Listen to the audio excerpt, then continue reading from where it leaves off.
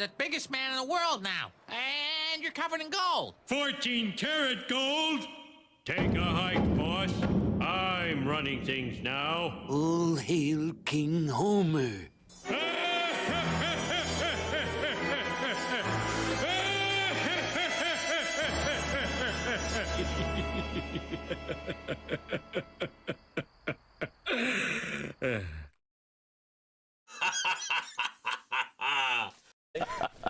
Our working hypothesis was that some people may hate crunchy, but there's no one on the earth who would say no to it. Right, because what is crunchy peanut butter but just creamy with chunks, right? Chunks in it. Exactly. Yeah, Exactly. yeah.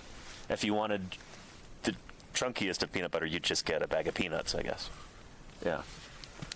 Yeah, I like the mix. Yeah, you like to mix it? I like the chunk. I like okay. the chunk. Yeah. But I can respect that. I like Jif. Jif is your favorite? Jif creamy. Yeah. Okay, Textures. that's what we got, Chewing I think. is nice. So, yeah. Chewing is a pleasant sensation. It can be, yeah. As opposed to drinking your peanut butter sandwich? Well, yeah, I mean, it's the kind of thing we take for granted. Yeah. The organic kind. Oh, yeah, where you've got to mix it every time? Yeah. Some of the... Egrets. I've had a few. Catching fishes down by the bayou.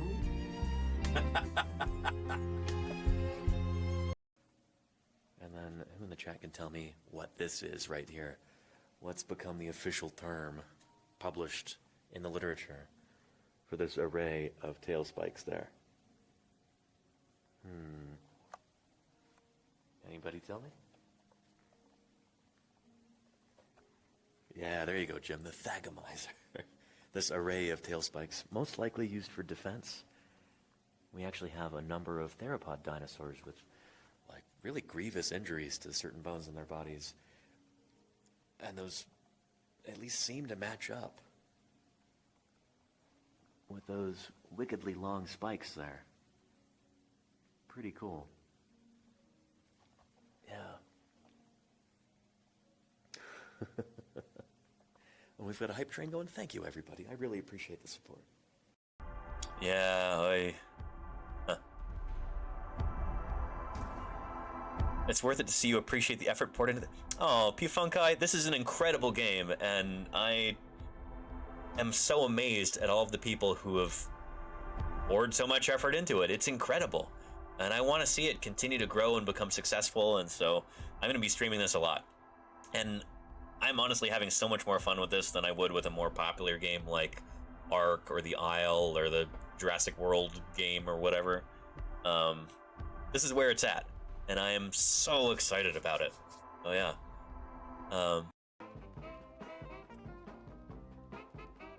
There we go. So far, so good, I would say. Yeah. Excellent.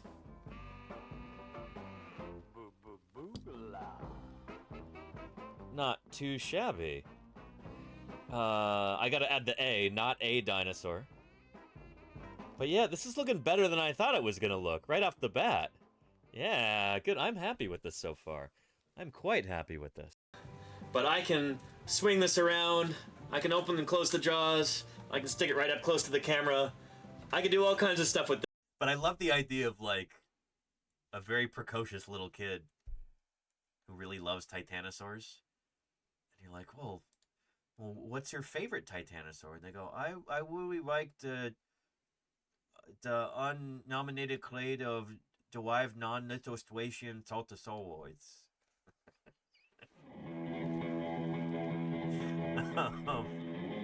It's a nice stream you got there.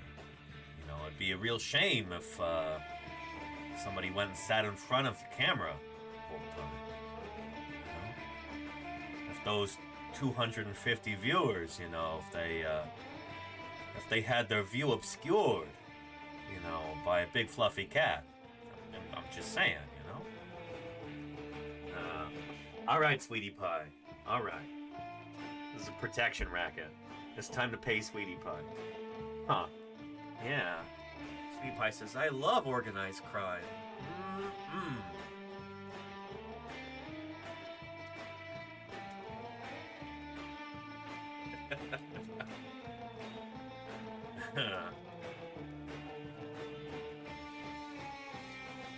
All right, Donna, sweetie. Here you go.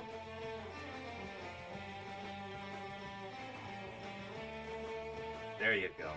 How many new? They were terrible lizards, don't you know? It depends on who you ask. I'm actually working on a project about this right now for publication.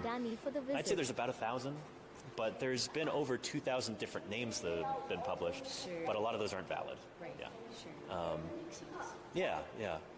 So, but yeah, I'm working on that exact question right now. So you're not, like, if you just were to choose one right off the top of your head, what would you go to? Oh, shoot.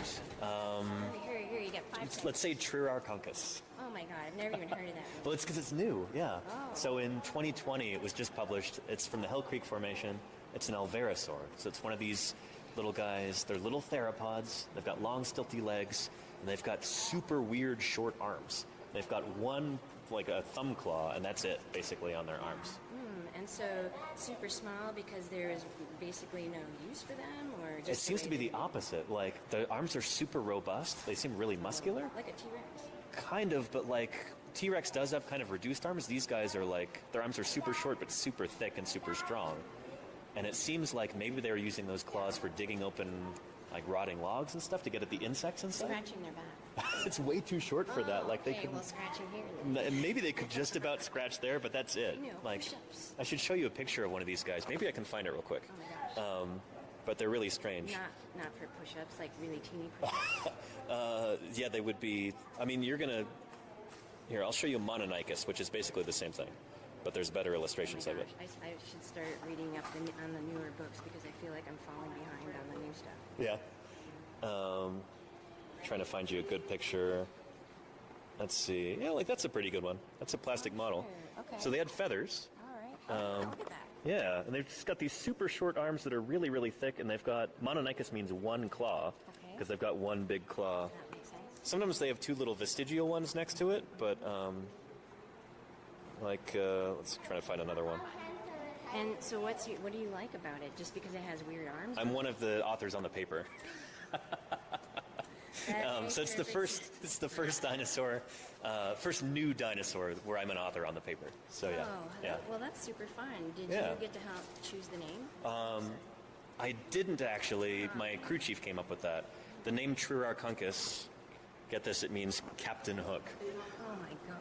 Triarchunkus prairiensis is the full name, so Captain Hook of the prairie. True. So Triarchunkus. Triarchunkus. Oh Yeah. my goodness. So it's related to Mononychus. It's basically identical to the dinosaur I just showed you. Wow. And what kind of line of theropod would you relate it to again? Like a So they're alverosaurs are related to. Shoot, I think they're still kind of a mystery. They might be close to ostrich dinosaurs, the ornithomimids. ornithomimids? Yeah, yeah, Yeah, that's like Rebecca's. yeah. Arkansaurus, one that she named. Yeah, yeah. Yeah, they're cool. I also really like ceratopsians, so I've dug up a lot of triceratops over the years. Do you find skulls very often from them, or is it like Yeah. all the other dinosaurs because their skulls are so fragile? They're pretty rare. With ceratopsians, it's the opposite. So Yeah, it's because like they're so exactly, yeah. So yeah, when we find a trike in the Hell Creek, it's usually the skull, and if you get lucky, there's a skeleton with it. So.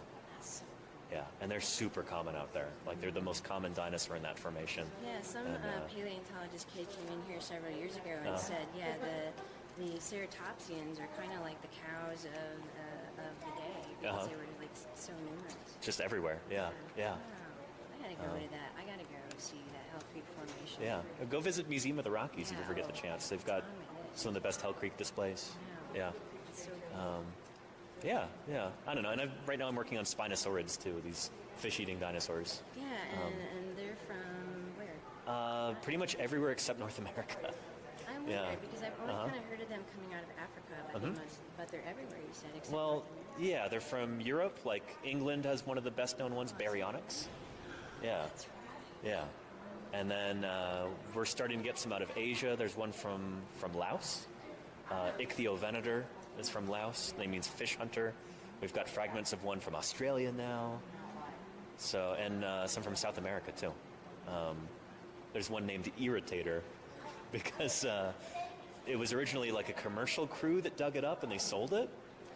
and they did, I don't know, they were trying to make it look more valuable before they sold it, so they used like auto body filler to fill in a bunch of the gaps and stuff, and That's what that pink stuff is. that's auto body. That's Bondo or something. Yeah, Bondo.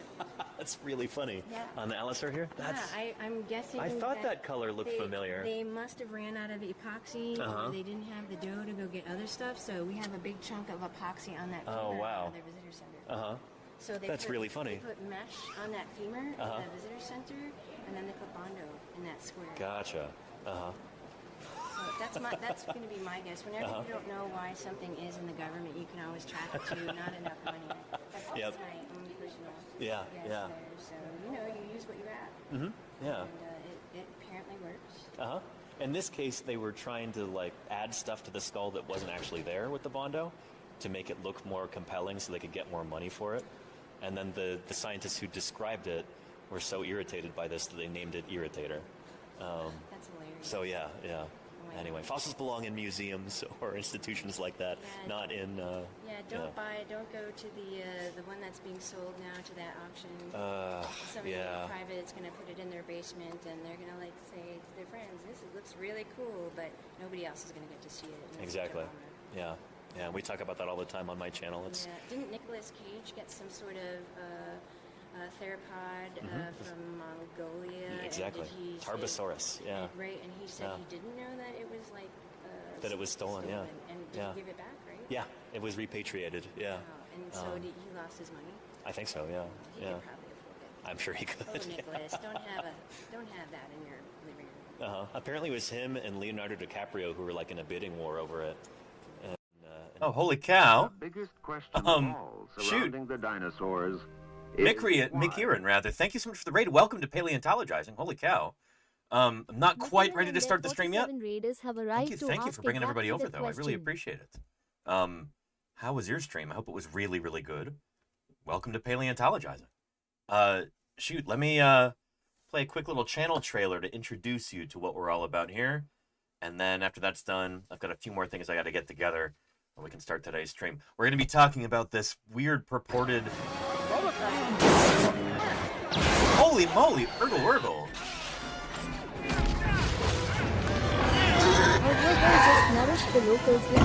Holy cow. Thank you for the 50 gift subs there. I really appreciate that. Shoot, that is phenomenal. Helping us get closer to our sub goal for the week. I don't normally stream on Fridays. We're making up for a stream that I missed on Monday because I was down in Monterey, California, doing some marine biology stuff. But anyway, welcome everybody. My name's Danny. I'm a paleontologist. Let me play a quick little channel trailer for you to introduce you to the channle. But holy cow, Urgle, that is extraordinary.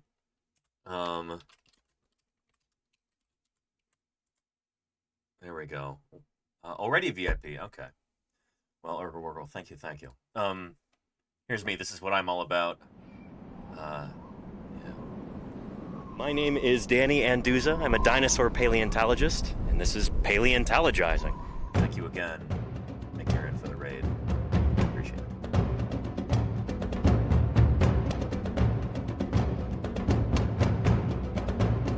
Science isn't just test tubes and beakers and white lab coats. What we're doing out here is science too.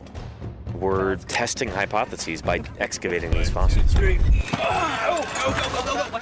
Join me for museum tours, interviews with other paleontologists, audience Q&A, 3D printing. It's pretty big. Who thought this was a good idea? And of course, live dinosaur digs. A limb bone from a new duck-billed dinosaur. I invite you to tune in and experience the adventure of fossil science. All right, that's what we're all about here. Welcome to Paleontologizing. Holy cow. This is it. This is the horizon which marks the extinction of the dinosaurs. And kraken not stirred. Below this level, and out in here, there are dinosaur fossils. Oh, well. Above this level, on these rocks, there are no dinosaur fossils. So I'm actually standing on the level that marks the extinction of the dinosaurs. And their 9 raiders have stumbled below that level. Let's talk. Are you raiding in specifically because of the topic today? Because we're going to be talking about this. But the paleontologist field isn't narrow to what we And understand. Seth18, thank you for the follow. Contrary, Excellent. We stretch our understanding to try and take in the universe. Crazy new paper just dropped yesterday. Earliest octopuses were giant top predators in Cretaceous oceans. This is, interesting that it's not on here yet. Hang on a second. But we're going to be discussing this. We're going to be taking a look at the paper. Yeah, there's reason to be skeptical about this. But it is very, very cool regardless. So we're going to be talking about this in just a bit. Sloppy Alien, thank you for the follow. Welcome, welcome. Yeah. And, Nautiloid, Ammonite on the wall, Chris, right? Yeah, this is Diplomoceras. We'll be talking a bit about that critter, too. But, cephalopod theme on today's channel, on today's stream. I knew I was going to get a million questions about this, so we might as well cover it today. Snake Baylor, thank you for the follow. Welcome, welcome. Anyway, I still have a couple more things to get ready. But thank you very much, Kraken Not Stirred, for the raid. I hope you had an excellent stream. And McKieran, thank you for the raid as well. I'll be starting this thing off officially in just a few minutes. I got a few more things to get ready. But let's go back to our clips real quick. And we'll go from there. You're going to see a timer at the bottom. I'll skip it forward to the appropriate spot. But here we go. I'll be right back. Yeah. So anyway, that's again, that's why this site is so cool, because these are being held here in the public trust for visitors from all over the world. And yeah, I don't know, in a sense, you know, these belong to all of us. This is part of our collective natural heritage.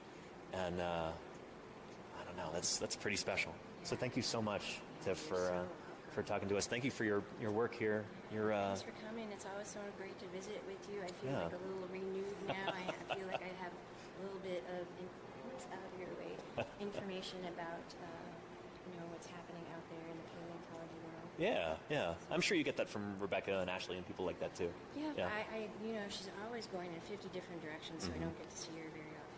Yeah. I should go to her house and say, can you give me an update on everything? What's the latest scoop in the world of dinosaurs? Yeah.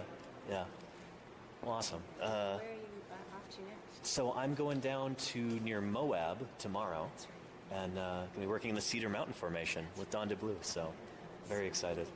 Yeah. I love that. And what a cool job you have. I feel very lucky to be able to do this. It's kind of a dream job. I'm sure you feel the same way about what you do. Especially once I found out that... Hello, I'm Sam Neill from Jurassic Park. Let's protect our fossils, because if they're removed, America loses them. Supervisors only have so much time to go through the gazillions of resumes, and so I feel super fortunate. Yeah. Well, I'm sure everybody watching right now, is very grateful for your time. So thank you again. And you're so welcome. It's such a pleasure seeing you again. Yeah, absolutely. Safe travels. Have lots of fun, and come visit again. I hope to do so. Yeah. Thanks again, Tiff. Bye-bye. Awesome. That's outside of my realm of expertise. Dinosaurs are what I study, what I publish on in the scientific literature, what I dig up. During the summers, I'll be back out there digging up more dinosaurs next week and streaming it. But I don't know enough about different hominid taxa to really have any opinions on them. They're cool, I guess, but beyond that, I don't really know what to say. It's a dinosaur. And Afele, thank you for the follow. Welcome to Paleontologizing. Thanks for. If there's one thing that you take away from this stream, I want it to be this. You ready?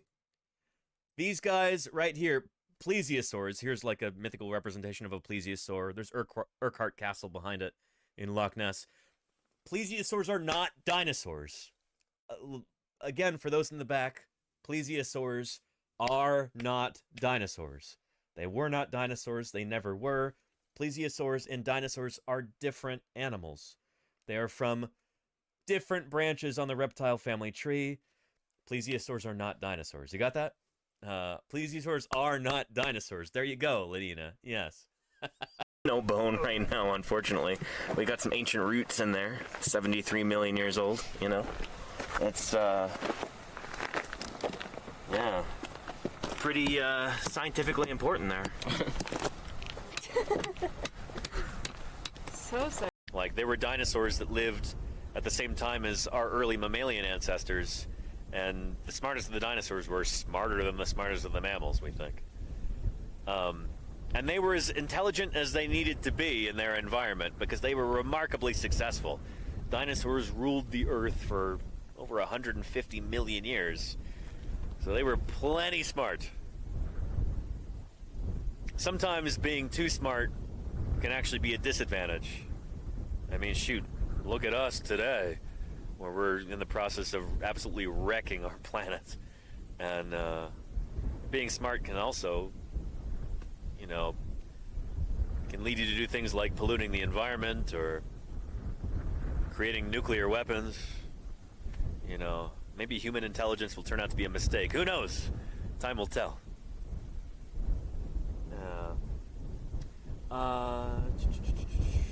Let's see. I've never seen them swim away so fast. It's kind of... It's interesting to see. He's not happy.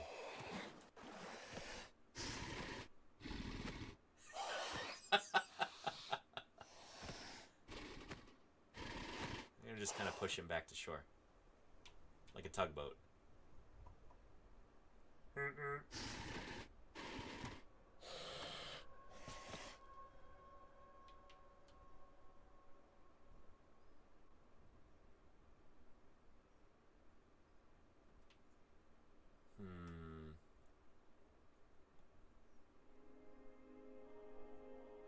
Nope.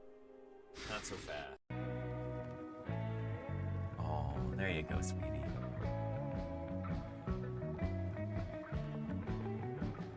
Oh, don't take the... She's running away with the fur that I... Don't eat that, hey.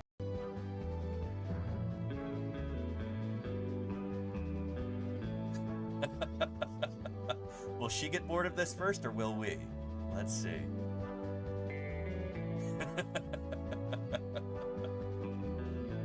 She does love watching birds too, but she seems to really like this video. I showed this to her the other day.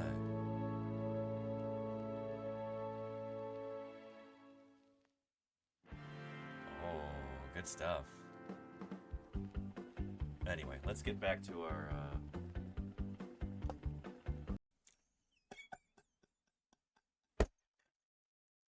There you go, yeah. Of the dinosaur taxonomy universe is long, but it bends toward consolidation. Long after you're gone, is to take that money that you would have probably way overpaid to buy a dinosaur fossil somewhere. Don't do that. Fund some dinosaur research. Fund an expedition. Use that money to find new dinosaurs. And if you're lucky, they will name one of those after you. And you'll be remembered forever. That's my advice.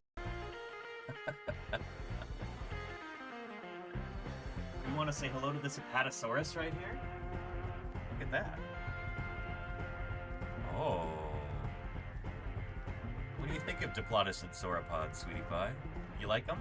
You a fan?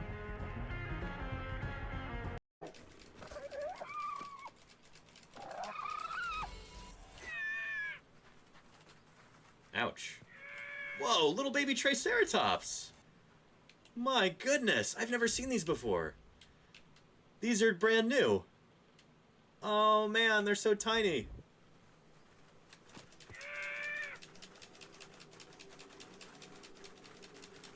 I'm being mobbed by them right now.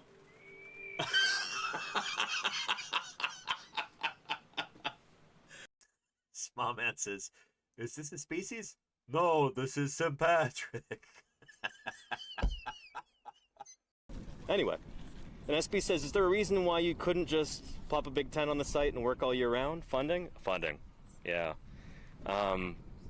We have, I guess, a few $100s for food here, and that's basically our budget. Yeah, Ethan and Don and Jim They're getting paid out here. I'm getting paid, I guess, through Twitch, through these live streams. But no, I'm volunteering here. I don't get paid to do this. So we've got a few $100, I guess, for fuel and for food, and that's it. Yeah. Well, hello, everybody, and welcome back to Paleontologizing, a special bonus Friday stream this week, given that we missed Monday when I was in Monterey. We're going to be talking about cephalopods today. You've probably heard the news. Kraken fossil shows enormous intelligent octopuses were top predators in Cretaceous seas. If you haven't heard about this, yes, you will soon. I would probably have saved this until next week to talk about, but we have so many other things going on next week, like World Tapir Day. We're celebrating on Tuesday, and our big fundraiser for Wyoming fieldwork is on Monday. So we're tackling this today. And there's maybe reason to be skeptical about this. I'll walk you through the paper. We'll see what some of my colleagues are saying about it. We'll discuss cephalopods and the rise of mega predators in the ocean and stuff like that. It's going to be fun. I can see that my Spartan. 50,000 a year has been well spent. Thank you for these 68 months of support. No, you are lobe-finned fish. I am indeed, Spartan, as are we all. As tetrapods. Thank you for the 68 months. 6 of those at tier 3. Unless that's 6 right now? I never know how to read these things. Thank you for your continued support, Spartan. I really appreciate it. If anyone is here for the first time, let me introduce myself real quick. My name is Danny Anduza. I'm a dinosaur paleontologist. So a paleontologist is a scientist who studies fossils.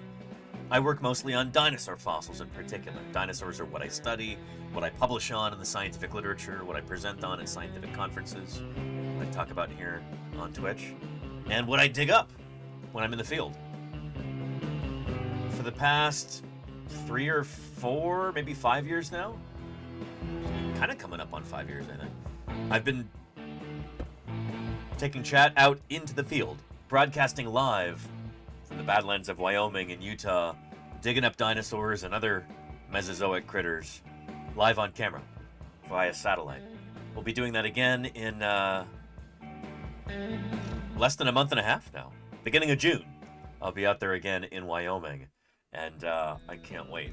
And again, we're going to be having a special fundraiser. I'm sure we'll talk about dinosaurs at least a bit today. Lumi the Slug. Thanks for following. Anyway, special fundraiser stream on Monday. We need to try to raise some money for a rental truck. And I'll have some cool, fun incentives for that, too. If people would like to contribute funds, we have something we can give you in return. So I'm very excited about that. More details to come. But, yeah. What's cracking? Howdy, you ought to do it. How are you doing? We'll be talking about this in a bit. Yeah. Anywho. Would we be able to tell if a dinosaur died from a lightning strike? And could we extrapolate from that what we know about the weather and behavior of storms? How common might it have been for dinosaurs to get zapped? Those are great questions, Lemon Curd on Toast.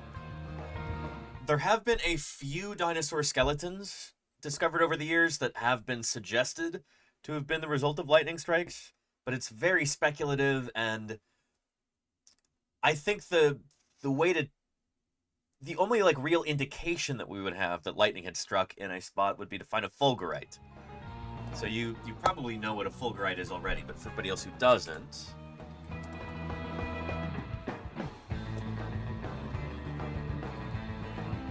if lightning strikes a substrate like sand, for instance, it can heat it up to the point where that sand can actually melt and fuse together. And they look like this. Lightning glass is what it's sometimes called. I don't know if this sort of thing would actually be preserved in the rock record, however. Because here's the thing. Fulgurites are always fairly recent. I think they have a tendency to weather pretty quickly and fall apart. And so, if you have, say, a bunch of sand, say on a beach, and you get lightning that strikes and it forms a fulgurite like this, it heats up part of the sand and fuses it like that. Would you be able to find that in the fossil record? Say that beach later, that sand turns to sandstone. Would you be able to differentiate the surrounding sandstone from the fulgurite inside it, or would it just look like one continuous blob? You know? I don't know. I don't know if fossil fulgurites are a thing. If you want to read more about fulgurites, it's a good place to start.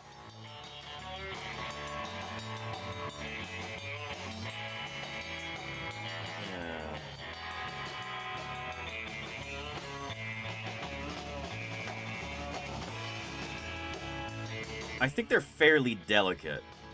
It's the sort of thing where it's not going to be transported a great distance, like by, say, a river or tidal action or something like that, without it falling apart.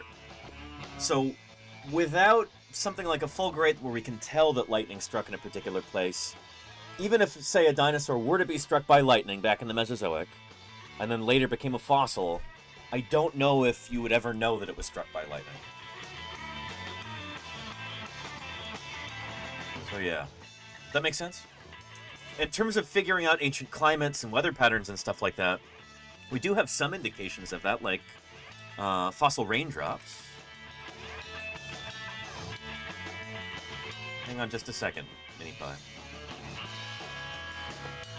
Yeah, these are remarkable. After like a long drought, maybe you might have like a dry substrate. You have raindrops that fall. They make these little impact craters like this. And then later that gets covered up by a different kind of sediment. Say it was sand and then it gets covered up by mud. So that you've got like a difference in the lithology. And say the mud erodes away later on and you're just left with this hard sandstone underneath, complete with those raindrops in it. That's the closest thing that I can think of to like fossilized weather, I suppose. But many fossil deposits were formed by, say, torrential rainfall or a river overflowing its banks or stuff like that. But usually weather is too much of an ephemeral phenomenon. It happens too quickly. It's there and it's gone. It's not really preserved in the rock record, if that makes sense. With exceptions like this, I suppose. So yeah. Anywho. Very granular. There you go, Chris Wright. Yes. Anywho. Yeah. And, Simfero says he cannot know the cause of a dinosaur's death, because death happens quickly. Usually there's no trace of it on the bones. Usually, yes. Yeah. There are some cases when we can determine why a particular dinosaur died, but those tend to be few and far between. We have miring sites, which is where we know that a dinosaur got stuck in something sticky. Like Limiosaurus is a dinosaur. We've got a bunch of individuals preserved together, and they seem to be preserved in 3D. And it seems to have been, a miring event. But again, it's not usual that we could figure out the cause of death for a dinosaur. But yeah, Inextricabilis, the species name for Limiosaurus Inextricabilis, means impossible to extricate, both referring to these specimens possibly dying after being buried in, being mired in mud or something like that. Really cool dinosaur that doesn't get nearly enough attention, Limiosaurus. What a weird, cool critter. Holy cow. But yeah. And Lemon Curd, thank you for the excellent question, and kudos to StatsBlog for sending you over. I appreciate that. Great to have you here. Yeah. You're always miring fossils, too. I suppose I am as well, Chris Wright. Apologies for being a little bit late today, too. I was coming back from the city. Given that I am a resident of the beautiful sunny San Francisco Bay Area, occasionally I make my way across the bay and hang out in San Francisco proper. And I was doing that today. Seeing a friend I haven't seen in a while, Snail Chaser, who also streams here on Twitch. And trying to track down a stellar sea lion, a vagrant stellar sea lion, who's been making appearances at Pier 39. Didn't get to see him, but yeah, hopefully he's still around, we'll see.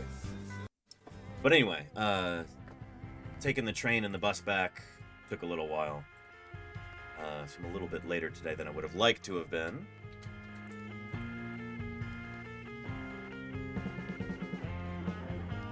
But again, we're going to be talking about giant octopus today. Purported giant octopus. Just took this photo this morning at the aquarium there. But, the real one might... I don't know if it'd be quite this big. If their estimates are correct, we'll be talking about that. But, yeah... Anyway, I gotta pay my landlord here. Mini Pie. Mini Pie. How are you doing? Huh?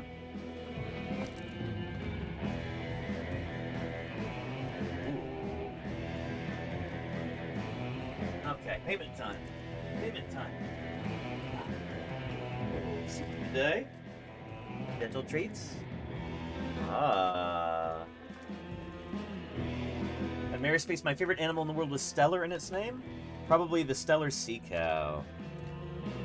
Pretty special critter. Now extinct, unfortunately. Do you want those?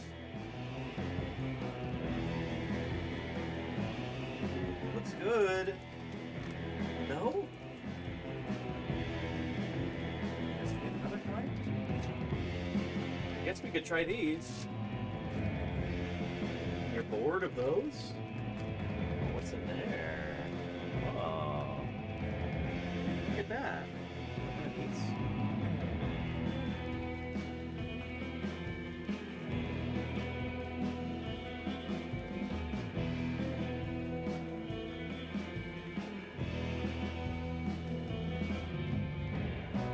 We're so picky sometimes, Mini Pie.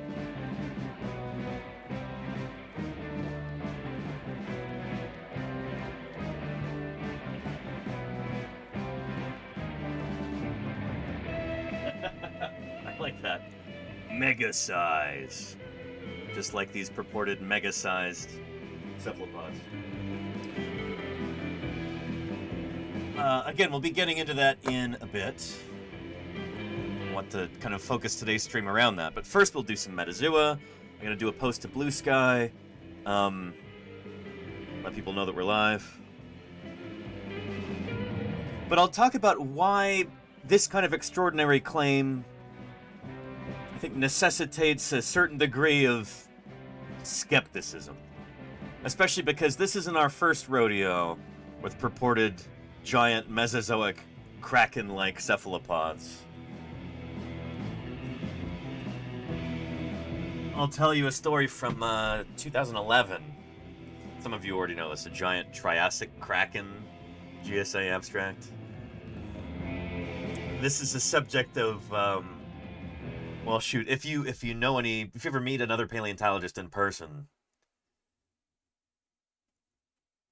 and you want to, like, have a rapport with them, be like, oh yeah, you know, I know the hot gossip, yeah. Remember that Triassic kraken thing from GSA in 2011? They'd be like, oh yeah. We'll talk about that in a bit. And, why it has bearing on this, and why other purported giant marine animals from the fossil record might give us pause here too. It's like Perucetus and Dunkleosteus, who have been recently downsized and smallened. We'll talk about them also. Anywho, yeah. And, yeah, I actually met Steve Brusotti for the first time back in November, Petrodactylus. Oh, you got a slide to check it out? Excellent, Petra. That's super, super cool. Here, I think I've got a picture of me and Steve from SVP.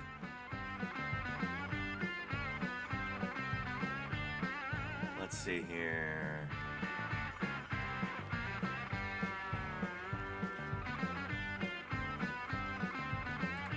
Yeah, here's me and Steve Bersati at the Society of Vertebrate Paleontology meeting back in November in Birmingham in the UK.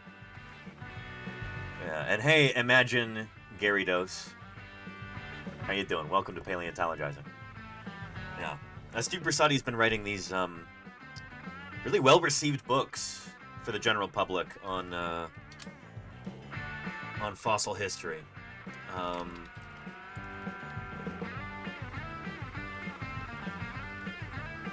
The Rise and Fall of the Dinosaurs is probably the best-known one. Holy cow, there's a Wikipedia article about this book. But yeah, and Steve Bersati's got one on birds as well that should be published very soon, and I'd love to bring him on for an interview. I gotta ask him when that is, so we can schedule that. But, yeah. Anywho. Oh, and hello, sweetie pie. Here, give me just a minute. I gotta throw these treats away.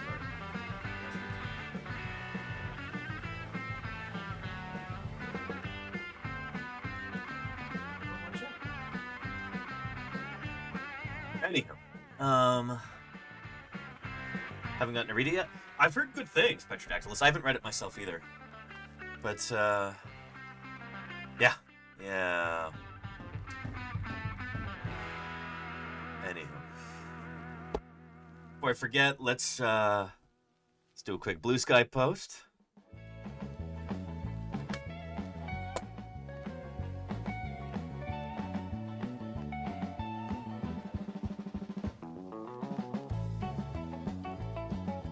Oh, sorry, sweetie pie. It smells like treats up here, but you can't have any of them. Sorry, sweetie. She's retaliating by pushing the camera around. Sorry, sweetie pie. Yeah, you have allergies. You're not supposed to have those. I'm sorry. I'm sorry. Oh, she looks at me so expectantly. She's outraged. She's outraged. I'm sorry, sweetie pie. I'm sorry.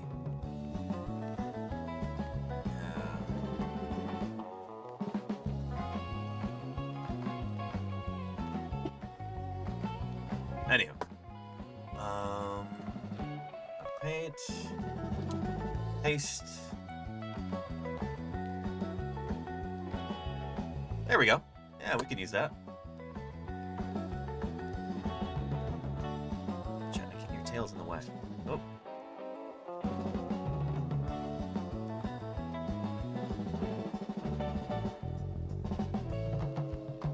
Yeah.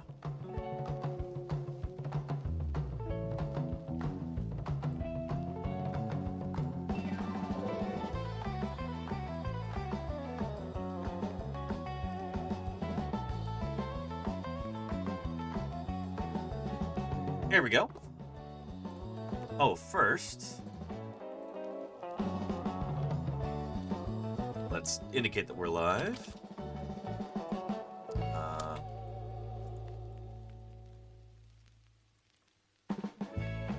Paleontologizing.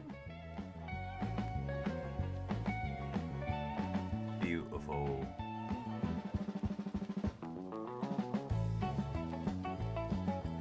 There's the image there. Excellent.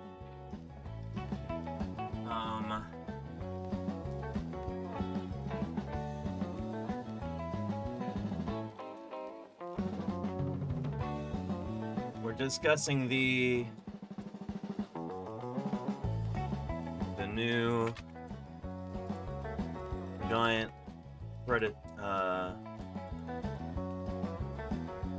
super giant predatory Cretaceous. Let's protect our fossils. Kraken.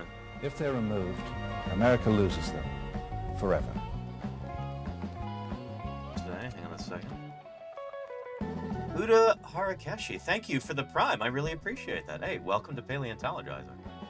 Thanks for supporting science outreach here on Twitch. I know you might get one free Prime sub per month. Maybe it doesn't feel like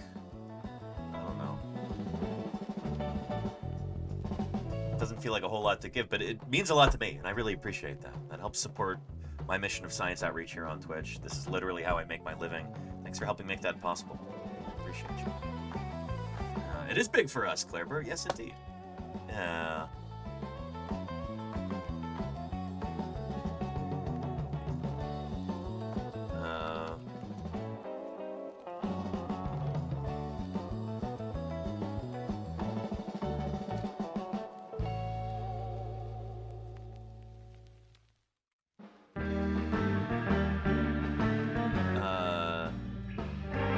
There may be some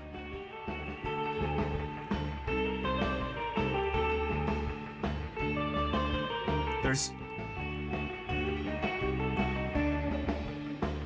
some serious skepticism warranted.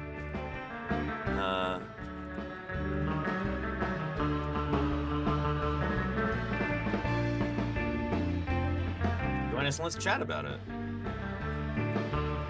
Twitch.tv/Paleontologizing. There we go. Alt text Twitch screenshot of me in my office with all kinds of Mesozoic, cephalopod, miscellanea behind me on the wall.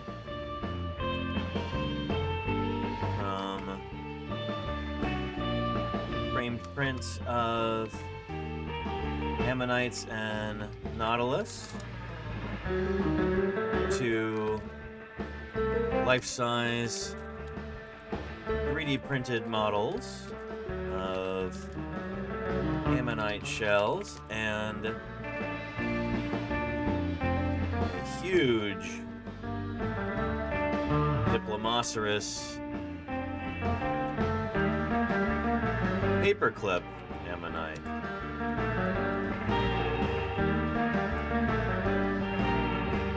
And that's good. Paleontologizing, no typos detected. Let's post it. Hold on to your butts. There we go. Nice. Yeah. And Yuta says, I appreciate your work. So cool. Thank you, Yuta. I appreciate your kind words and your support. Thank you, thank you.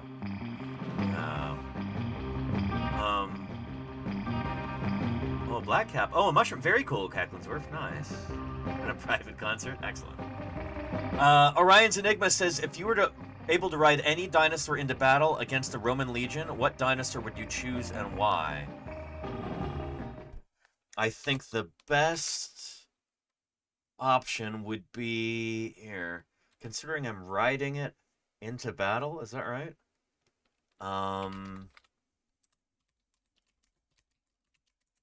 I would say, oh, definitely this one. Yeah, excellent. A lot of folks haven't heard of this dinosaur, but it is superlative. It certainly holds a record.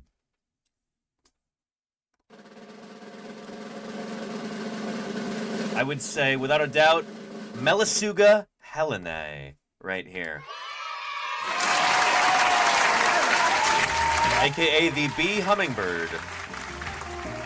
World's smallest bird at full adult size. Also the world's smallest dinosaur. Smallest dinosaur that's ever lived as far as we know.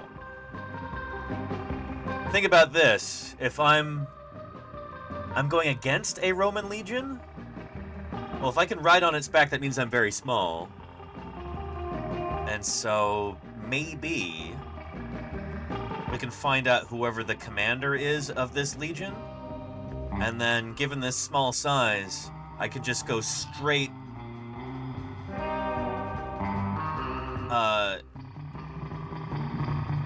straight at him and just maybe, like, take his eyeballs out or something.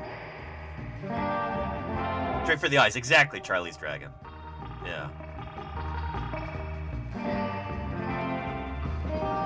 I think that's a winning strategy. You know? But at the end of the day, I'm a lover, not a fighter, you know? I don't want those armies to go into battle. Just find out whoever's idea it was to start this war and just, like, quietly dispose of that guy. And then everybody can just go about their lives afterward. It doesn't have to have... don't have to have slaughter and bloodshed and heartache, you know? John, it's Marvin. What's this? Your cousin, Marvin Berry. You know that new sound you looking for? Well, listen to Shabot this. has a new sound for their 4 listeners. Sharebot, thank you for the raid. Welcome to Paleontologizing. How was your stream? I hope it was really good. Tell us what you got up to, if you wouldn't mind. But I appreciate you bringing everybody over. My name is Danny. I'm a paleontologist. Let me play a quick little channel trailer for you to kind of introduce you to what we're all about here, and yeah, then you know what to expect. My name is Danny Anduza. I'm a dinosaur paleontologist, and this is Paleontologizing.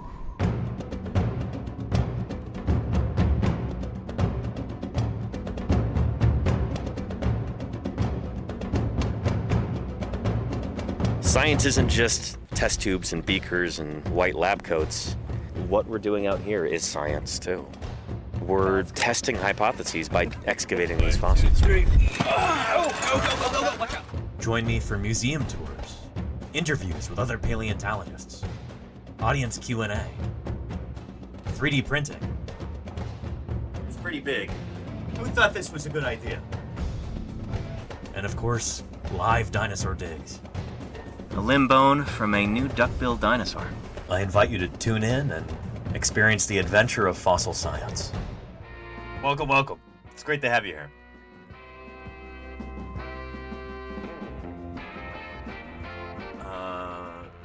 Good stuff. Not actually a robot. That's good to know, Sharebot. I'm glad you're here. Yeah. And Rebel Decibel has got an excellent question that, this is exactly the sort of thing that I want to be talking about today. This is really good. Rebel Decibel says, I have a question for you personally. Imagine if a scientist released some paper that you would imply a complete paradigm and provide some proof too, a complete paradigm shift of some sort. Do you think you would have an easy time of adapting to it? Or do you have a hard time shifting your opinion? This is not a hypothetical.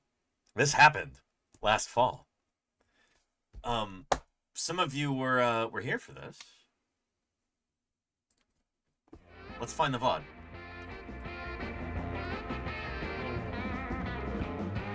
Well, here, yeah, let's find it. A little bit of background. I was trained at a place called Museum of the Rockies in Bozeman, Montana. Which used to be like just a tremendous powerhouse of paleobiological research, especially on dinosaurs. Really, really cool stuff. And the people that I worked with there, and the people who trained me, had this kind of sort of countercurrent view of dinosaurs where, rather than emphasizing the differences between different dinosaur specimens, they tended to look more at the similarities. And so rather than say, okay, these two are different species, instead the idea was, well, dinosaurs seem to have changed a lot as they grew and developed through what we call ontogeny, their life history. And so maybe they look very different at different stages of growth, and maybe these things we've been thinking of as different kinds of dinosaur are actually the same dinosaur, just at different times in their lives.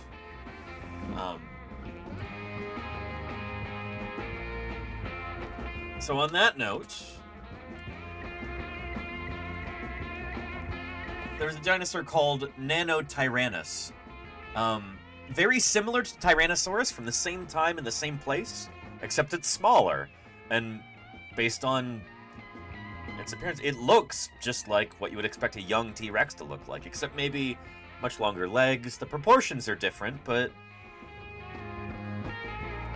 And I and my team, and really most paleontologists who work on dinosaurs, were convinced that that this animal is the same thing as T-Rex, just a young one. And believe me, there's a ton of stuff that kind of builds on this. It has so many implications for the structure of these ecosystems. Like, okay, if you have one big predatory dinosaur, Tyrannosaurus in this environment, then as it's growing up from being a tiny little hatchling, hatching out of an egg, to a full-size adult, it's occupying all these different niches all the way through. There probably was no room for like a medium-sized predatory dinosaur, because they'd just get elbowed out of the way by a young T-Rex, you know? And this is our kind of happy little paradigm, and it made a whole lot of sense, and yeah. We at Museum of the Rockies kind of took this even further with a bunch of other different dinosaurs too. Torosaurus and Triceratops probably being the same dinosaur. All of it fit really well with this hypothesis that, oh, Nanotyrannus is not valid. It's the same thing as T-Rex. You know, dinosaurs just changed a lot as they grew. And then, right before the Society of Vertebrate Paleontology meeting,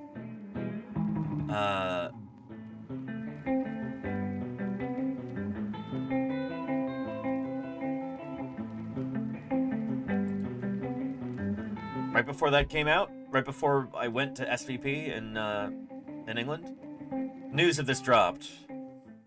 New specimen of Nanotyrannus that seems to be almost done growing.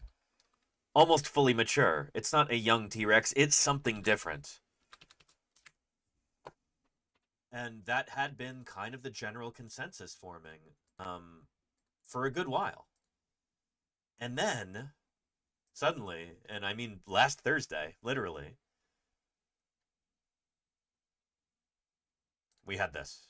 Check it out. Yep. This was shocking. There's been a long-standing controversy about the identity of these small tyrannosaurs running around Montana 66 million years ago. And we set out to determine what exactly these animals were. And what we found was that this controversial species called Nanotyrannus was actually a valid, legitimate species of dinosaur. The dueling dinosaurs Tyrannosaur, because it is 100% complete, it's a Rosetta Stone for connecting this fragmentary, isolated skull that represents Nanotyrannus with the growth series of Tyrannosaurus rex. And it tells us that Nanotyrannus has all kinds of things across its skeleton that just don't fit with what a juvenile T-Rex would have. What we did is we made sections of the limb bones and preserved in the limb bones of dinosaurs. So they're actually doing histo here. So they're using a saw to cut the limb bones open and then count the growth rings on the inside under the microscope. Are rings, just like the rings of a tree, that are laid down each year as the dinosaur grows. So we were able to produce those sections and take a look inside and count the rings and determine that this was an individual that had been alive for at least 14 years when it died. But not just that, because we're able to see that the growth was nearly stopping. The distance between the rings was getting very small. So this is an individual that was almost as big as it was ever going to grow to be when it died. And yet it's still way smaller than a Tyrannosaurus rex. The validity of Nanotyrannus allows us to ask questions that we didn't previously have. So for example, now we have... So again, before she gets to this, there have been other people who have claimed that Nanotyrannus is a valid genus based on, oh, the skull looks like it's fused up, or it looks like this is a certain shape and it should be that other shape, the arms are too big, whatever. And there could be a lot of individual variation. I don't necessarily buy any of those arguments. The real kicker here is the histology. That is the silver bullet, and that is what has convinced me. Looking at those growth rings in the bone. Yeah. In good faith. Histology is one of those methodologies that it's as close to like objective and, you know, non. And let me scoot forward a little bit, and there we go. Kind of a bitter pill to swallow for me and some of my colleagues, because our pet hypothesis that these are the same animal, Tyrannosaurus and Nanotyrannus, they're the same thing. Thus, Nanotyrannus is not valid. That's what I've been saying for years. And looks like I was wrong, along with a lot of my colleagues. In science, it's so important to admit when you're wrong, when the evidence does not fit with your hypothesis. Yep. You have to accept that. And so, well, rather than lamenting this, I think it's important to celebrate it. So I've got something special for today. Bottle of champagne. Let's open this up and let's celebrate having a pet hypothesis negated by the evidence, falsified. It's kind of what science is all about. And holy cow, Murph!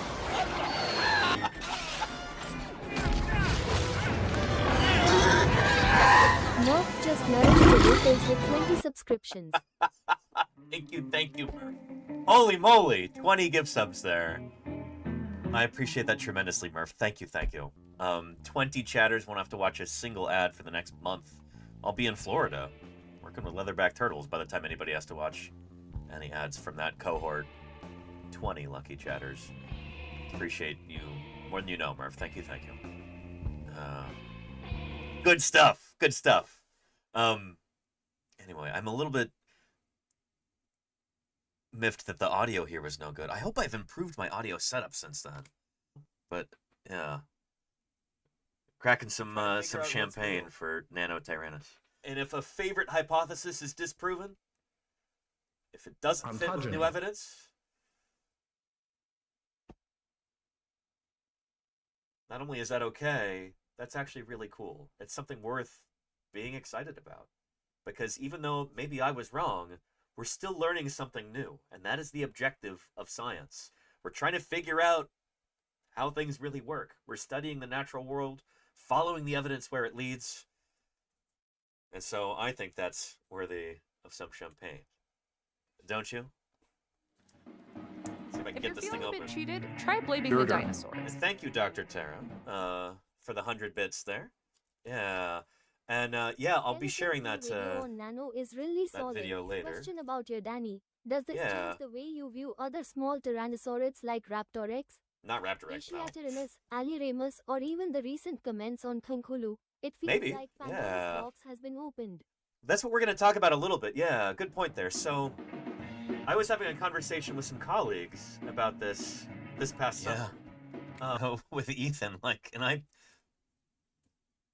was probably a little too cavalier about this.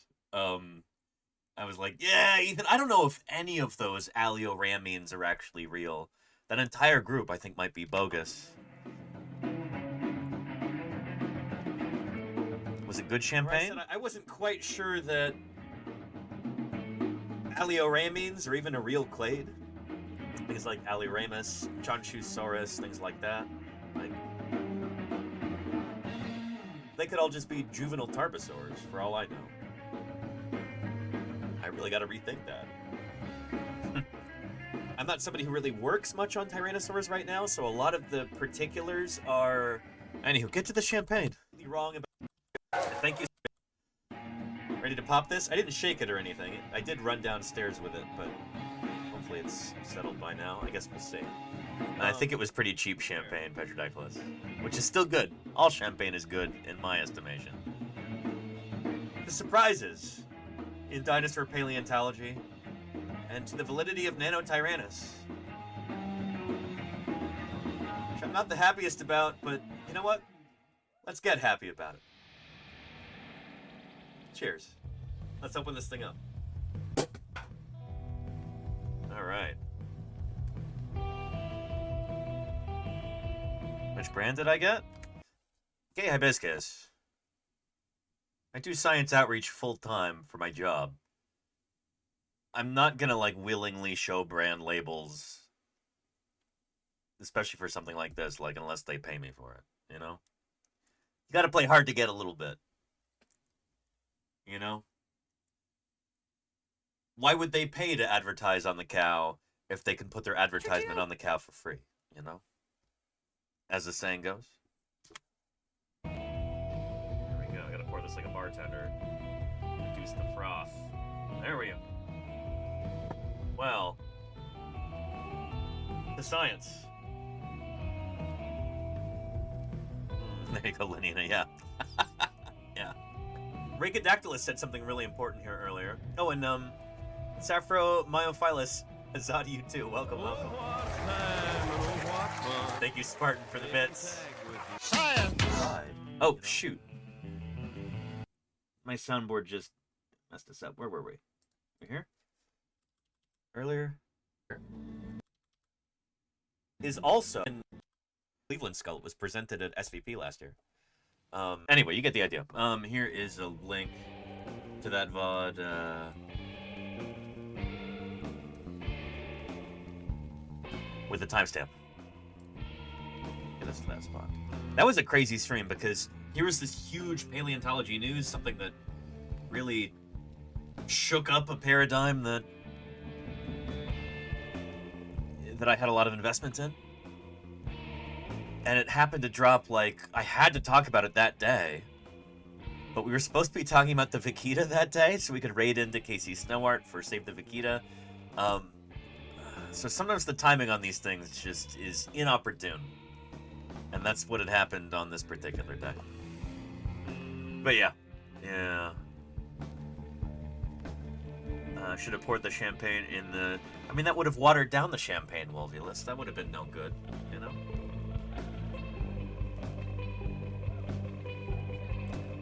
Anywho. Yeah. So, I forget who is asking this question, but I hope that answers it for you. In science, we're human beings. We're going to have opinions about things. We're going to have favorite hypotheses. We're going to have stuff that we're emotionally attached to. But in science, you have to be willing to admit that you were wrong, and even, ideally, celebrate when you're shown to be wrong when we've got exciting new evidence. That's how things progress. That's how we learn. That's... I don't know. And that's how science is supposed to be different from other ways of knowing. Different from, say, I don't know, more ideological thinking. Different from religious sects. Different from, you know, like, dogmatically held political beliefs and things like that. In science, we're all supposed to be on the same team. We're all supposed to be finding out what is actually true. And if you have a particular idea that you just really cherish, and it turns out to be false, you have to be willing to let it go. And not everybody can do that. I would argue you can't be a good scientist if you can't do that. But frankly, I think not all people are equipped for that either. Like, it takes a certain degree of training and discipline, and you have to be really, first and foremost, excited about the idea of finding out what's true. If that's not the driving force that you have, like, propelling you forward, you're not going to do so well in science. And you're going to make things real tough on your colleagues, too. So, yeah. Yeah. You learn as much in failure as you do in success. Well, that really is the thing, Daryl, in science. Absolutely. Yeah. There's that apocryphal story. Let me see if I can find that.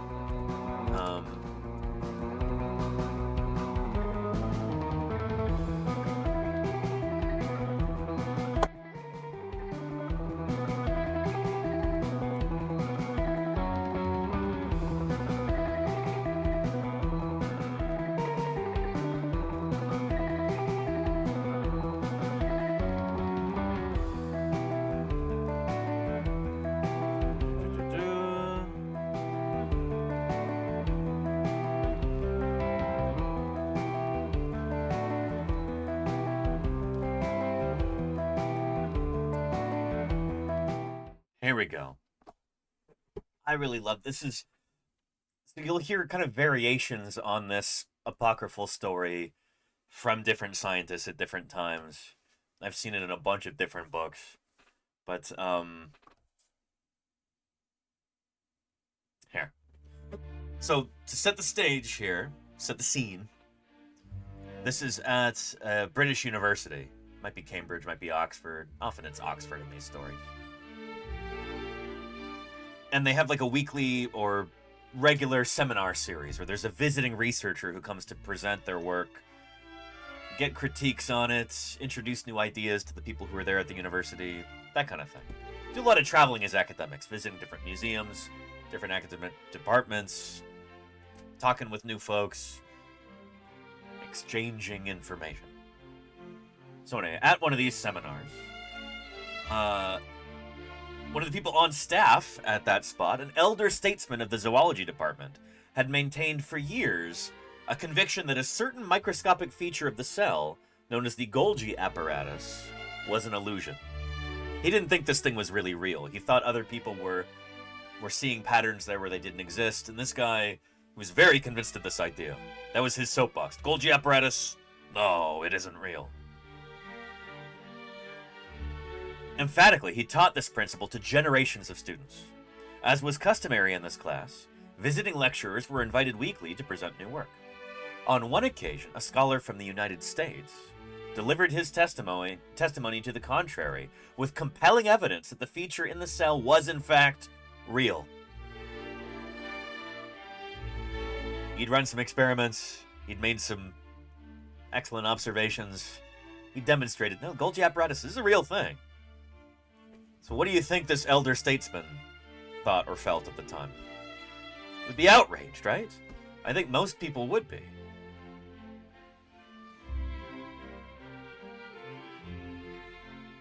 But no. The old man strode to the front of the hall, shook the American by the hand, and said, with passion, "My dear fellow, I wish to thank you. I have been wrong these 15 years." And we all clapped our hands red.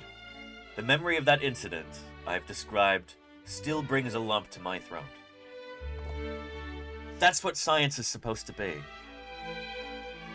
We want to find out what's actually true. Regardless of our personal passions or convictions or hunches, at the end of the day, science is about what's real. And a good scientist, that's what she's after. Finding out what's real. I love that story. Yeah.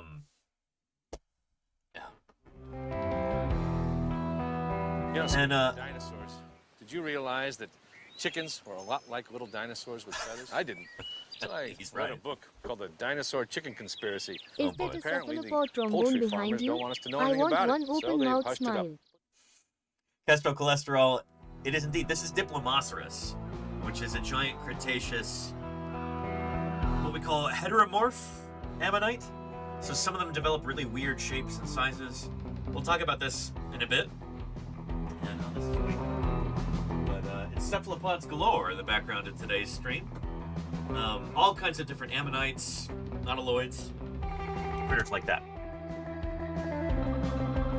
Oh, because we're going to be talking about this. Kraken fossil shows enormous, intelligent octopuses were top predators in Cretaceous seas. If you haven't heard about this yet, you will soon on the news. Like, this is it's really gonna take off, I think. And so, we won't have very much time to talk about this sort of thing until late next week, so I wanted to nip this in the bud today. There's reason to be skeptical of this. We'll talk about why. But very cool news nonetheless. So yeah. Anyhow. Yeah. And Rebel Decibel says, what equipment do you have currently that the 1900s didn't have? If you're talking about 1900s up through the year 2000, or into the year 2000, GPS probably wasn't super common back then. We use a lot of that in field paleontology. Lots of things to do with computers. CT scanning is much more common than it was back then. Photogrammetry is a new thing. So being able to take a bunch of photos of a thing and then generate a 3D model based on that. Yeah, but for the most part, The point that I often make is that when we're out digging fossils in the field, in most ways, it's done pretty exactly like it was done back in the 1800s. There's not a whole lot that you can really improve when we're talking about excavating fossils in the field. It requires very careful work with hand tools. And you really can't improve on the human hand. In most ways. We'll be talking a lot more about this as we gear up for the field. When I'm in the field out in June in Wyoming. But yeah. And Ms. Blue Skies, yeah. CT scans. Computer tomography, if you take the computer part out of it, yeah, what do you have? But yeah. And are air-blown tools considered too damaging? No, in the lab we use those. Lots of pneumatic tools like, say, air scribes and things like that. But those have been around, I think, since like the 70s. Yeah, air scribes. They're like tiny little pneumatic jackhammers. So you hook them up to an air compressor, and then you can use them for prepping fossils, for chipping the rock away from bone and shell and tooth and everything else. Yeah. We talked a lot about this when I was in North Dakota last February. Saw some of this happening in person.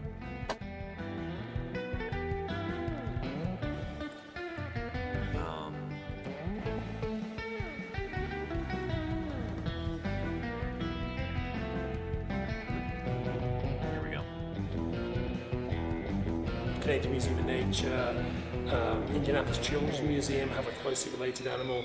But here's Steve talking about some of this stuff here. Which are plaster bandages doctors use Yep. to make casts. So that's Viewers saw that a lot the past couple summers. We used those a lot in Utah. Yeah.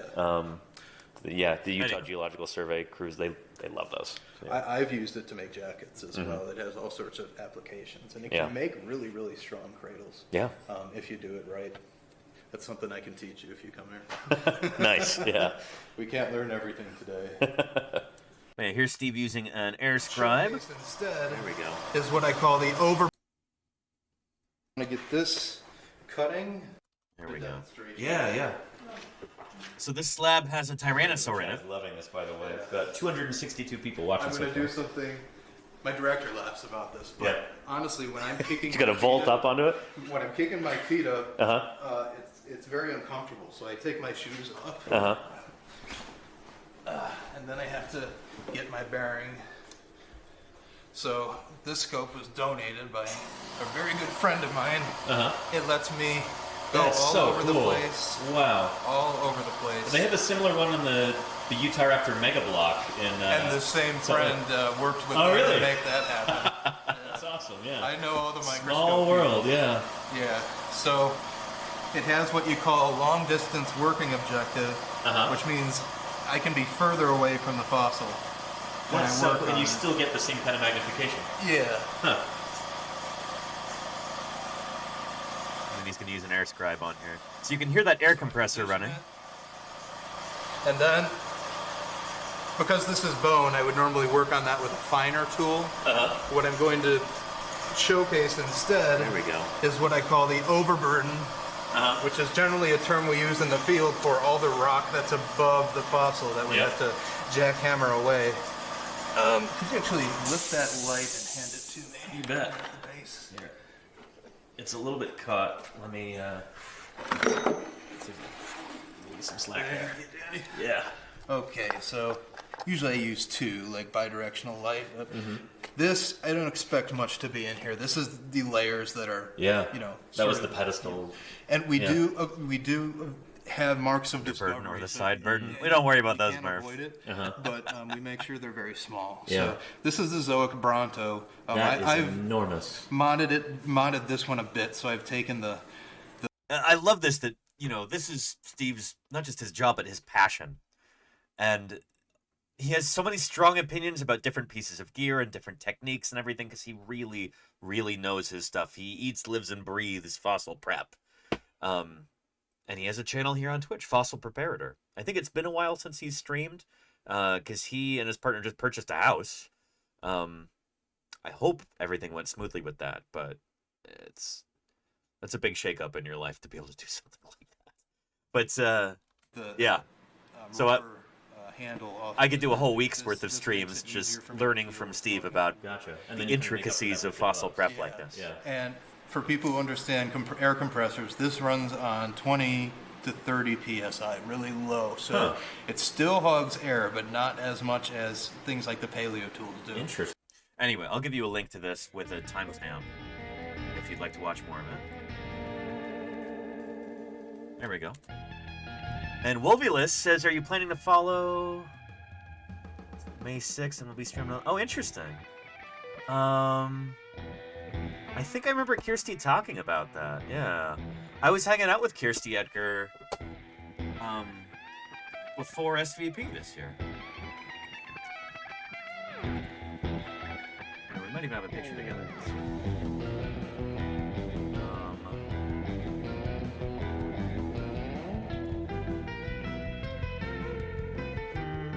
But I like Kirsty a lot. She's awesome.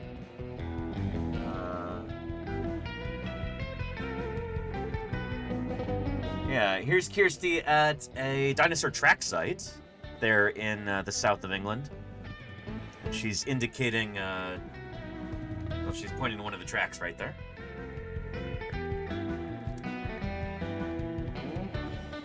And here we are at, oh, what is this? Something Myth Cove? I forget. And Kirsty's pointing to some of the outcrop there and some of the tilting. You can see the tilting of those rock layers. Like, those were laid down flat, and they've been tilted up on end. Pretty cool. And I think I have one of... some of Kirsty being eaten by a plesiosaur. Yeah. Pliosaur. This is a lot of fun.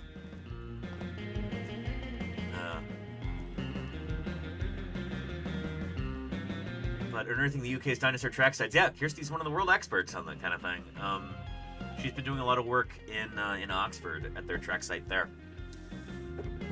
Cool stuff. Anyway, I wish them the best of luck. I'd forgotten that was happening. Paleontographical Society. Very cool. I was hoping to make it back to the UK this year, and it's looking like that it's probably not going to happen. But, yeah. Yeah.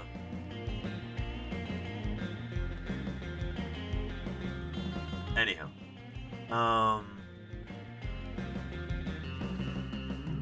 And that's really cool, chaotic time travel. Yeah, that is a thing. You kind of have to be passionate about fossil prep if you're going to do it as a job, because, let's face it, it's usually not well paid.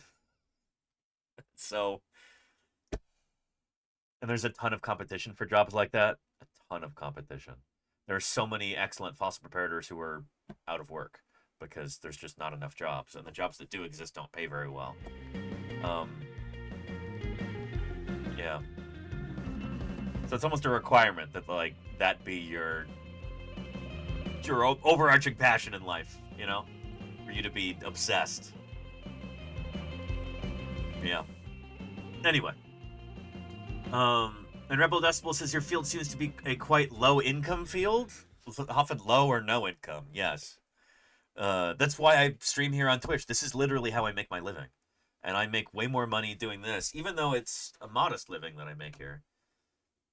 The most I've ever gotten paid to do paleontology, outside of streaming here on Twitch, was when I got paid during the summers $10 an hour, which felt like so much money.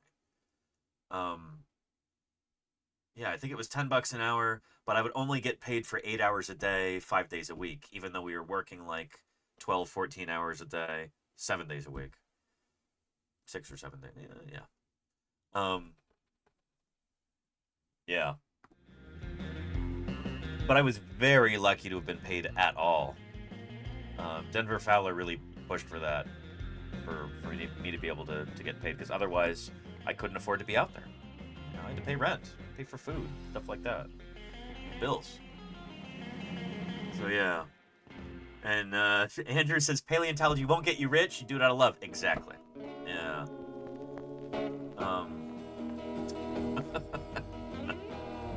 Yeah. But you know what? Even though... Well, here. Two things can be true at the same time. I want paleontologists to be paid better. I want there to be more jobs in the field. I want people to have full benefits and be able to support themselves and their families. That is vitally important, and it's a travesty that, like, that sort of thing... that feels like you're asking for too much in this country. Shouldn't be that way. That being said, there's more to life than money. If you can find a way to make a living, a semi-comfortable living, doing fossil science, and that's your passion, there's nothing better in the world, you know? I wish more people had the opportunity to do that. There's a book about this that, well, here.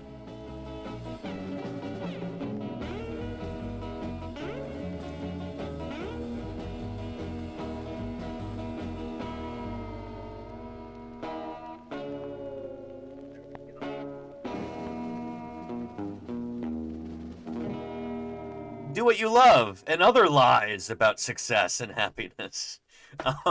This is a really sober look at this idea that, like, if people have jobs that they're passionate about, then the people who should be paying them will use that as an excuse to underpay them or make them work for free. And it shouldn't be this way. A better world is possible, you know? So yeah, sobering stuff, but worth thinking about. Do What You Love and Other Lies About Success and Happiness by Miya Tokumitsu.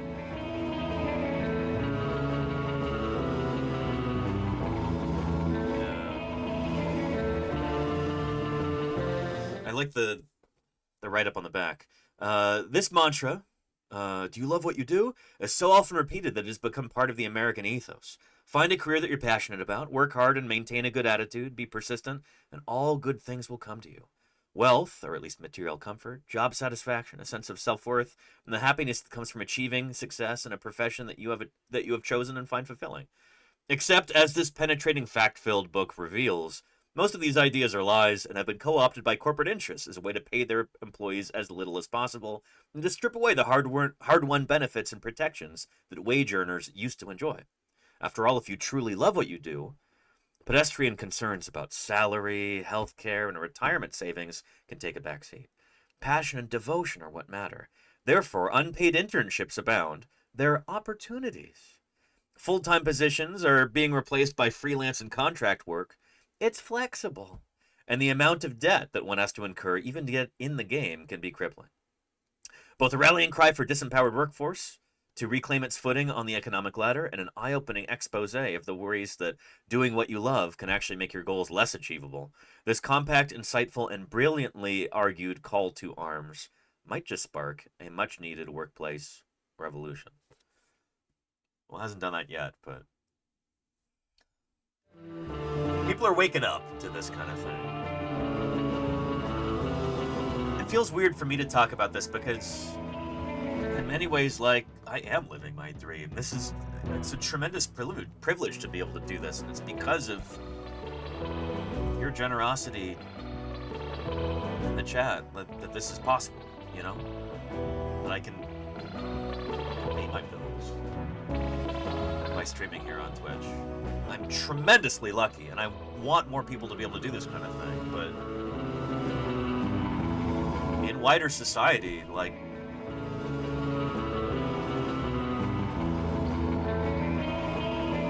I don't know. It was tax day, what, last week? What do we get from our taxes as Americans, you know? Not a whole lot.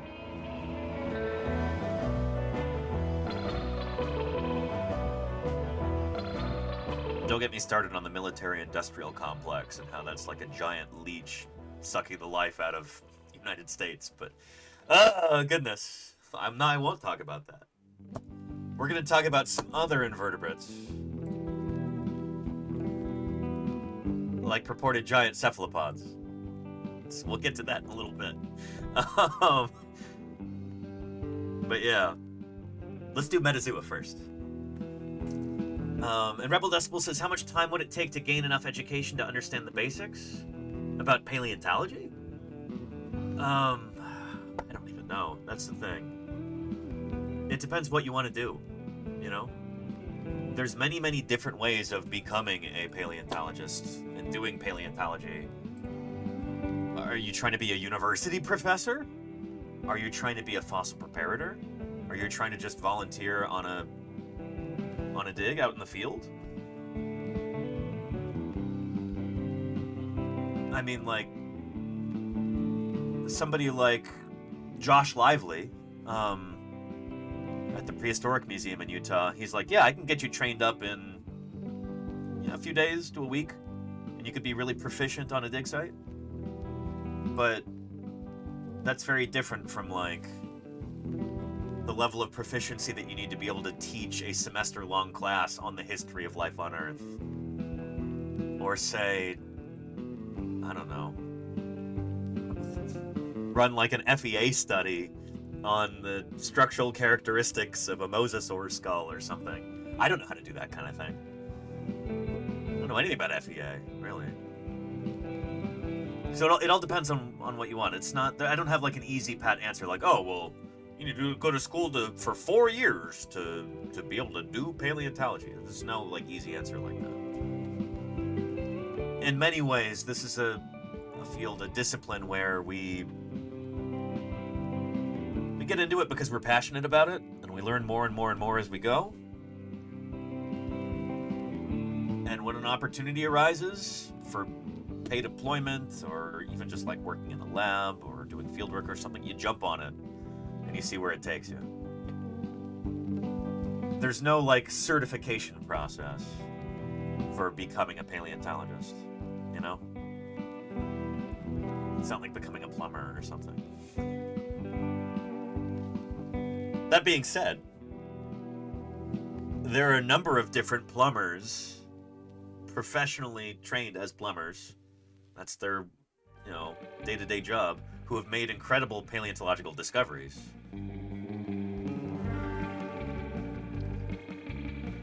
So that's the thing, is like, paleontology doesn't have to be your whole life for you to be able to make major contributions.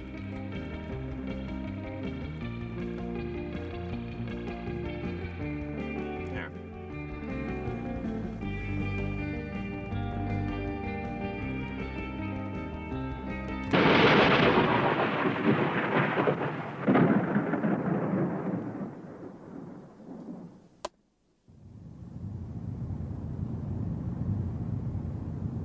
My name's William Walker.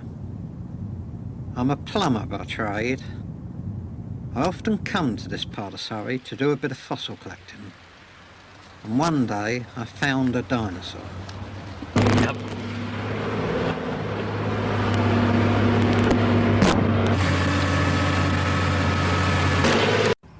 I was quite surprised. This was a beautiful looking quarry with lovely strata in all the way round, which really looked promising. And this is true, Neverwinter. Yeah, amateur paleontologists purely a vastly outnumber question professionals. Absolutely. You use your eyesight to look for things that look unusual.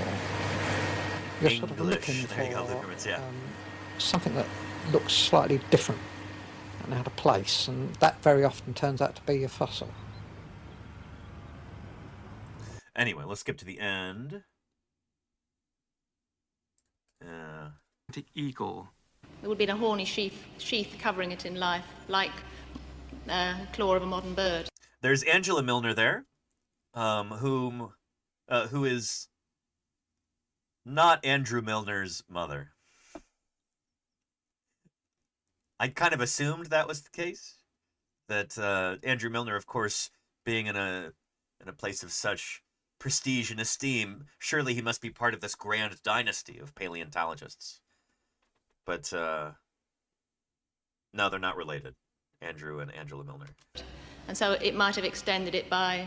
She is a professional paleontologist, or was. She's since passed. Again.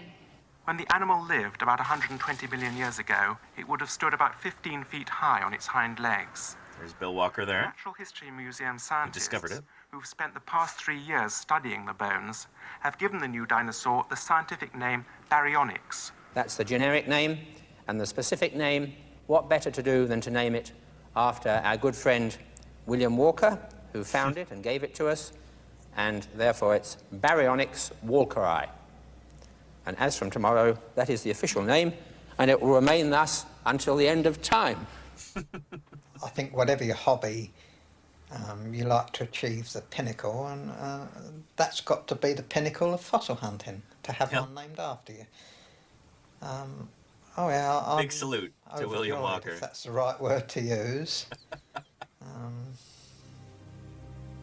I really don't know how to describe it, but yeah, it's wonderful for me.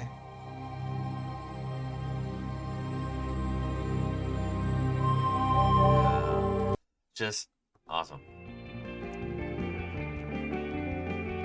So here, we've been talking about this. Let me pull up another clip when we were talking with Andy Farkey at his museum in Claremont, California.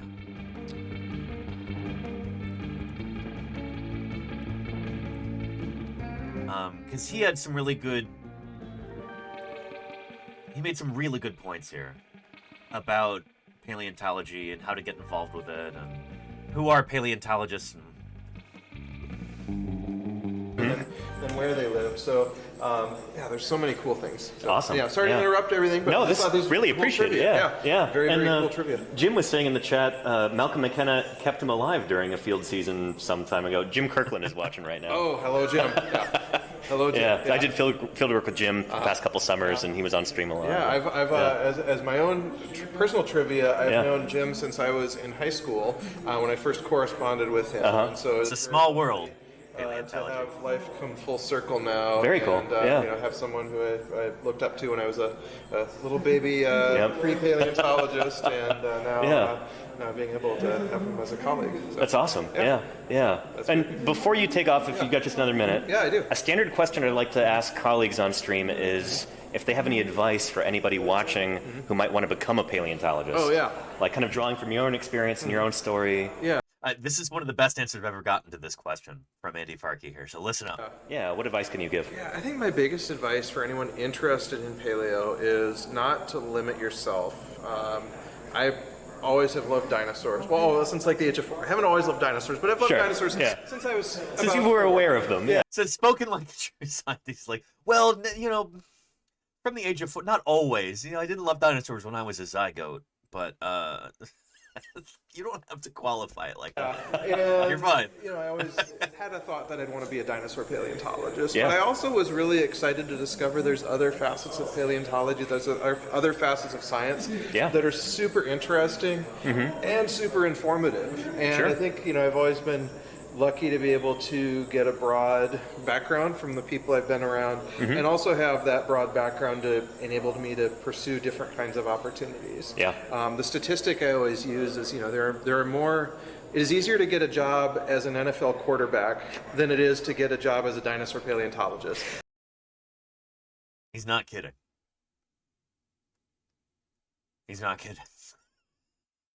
Again, Go back a little bit. Get a job as an NFL quarterback than it is to get a job as a dinosaur paleontologist. That's when true. you look at the NFL draft, oh man, there are more quarterback true. positions every year than there are dinosaur curators positions that open up. Yep. And so I like to think I'm in an elite class. Yeah. I'm more elite. I wish I get paid at NFL level salaries, but I think the point being that being able to have diverse paths for your career. Like I never imagined when I was a grad student that someday I'd be able to work with high school students. Right.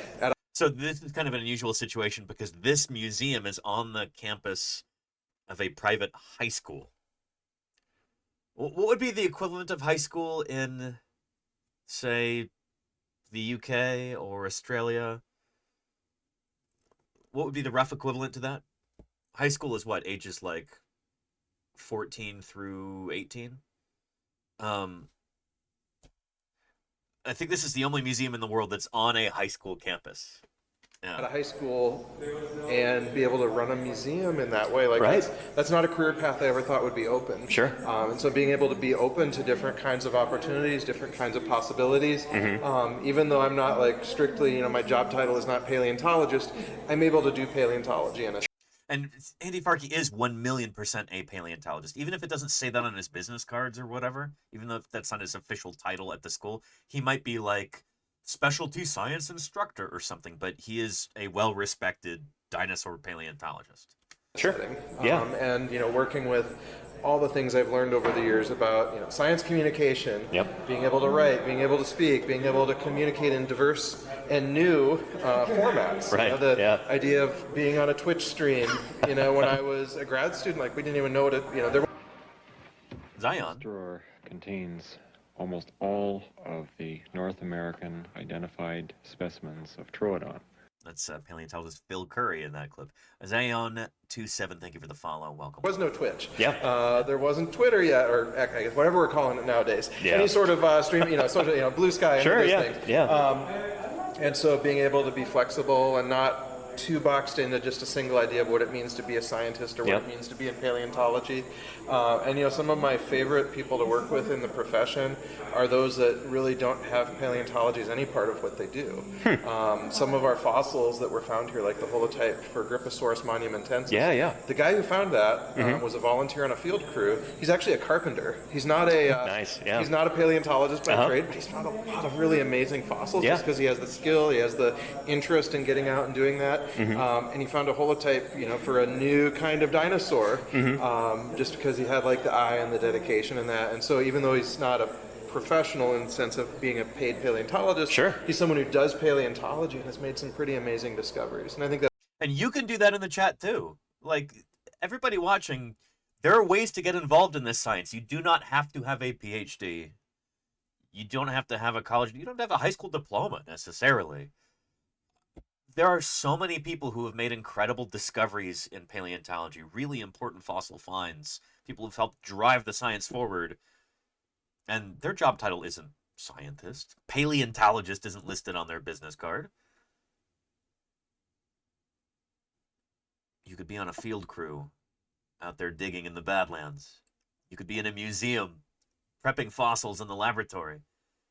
You could work in museum collections or as a docent or doing outreach.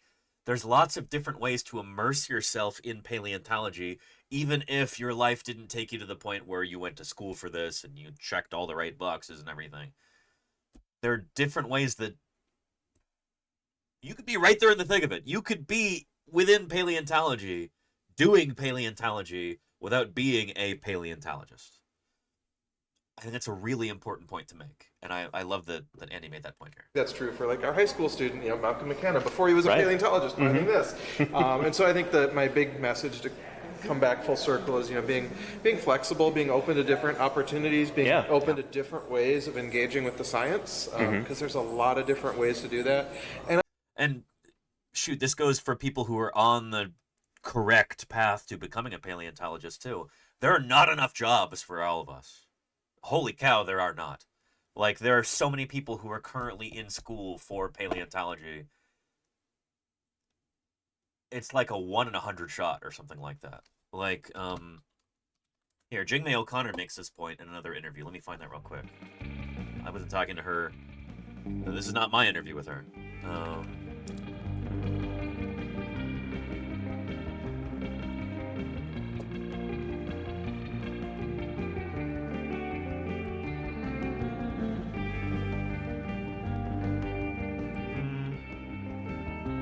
Here we go.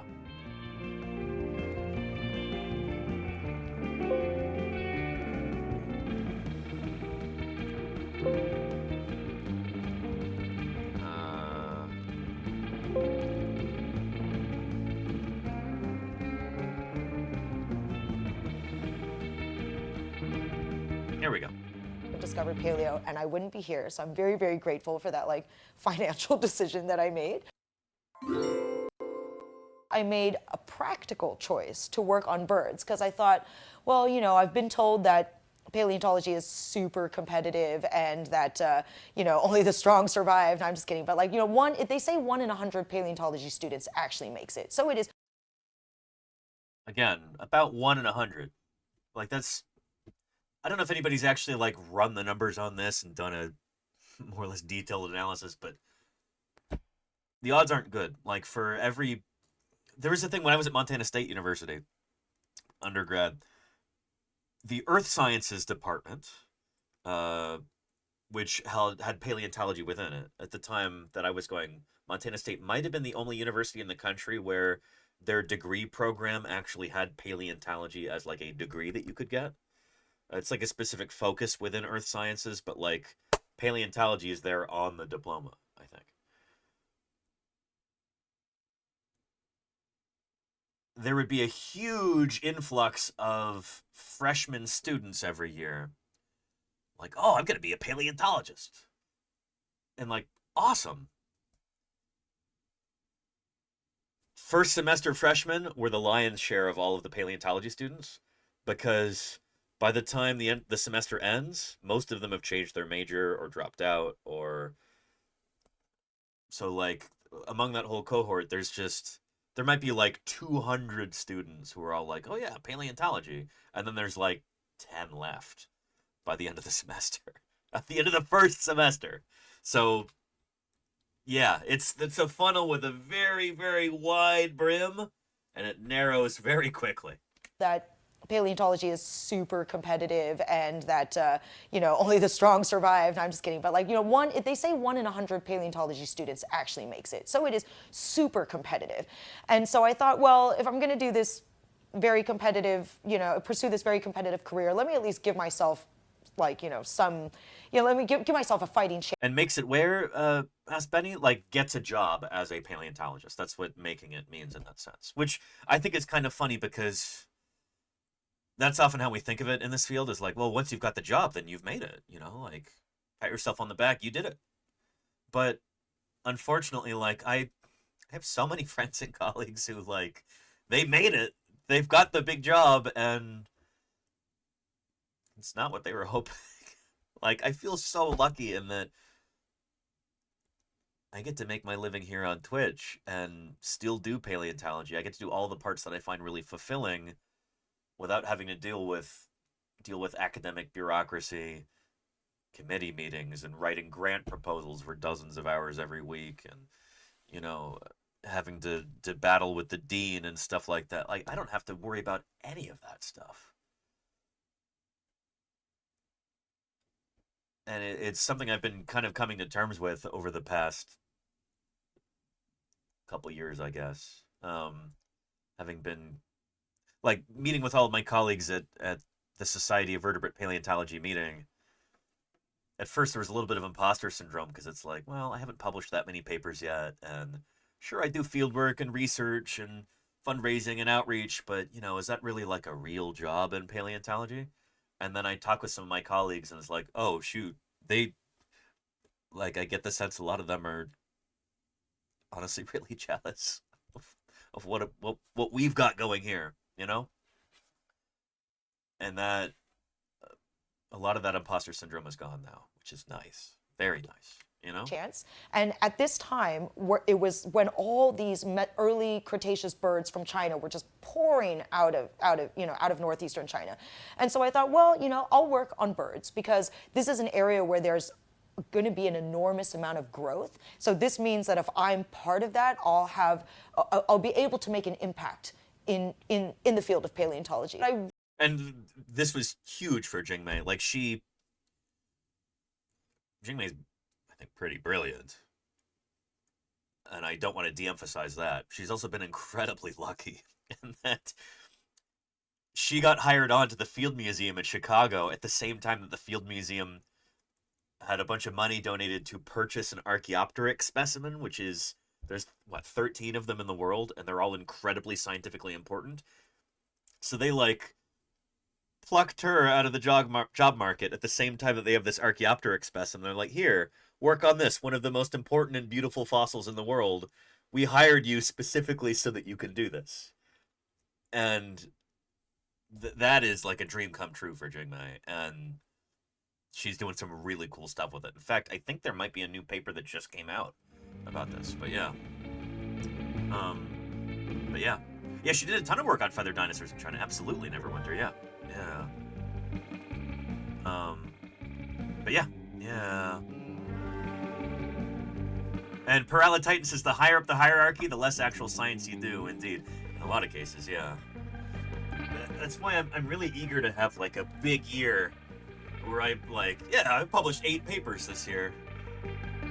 And, like, to have the people who are, like, they are paid, at least they're supposed to be paid to do research, to be able to, like, say, hey, I stream on Twitch, and, I had 8 first author papers last year. Like, that would be... One of these days I'll get around to that. But yeah. And it was a couple of days ago that came out. Right, Eurontes. Yeah, thank you, Andrew. Exciting stuff about the ecology of Archaeopteryx, I think. Pretty cool. Yeah. And Paralititan moving to Beijing to work at the IVPP. Absolutely. My friend Alida did that too, and that's been huge for her.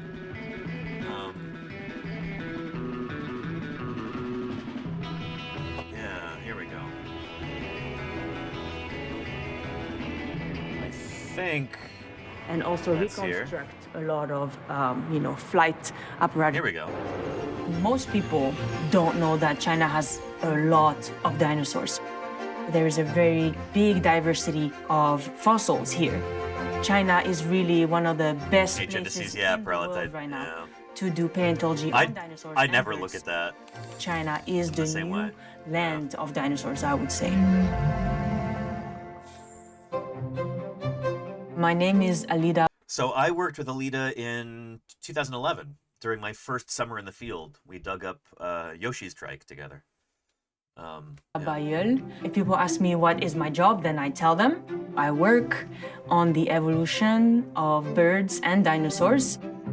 I'm an associate researcher and professor at the Chinese Academy of Sciences, Institute of Vertebrate Paleontology and Paleoanthropology. That's the IVPP in Beijing, which is one of the world's greatest fossil institutions. Paleontology is the study of life on Earth. The Earth is more than 4 billion years old, so paleontology is actually a really huge science where you study the evolution of, bacteria, plants, like or we were talking about yesterday, that have lived on Earth this whole time. And then here's a cephalopod, like we're talking about today too. Anyway, let's get back to that. Here's a link to this with Alida here, and then. And I like to look at it that way. We'll let Andrew close this out. Being open to different opportunities, being open to different ways of engaging with the science, because there's a lot of different ways to do that. And I like to look at it that way also because it means that, I want everyone to feel like they have a place to be a paleontologist or to engage with paleontology. And so I think the more ways, the bigger we think of paleontology, the broader we think of it, the more opportunities there are for engagement. Right. So, and to be a part of it. Because it's such a cool field. And there's so many different ways you can get involved and then turn it into a career working in groundwater protection or turn it into a career as a teacher or turn it into a career, doing whatever you're doing. Even better, turning it into a career as an entrepreneur who becomes a multi-billionaire and then funds who can fund museums. further field work and research. And really, we need everyone engaged with the field. Because it's not just me, it's not just you, it's not just the folks on the watching this right now. It's everyone all together. So that's a my fantastic long-winded answer. piece of advice. Brilliant. Thank you. Really appreciate it. Yeah, here, I'll give you a link here with a timestamp, too. But, Andy Farkey, the Alf Museum of Paleontology, Raymond M. Alf Museum in Claremont, California, if I remember correctly. As Andrew was saying, and Andrew Milner, it is a brilliant museum. It's so cool. And I do a tour of it in that VOD, so you can check that out if you're curious. Rebel Dustbowl want to know a 100-meter dig site? Would you have anything in mind? Just one site? It depends what you're after. I mean, shoot. There are places in St. George, Utah, where that would potentially teach us a great deal about the rise of the dominance of dinosaurs at the beginning of the Jurassic period. St. George, Utah. Yeah. I was there last spring, and that was luxurious because I got to camp on site, and there's literally a Taco Bell across the street. Like, luxurious.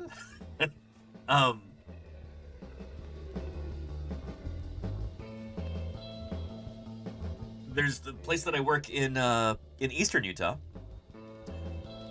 where we know that we've got like at least 4 or 5 new species of dinosaur within a very small area, and this entire little valley is just extremely fossil rich. You could set up a crew there and they could work for, like Jim says, you know, you could have 1,000 people working for 100 years and still not find everything. There's so many places like this around the world, so it really kind of depends what you're after, you know? Do you want to understand the origin of dinosaurs way back in the Triassic period? Are you interested in how dinosaurs rose to dominance at the beginning of the Jurassic? Do you want to know about, I don't know, fill in some of these gaps in dinosaur evolution? Like, what the heck is going on in the middle Jurassic? What's happening at the very, very end of the Jurassic period? Because there are exposures of that on the Iberian Peninsula, in Spain and Portugal.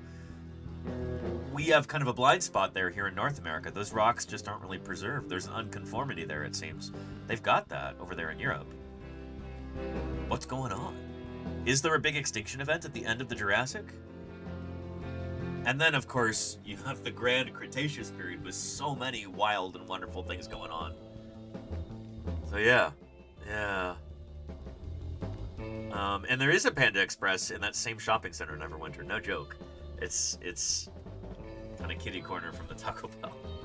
Yeah. Oh, and Panda Express. Yeah. So Andrew was mentioning that. Yes. Yeah. As a vegetarian, Panda Express is always a little tricky for me because, like, they don't really have many vegetarian options. There's not really anything. It's like, oh, you pick your this and your that, and you pick your meat. And I'm like, okay, You try and explain, especially in Utah, you try and explain to somebody, yeah, I don't really want meat. They're like, I'm sorry, sir, what? You don't want meat? They're almost like offended, like hurt by the idea. Like, okay, I guess give me the shrimp. This is before I learned about shrimp fisheries and how many sea turtles they inadvertently kill every year. So I feel a little bad about that. But anyway, it's a nice Panda Express. It's one of the better ones I've been to. Could they make their beef and broccoli beefless? They could not, Michael. No. I think the broccoli is like marinated in the beef juice. I would probably be violently ill.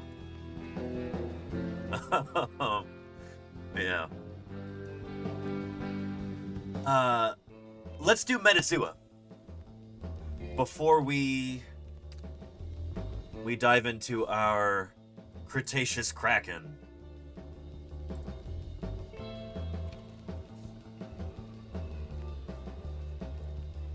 Here we go. How much time do we have left? Hour 35 minutes? Easy. Yeah. This is our daily animal guessing challenge. I love to use this as an excuse to talk about phylogeny, especially when we have new people here. And I'm sure we've got some new people here in the audience today. We're going to try and figure out what is the one mystery animal out of hundreds or thousands of possibilities. There's well over 1 million species of animal that have been named. But we're going to do this using an evolutionary tree of life. And we're going to try and get it in 5 or fewer guesses. They give us 20, but we're cleverer than that. We could beat that. The reason this is possible is that life on Earth is related. We've known this for about 150 years at this point, maybe 170. This is a fairly new discovery in the grand scheme of things, but it has absolutely changed the way that we view the world around us, because it turns out every living thing on our planet is related. All descended from a single common ancestor about 3 or 4 billion years ago. What we sometimes refer to as LUCA, the last universal common ancestor. So everything from bacteria to quinoa to ladybugs to you and me, we're all part of this same grand tree of life like this, all related. Let's jump to us on here, Homo sapiens. So this discovery, the idea of common descent, evolution, that is like the fundamental idea that underpins all of biology. Nothing makes sense in biology until you understand this. Which is why it's so flabbergasting that it's not really taught in American schools for the most part. It's taught poorly if it's taught at all. I didn't learn about this in school. Teachers wouldn't touch it. So most Americans, like, they might never really learn this until maybe they go to college and maybe they take a biology class. And then it's like, oh shoot, now everything makes sense. Anywho, with Metazoa, we don't have to think about all of life. All we have to think about is animals. So let's narrow it down to animals here.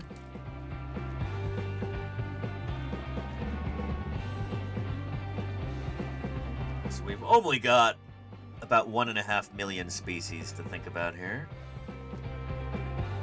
We've already narrowed it down a bit. But let's dive in here. Hold on to your butts. And we can type a guess into here. Aardvark to zebra to giant squid. This game is kind of heavily tilted toward mammals, though. There's a strong mammalian bias, so I often like to start with a mammal. Many times it shaves off some guesses, gets us a little closer to the goal, just because by the numbers, mammals are overrepresented. It very well might be a mammal. So river otter, we had sea otter yesterday. Didn't we, Otter, do it? Oh boy. Dugong is not a bad one. Do they have? Manatee, although that's an afrothere. I often like to start with a rodent, or a carnivoran, or maybe an artiodactyl.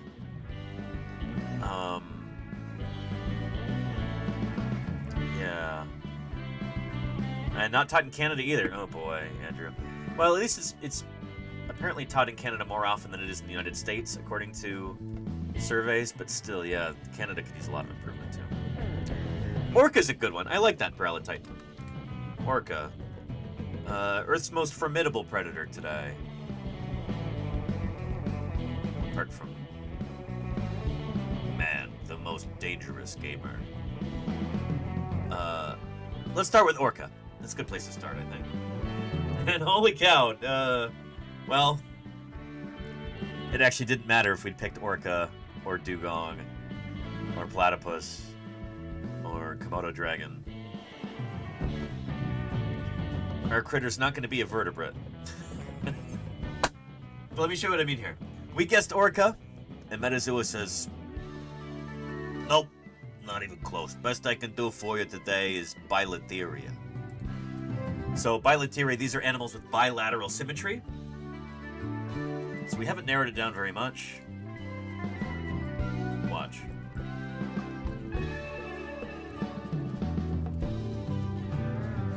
Bilaterally symmetrical animals. Not that far. So we still have 1.4 million animals it could be, but We know that these aren't in Metazoa, so we can ignore the xenocoelomorphs. And we can also ignore the deuterostomes. Orca is one of these. And Metazoa didn't say deuterostomia. It said bilateria, which tells us our critter is going to be a protostome. So we've narrowed it down to only 1.3 million species from 1.4. Whenever we get this, I like to guess ladybug right at the start. It's a kind of beetle. Beetles are a very speciose group. There's tons and tons of beetles. So, in honor of that, so we don't have such a hard day's night,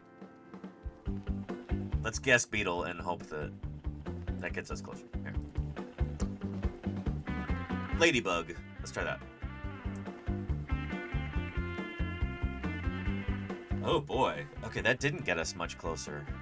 It is a protostome, but it's not a beetle. It's not an insect. It's not an arthropod. Huh. Protostomes. I don't think they have arrow worms. Our critter could be... You know what? Outside of arthropods? Here. Pop quiz. Outside of arthropods, within the protostomes, these different invertebrates, what is the most speciose group?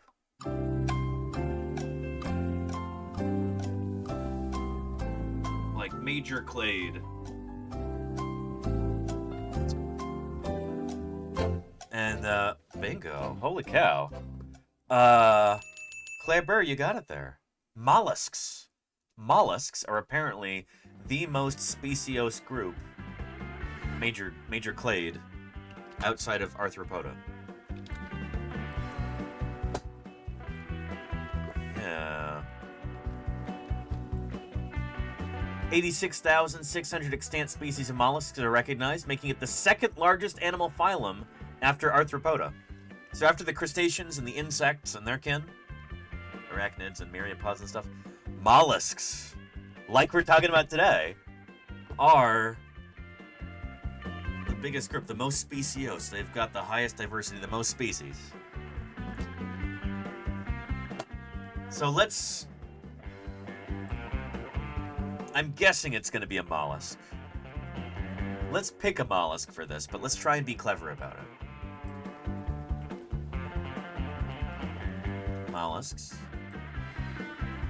What are our major splits here? We've got caudofoveates, chitons. I kind of doubt we even have chitin on here. Yeah, they don't have that. Not an option. We can ignore this clade with its 1,200 species. We've got the cephalopods over here with nearly 1,000 species.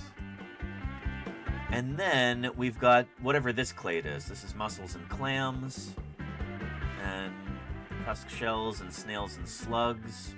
That is gastropoda. Gastropods also very speciose, 68,000 species. I'm guessing that just the way that Metazoa is put together, yeah. How many thousands of species of snail are they? And snail is an option here. Just snail.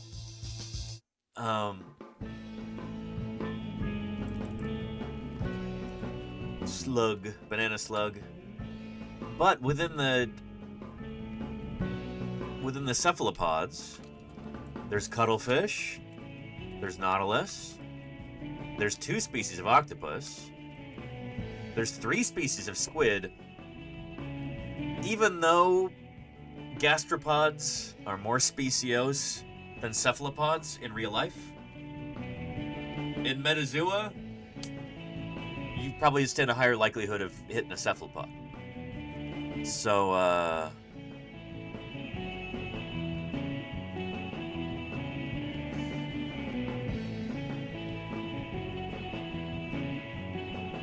well, in honor of our topic today,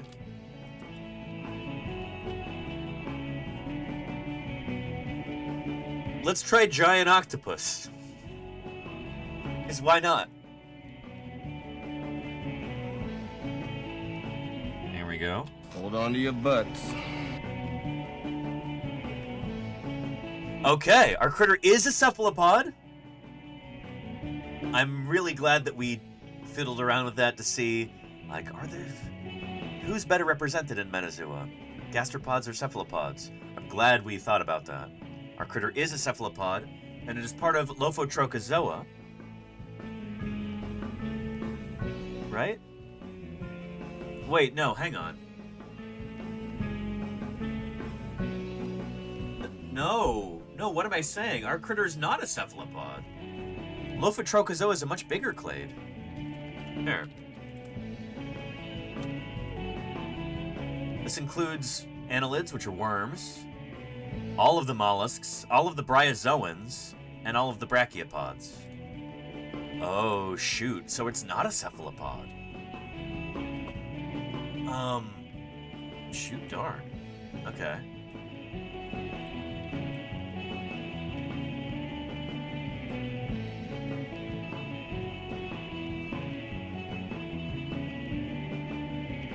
Do we have, say, brachiopods in here?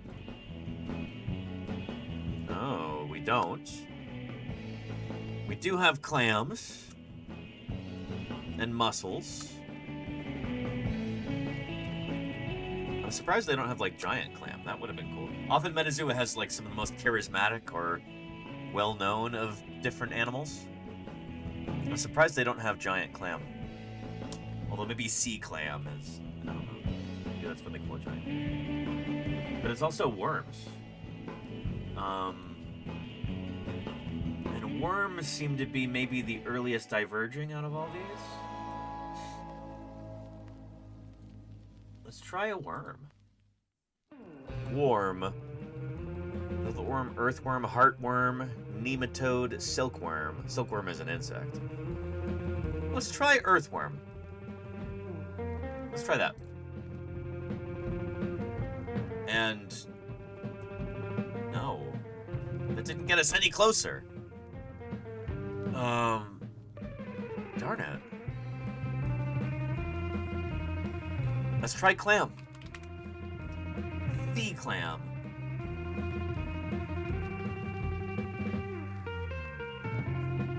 No. Oh, that's a mollusk. What am I doing? Ah, that was a wasted guess. This means we're gonna have at least 6 guesses, so I'm already harming my average here. I was too quick on the draw.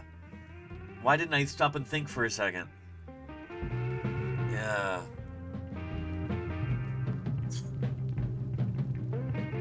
Well, we know it's not going to be an annelid, because earthworm is over here. No, it's definitely not a mollusk. We've made that abundantly clear. Oh, boy.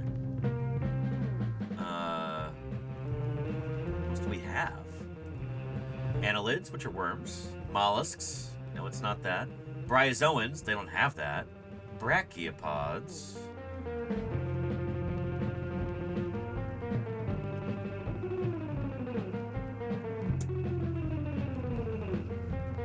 What are some other... Scallop, maybe? Is a scallop a kind of brachiopod?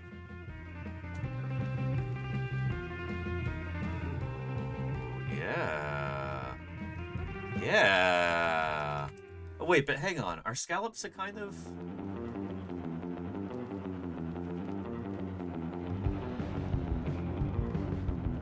They're different from mollusks. That's right. Brachiopods versus bivalves.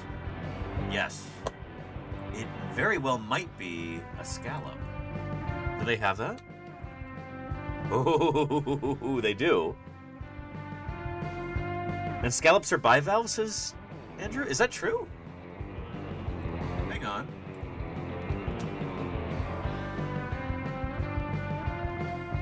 Oh, I just searched for scallop in the article. Andrew, you just saved me a guess. Thank you, thank you. Holy cow. I appreciate that.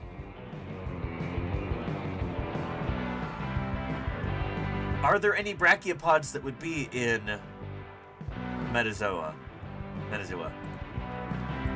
Let's carefully backspace that. There we go.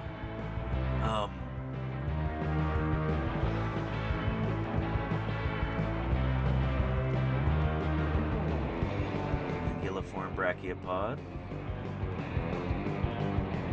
Lampshell, maybe? No, lamprey, but not lampshell.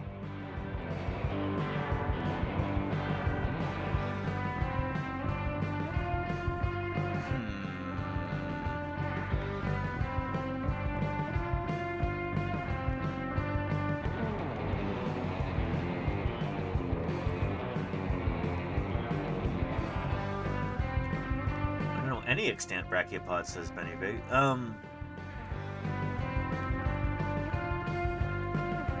It's probably not going to be a brachiopod. Because again, it's not in here. Nope.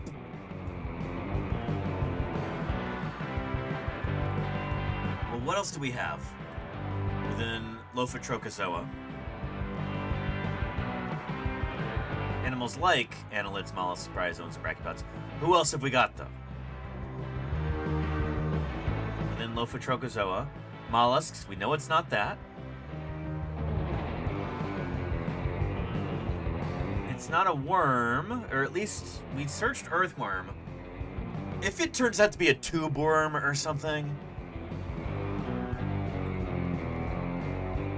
and they don't have tube worm. Okay.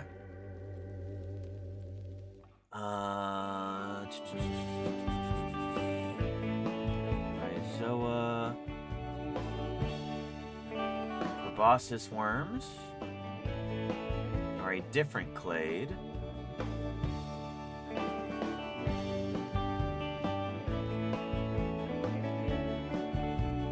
Are tapeworms part of this?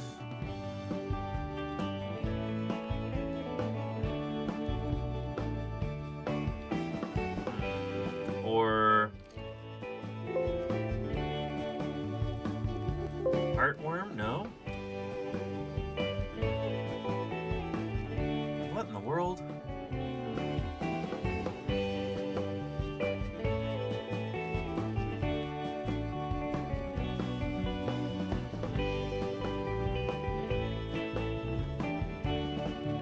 Lophotrochozoa, worms, mollusks, bryozoans, brachiopods. Who else?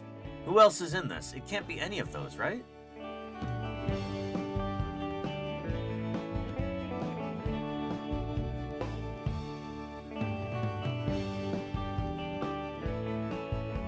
Bryozoans. Lophophores. Brachiopods. Oh.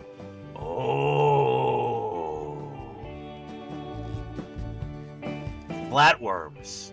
Flatworms. It's gonna be a flatworm. Oh, it's gonna be a flatworm. Oh. Ooh, it's gotta be that. Wait, what? Flatworm, do you know? Flat? What? Worm? They don't have flat... What else are they called? What else are they called? Fluke worm? Fluke? They don't have that either.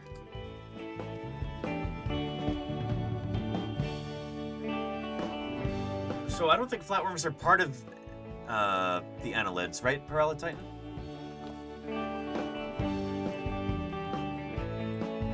Flatworms or flatworms. They don't have these. What in the world is our critter then? There's got to be something screwy going on here. Where, like, our mystery, maybe our... We know it's not a mollusk. It shouldn't be an annelid over here. Because earthworms are a kind of annelid.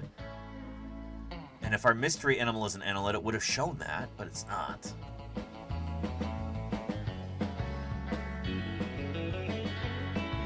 Paralotitan says tapeworms are not annelids. Really?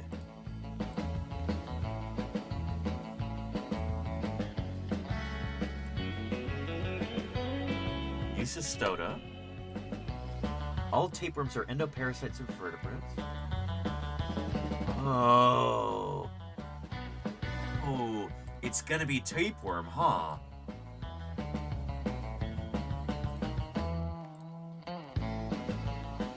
Oh boy.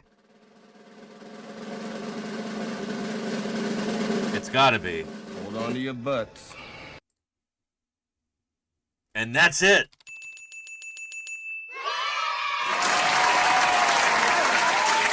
Yeah. It's a tapeworm, everyone's favorite animal. God's most beloved creature.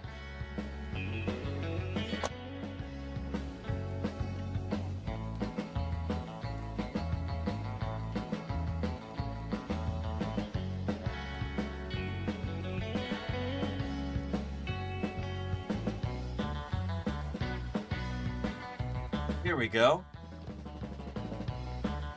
Eat, eat, eat, and always stay thin. Fat, the enemy that is shortening your life, banished. How? With sanitized tapeworms. Jar packed, easy to swallow. Is this real? No diet, no bath? No baths? Still bathe. No exercise? No danger, says this doctor, except having a tapeworm inside of you.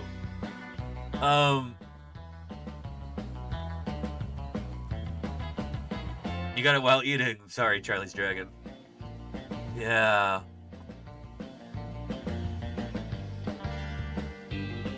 Well, here, let's post this real quick. 6 guesses.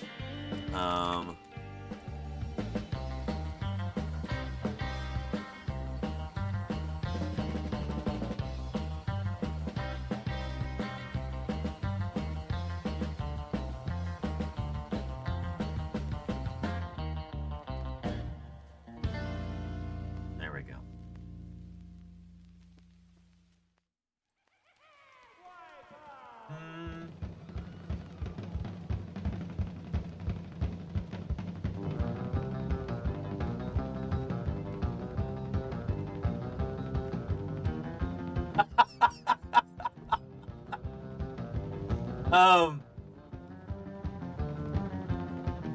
Here's my post on Blue Sky.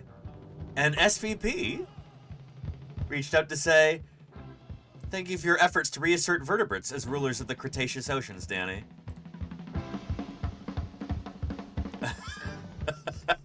Superb. Ah, that makes me smile.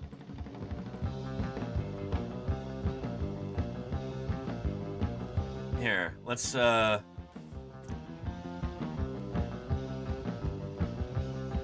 little salute. Screenshots.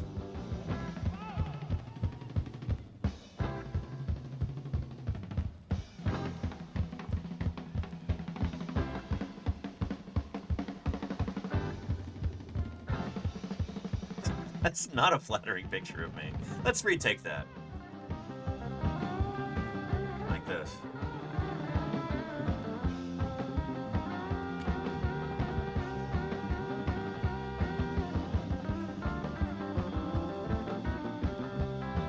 That's better.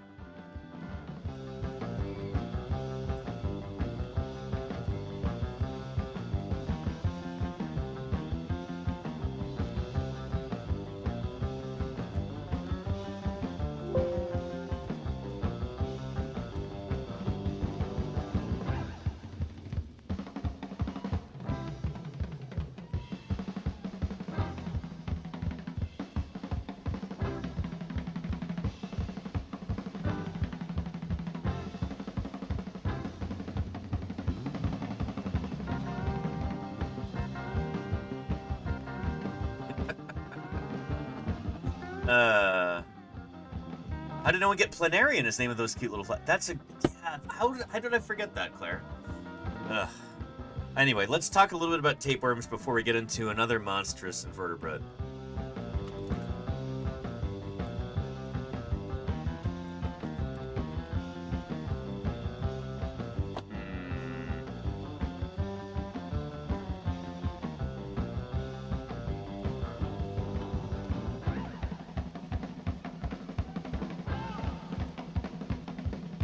How is it that, like, Vox or New York Times or somebody hasn't done a video about tapeworm diets?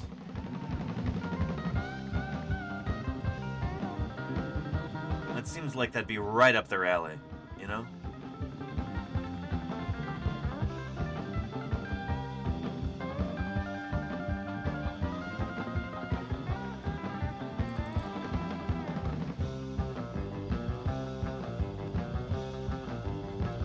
Does Animal Fact Files have a video? This is gonna be a little bit gross, maybe? But it's science. You can come back in a few minutes if you really don't want to hear about this. But I'm a little bit curious.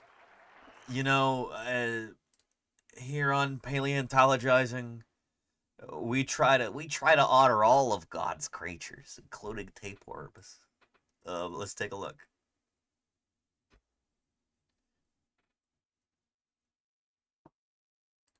We got a raid from Kraken tapeworm species. Earlier astronomy show. Yeah. And only a handful are found in humans. Tapeworms are endoparasites, and are thus found inside the body of a host. They're most well known in their adult form, but these animals go through life stages, which we'll be explaining shortly. That'd be while wild, the most Paleontine. well-known Holy type cow, of yeah. tapeworm is the most common type. There are actually 3 types of tapeworms found throughout the world. The most well-known tapeworms are called true tapeworms. Adults of these tapeworms have a head with hooks or other tools for holding onto tissues, and a neck from which body segments originate. These segments make up the rest of the adult tapeworm's body.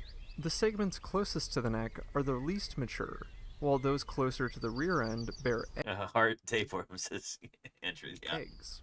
Not all tapeworms are segmented, though. Other tapeworms have leaf-like bodies without segments. There are few known species of these leaf-like tapeworms. Adults of these tapeworms are often found in the body cavity of the host, like the spaces between the stomach and the outer body wall. This trait is common in larvae of true tapeworms. There's speculation that these leaf-like tapeworms are the larvae of prehistoric tapeworms whose original hosts have become extinct, and they have developed to have reproductive capabilities without the need of the original host. Interesting. That is the thing, that like when a species goes extinct, there are generally a lot of other critters that kind of interact with or even directly rely on that species. So I don't know if it's a good argument to make, like, oh, you know, well, shoot, we can't let elephants go extinct because think of all the wonderful parasites that inhabit their bodies. You don't want them to go extinct too, do you? You know, that's probably not really a winning slogan. There are also tapeworms with a rosette structure at their rear ends, used for holding onto their hosts. These tapeworms may not require an intermediate host, or they may use jellyfish as intermediate hosts. These tapeworms are commonly found in pairs, so it's believed they may require cross-fertilization in order to produce viable offspring. Tapeworms are hermaphroditic and are generally able to self-fertilize, but they can also cross-fertilize with another member of their species if found within the same body. We'll explain the tapeworm life cycle in brief here, but remember there are thousands of species, so of course variation exists. A tapeworm begins life as an egg. The egg may be retained in the adult and then hatch. The egg may be released within those body segments we talked about previously, or the segment may dissolve to release the egg, or really, eggs. Typically, the eggs get out of the host's body through the host's feces. In many cases, the larvae end up in water and swim until consumed by their first intermediate host. This host is often a copepod or other small crustacean. This animal is eaten, and the larvae develop in the next animal. Tapeworms have at least one intermediate host, and often have multiple intermediate hosts. When the tapeworm reaches its final host, it develops into an adult.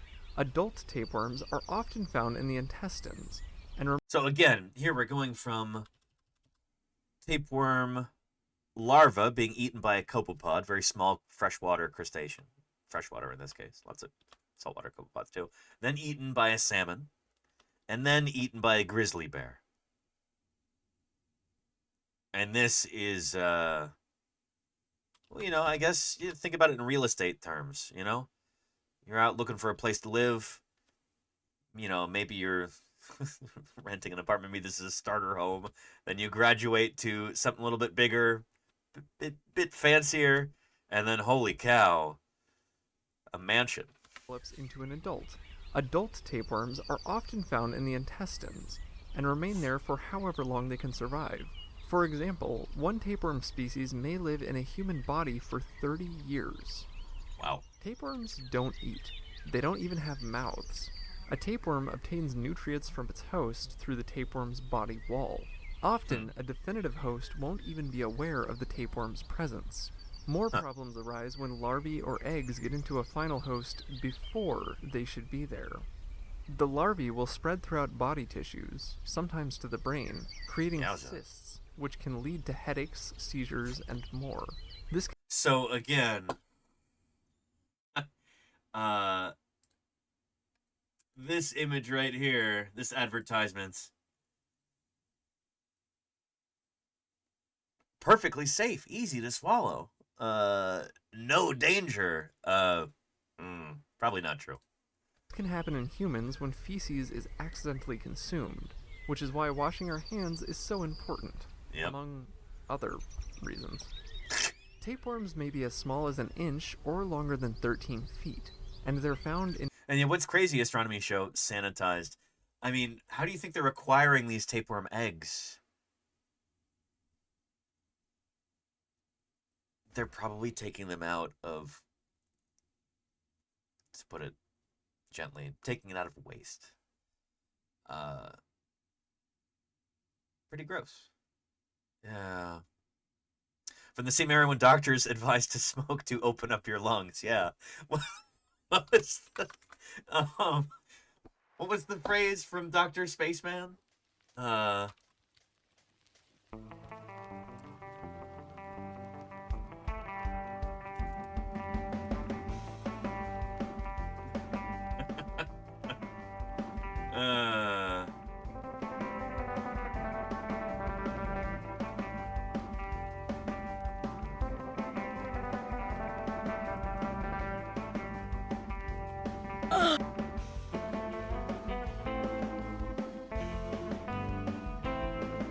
Hang on a second.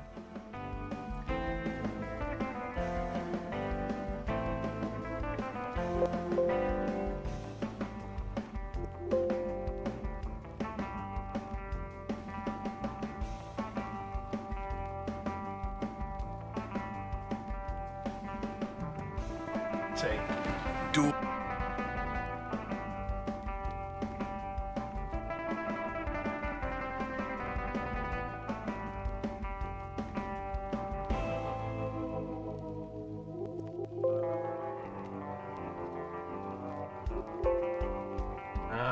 Okay, I was trying to find the clip with Dr. Spaceman from 30 Rock, like an advertisement from the 50s.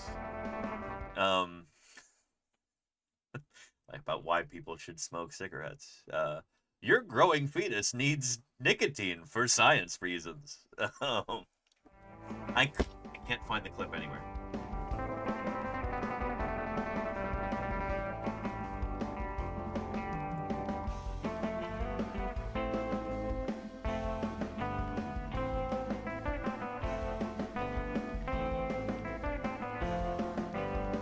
Anyway, let's just continue.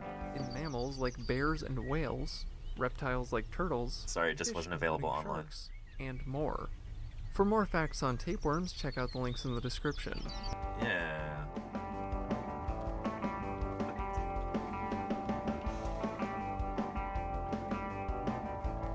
Use code Joe Rogan for 20% off your next order of tapeworm eggs. And holy cow, Mirth says not so fun fact. Tetragoniporus calyptocephalus is a tapeworm found in sperm whales that can reach 40 meters or 131 feet. That's like almost the length of the longest sauropods. That's nuts, Murph. That is nuts. There you go. Andrew, yeah. anyway, cool. We got through Metazoa in only 6 guesses. Pretty decent.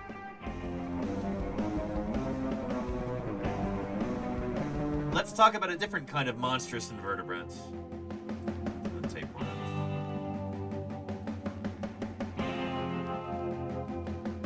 I do wonder if we have any videos on this yet.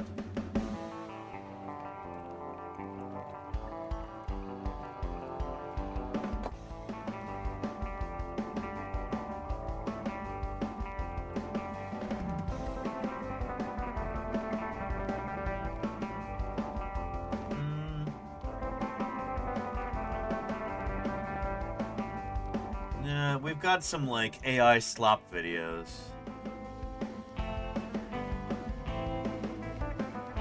Well, the 10 largest sea dinosaurs that make the megalodon look like a fish. Wait, what? What? Sea dinosaur? Oh, goodness. Before too long, YouTube is going to be inundated with, this bit here. The subject we've all been waiting for today. This paper just came out yesterday. This paper right here. Extraordinary claims being made in this. Let's dive into it. Kraken fossils show enormous intelligent octopuses were top predators in Cretaceous seas. I remember seeing this yesterday morning and thinking, oh boy. Is it April Fool's Day? No.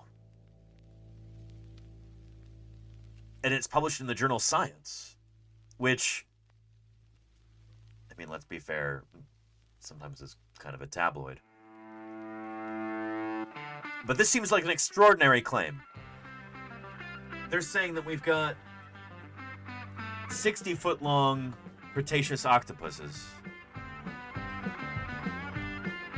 Like, twice as long, easily, than the longest giant squid today. It seems like an extraordinary claim. Like we were talking about yesterday and the day before, extraordinary claims require extraordinary evidence in science. If you're saying something really off the wall, you better have some really impressive evidence to back that up. Already, from what I've seen, some of my colleagues have their doubts about this, and we're going to look at some of those today. But let's first just read the press release. Let's see what they're claiming here. And then we'll look at the actual paper later, too. Move over, Megalodon. There's a new contender for the most terrifying marine predator of all time. An analysis of fossil jaws belonging to octopuses lived between 100 and 72 million years ago, during the late Cretaceous period. Shows that these creatures may have been the largest animals in the sea, and smart to boot, rivaling the sharks and marine reptiles in their powers of predation. The findings challenge received wisdom about the role of soft-bodied organisms in marine ecosystems, and hint at how large body size and intelligence evolved in denizens of the ocean realm. Large vertebrates, animals with a backbone, are known to have occupied the top of the marine food chain for the past 370 million years or so. So, as a brief aside, this is going to come as news to some people. But, I think most people in the general public are aware that there were gigantic swimming reptiles during the age of the dinosaurs. Long before whales evolved, you had these critters. Giant ichthyosaurs, plesiosaurs, both long-necked and short-necked, marine crocs, placodonts, nothosaurs, and a number of other marine reptiles, too.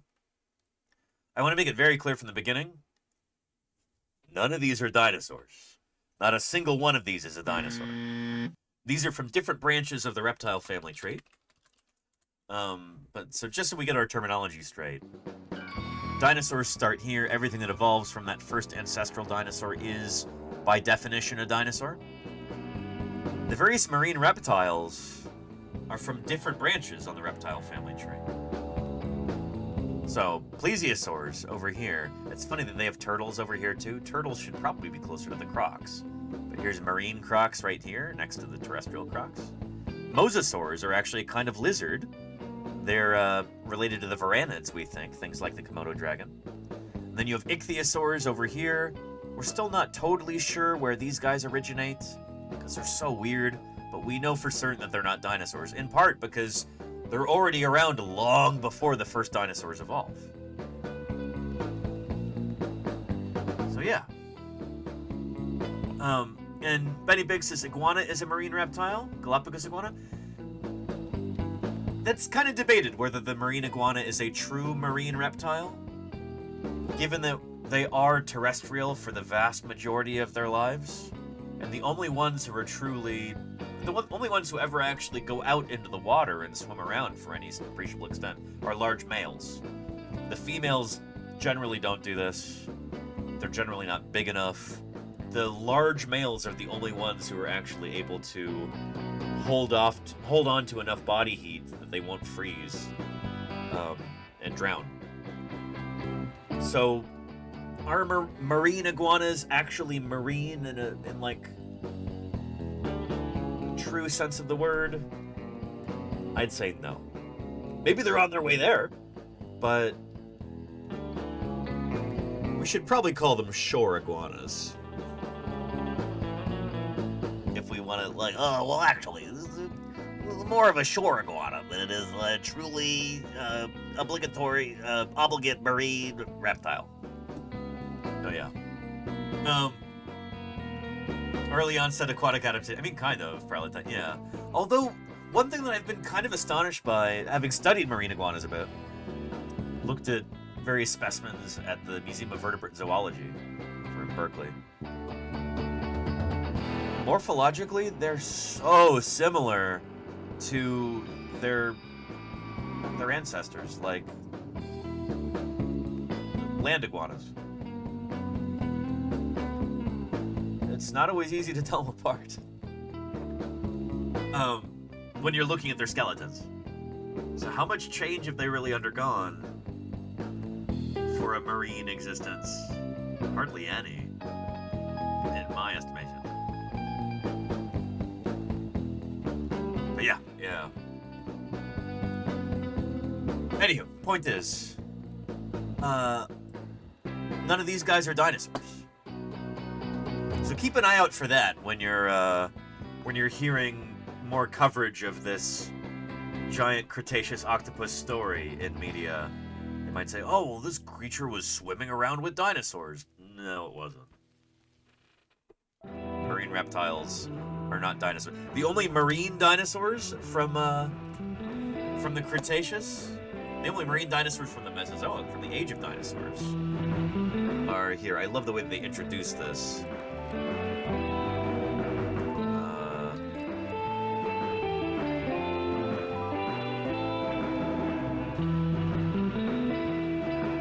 I love this little intro here.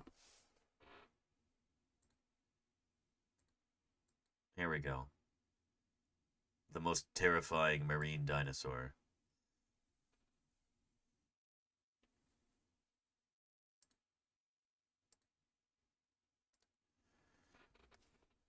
Uh-oh. Get out of there!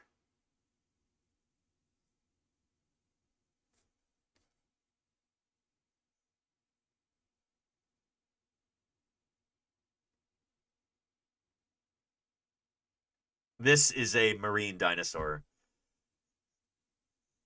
I'm not sure how effective they'd be on land. Like, they might have been even more awkward than this.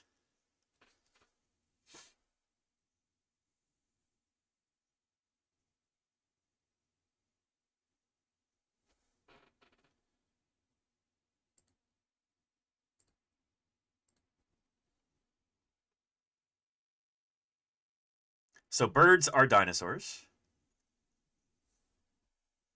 So these guys are dinosaurs, while these are not. I want to make that very clear.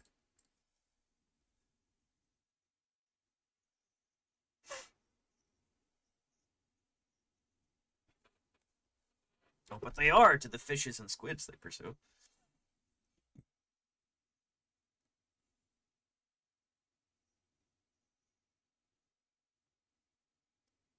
There we go. This is where they're at home.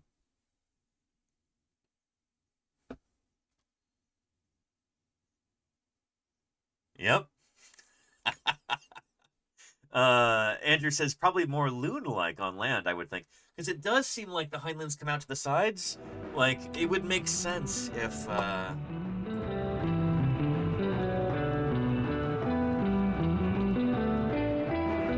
they were waddling around a bit more like this. So here's a common loon, state bird of Minnesota, right? Their legs stick out to the sides to help them with swimming, so they can kind of hardly even walk on land. They kind of scoot along on their belly. Yeah, I picture Hesperornis being a lot more like this.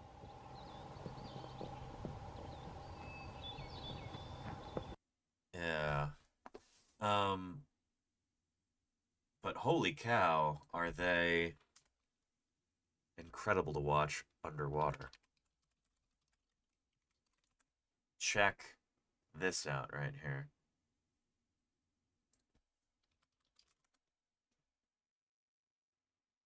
Yeah. Oh man, it's like those outward facing legs out to the sides like that, make them superb swimmers. So they can pursue and catch creatures that spend 100% of their time underwater, like fishes. Lots of ray-finned fishes fall prey to these loons.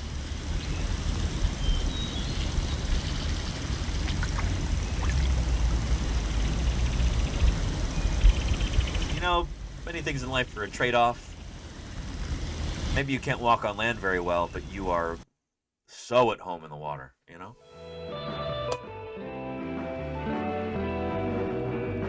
So yeah.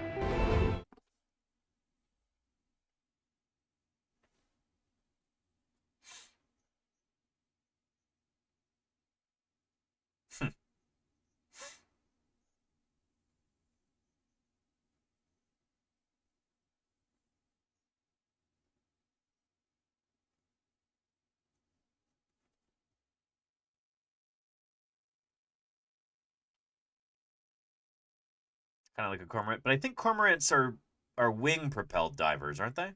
These guys are foot-propelled divers. Yeah.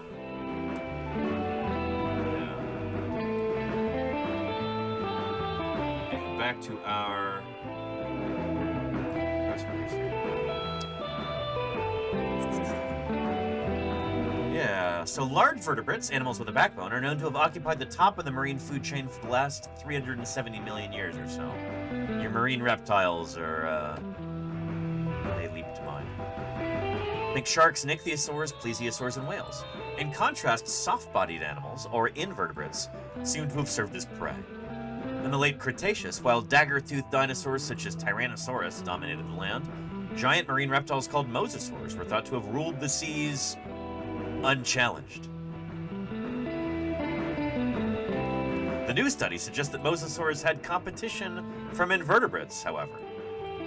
Shin Ikegami of Hokkaido University in Japan and his colleagues examined the fossils of giant octopus dubbed krakens, oh boy, after the sea monsters of Norwegian lore. Like modern-day octopuses and squids, these Cretaceous krakens had a beak composed of two jaws made of a tough material called chitin. The team studied fossilized jaws and wear patterns on them to reconstruct the sizes and feeding behaviors of the ancient octopuses. So that's the thing, when you're dealing with a soft-bodied organism like this, it's not common that they're going to be preserved. And generally, like, if you are going to have a, say, fossil squid preserved, it's got to be under exceptional circumstances. Like, say, these Lagerstatten deposits from, this might be from Germany, yeah. Very, very rare to have the squishy bits preserved as a fossil. Generally, when we have fossil cephalopods, we're talking about the hard parts. Shells on our ammonites, or our nautilus, or our belemnites, like this.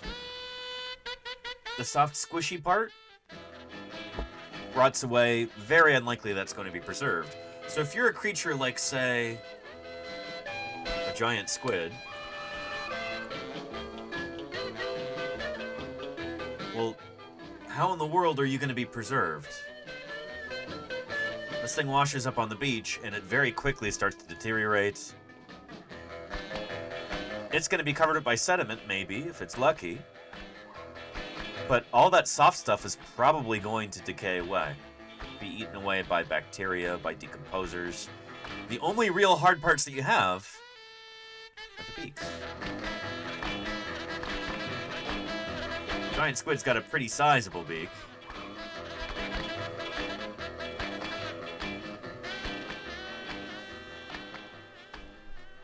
But that's... And maybe you might have some remnants from the suckers, because they do have little, like, hook-like appendages on them sometimes. I'm sure I'm using the wrong term. I'm not a malacologist. I don't study mollusks. So, keep that in mind.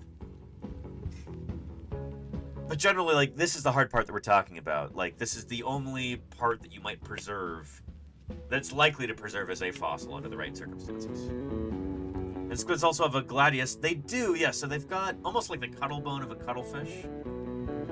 But it's really reduced in a lot of these squid, I think.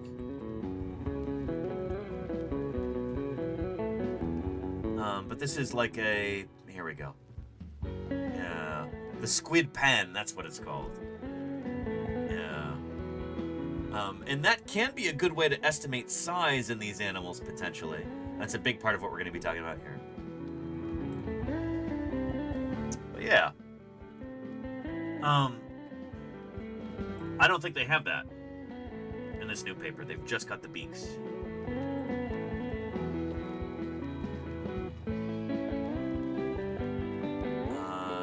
Cretaceous krakens had a beak composed of two jaws made of tough material called chitin.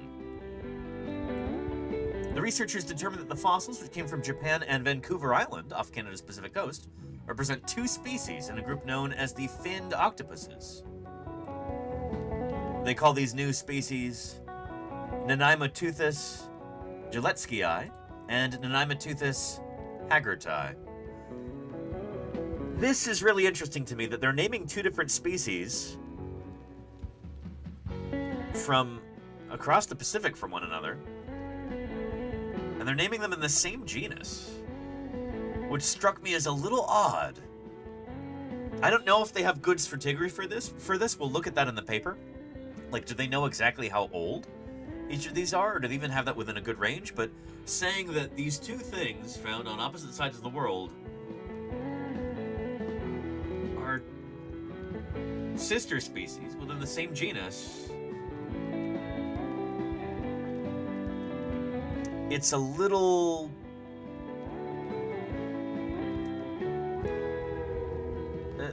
that feels like a big claim. So we'll talk about that. Their calculations, looking at those beaks, indicate that the larger of the two species, Nanaimoteuthis hagerti, reached a total body length of 18.6 meters. It's like 60 feet. Comparable to an articulated bus.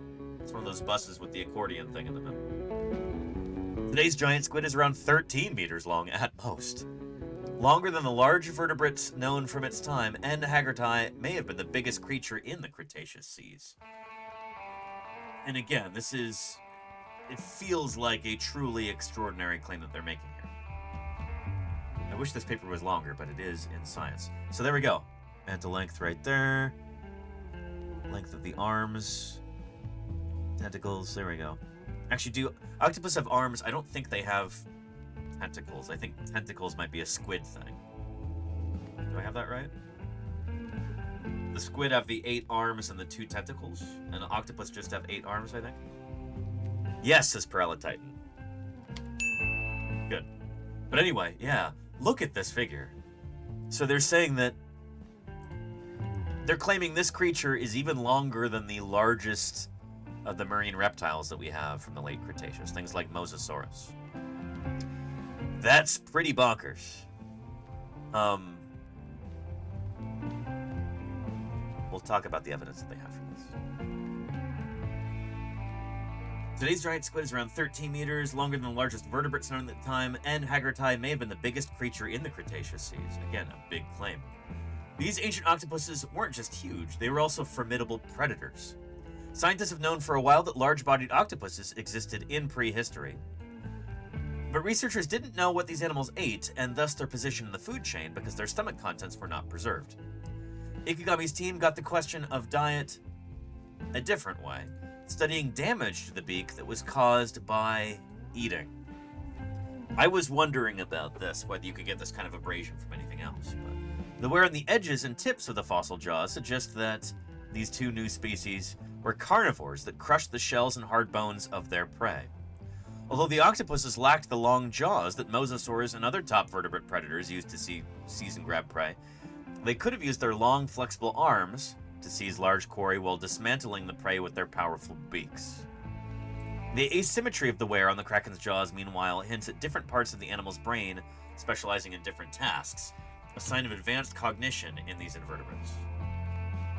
So they're saying that because the jaws are worn in an asymmetrical way, that implies a high degree of intelligence. Again, that, not being a malacologist, not being a mollusk expert here, I hear this as a dinosaur person, I go, that sounds like a big leap. Going from asymmetry of the wear patterns, implying a very large brain and high intelligence. Maybe that's not an extraordinary claim to make for cephalopods, because they do tend to be pretty brainy, clever animals. I don't know, it still feels like they're making a big claim here that isn't necessarily backed up by hard evidence. I don't know. How to get yourself on the front page is very big. I mean, yeah. And Charlie's Dragon says, maybe we see the same in modern cephalopods. I don't know. I'm not sure. I wouldn't know, I guess, not being an expert in this kind of thing.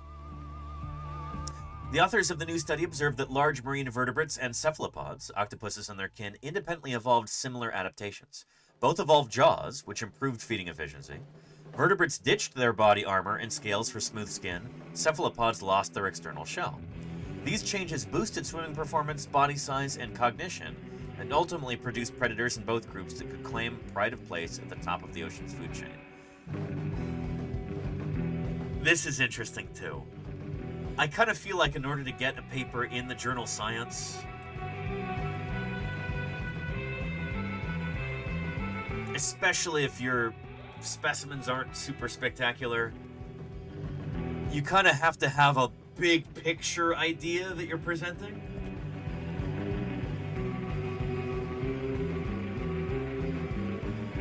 So, like, this offers insight into how super mega gigantic predators evolve. Like, okay.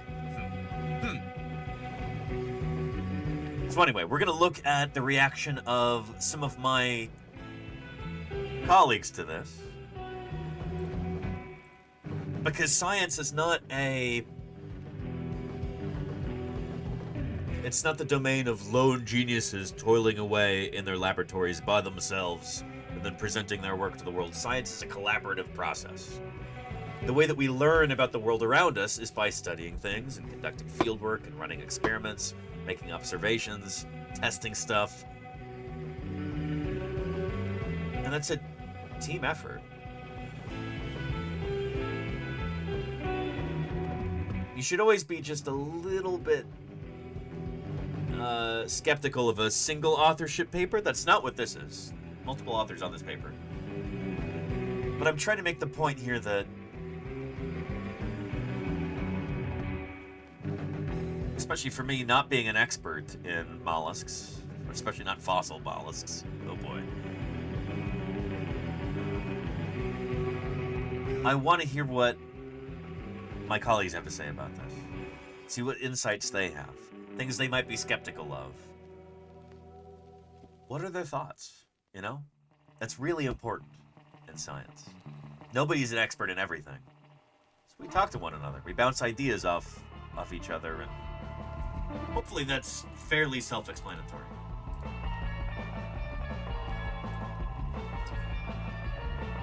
But first,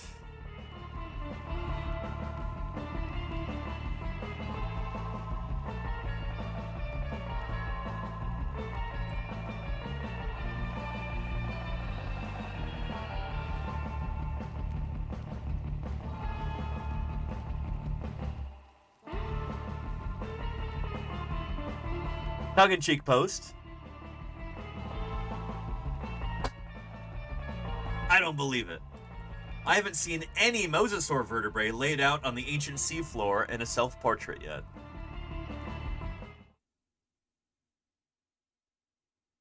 Does anybody understand this reference? Do we know what he's talking about? Anybody in the chat? Paralititan knows exactly what we're talking about here. Yes, the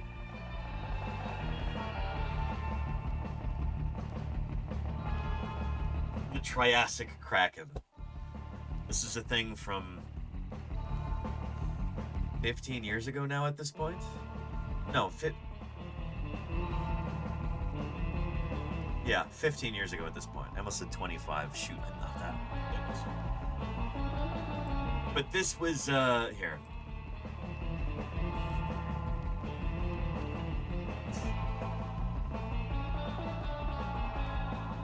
It is pretty much as ridiculous as it sounds. I love that somebody put together this little piece of art here.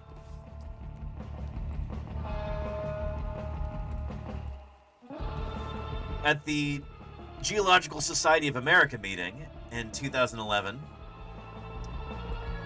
a researcher submitted this abstract, and I think gave a talk. I don't think it was even a poster. I think it was a talk. Mark McMenamin was looking at the ichthyosaur fossils at Berlin Ichthyosaur State Park in Nevada. I've done a stream from there before. And looking at these, he said, oh, the vertebrae seem to form a pattern.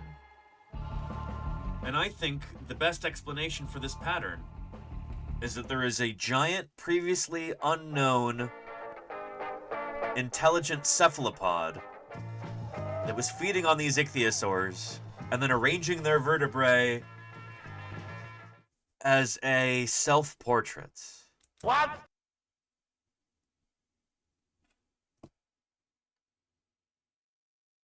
Yeah.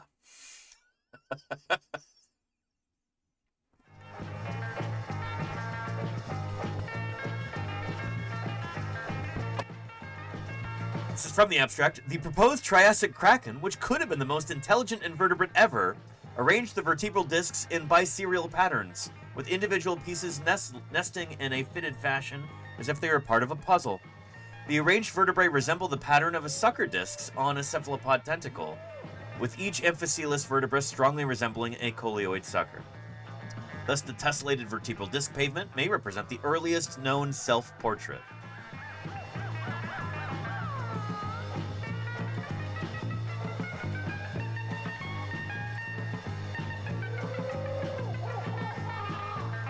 The news picked up on this. The thing that you have to understand about, and the reason that I'm bringing this up is you hear the word kraken in a paleontological context and everyone will immediately think of this from 2011. Because it got way more media attention than it should have. It was an abstract at GSA.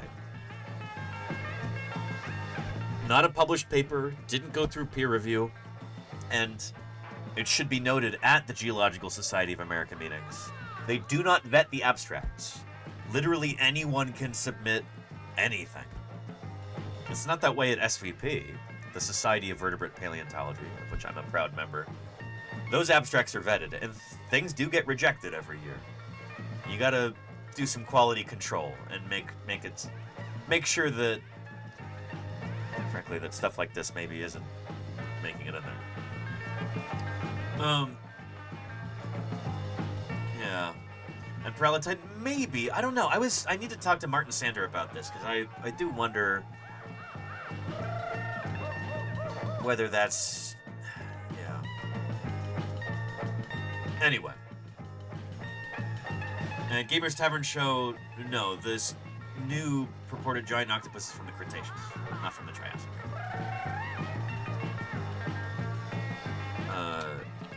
Just to orient everybody, might not be familiar with the geological timescale. 66 million years ago is the end of the Cretaceous period. That's when the asteroid hit. Our new giant octopus is from, they're saying, between 72 and 100 million years ago. So that's the majority of the Upper Cretaceous that we're talking about here. That's actually a big span of time. Before the Cretaceous, you have the Jurassic. Before that, the Triassic. Dinosaurs first evolved probably about in here, the Ladinian stage, something like that, about 240 million years ago. Our Berlin Ichthyosaur State Park ichthyosaurs, I think, are from earlier.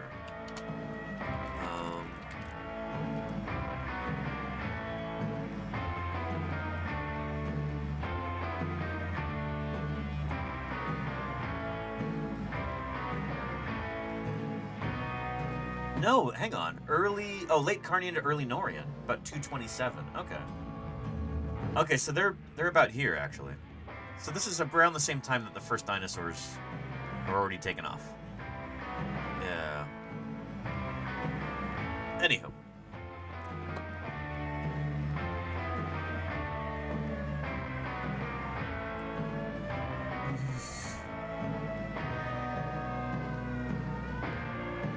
Anywho, this was not well received.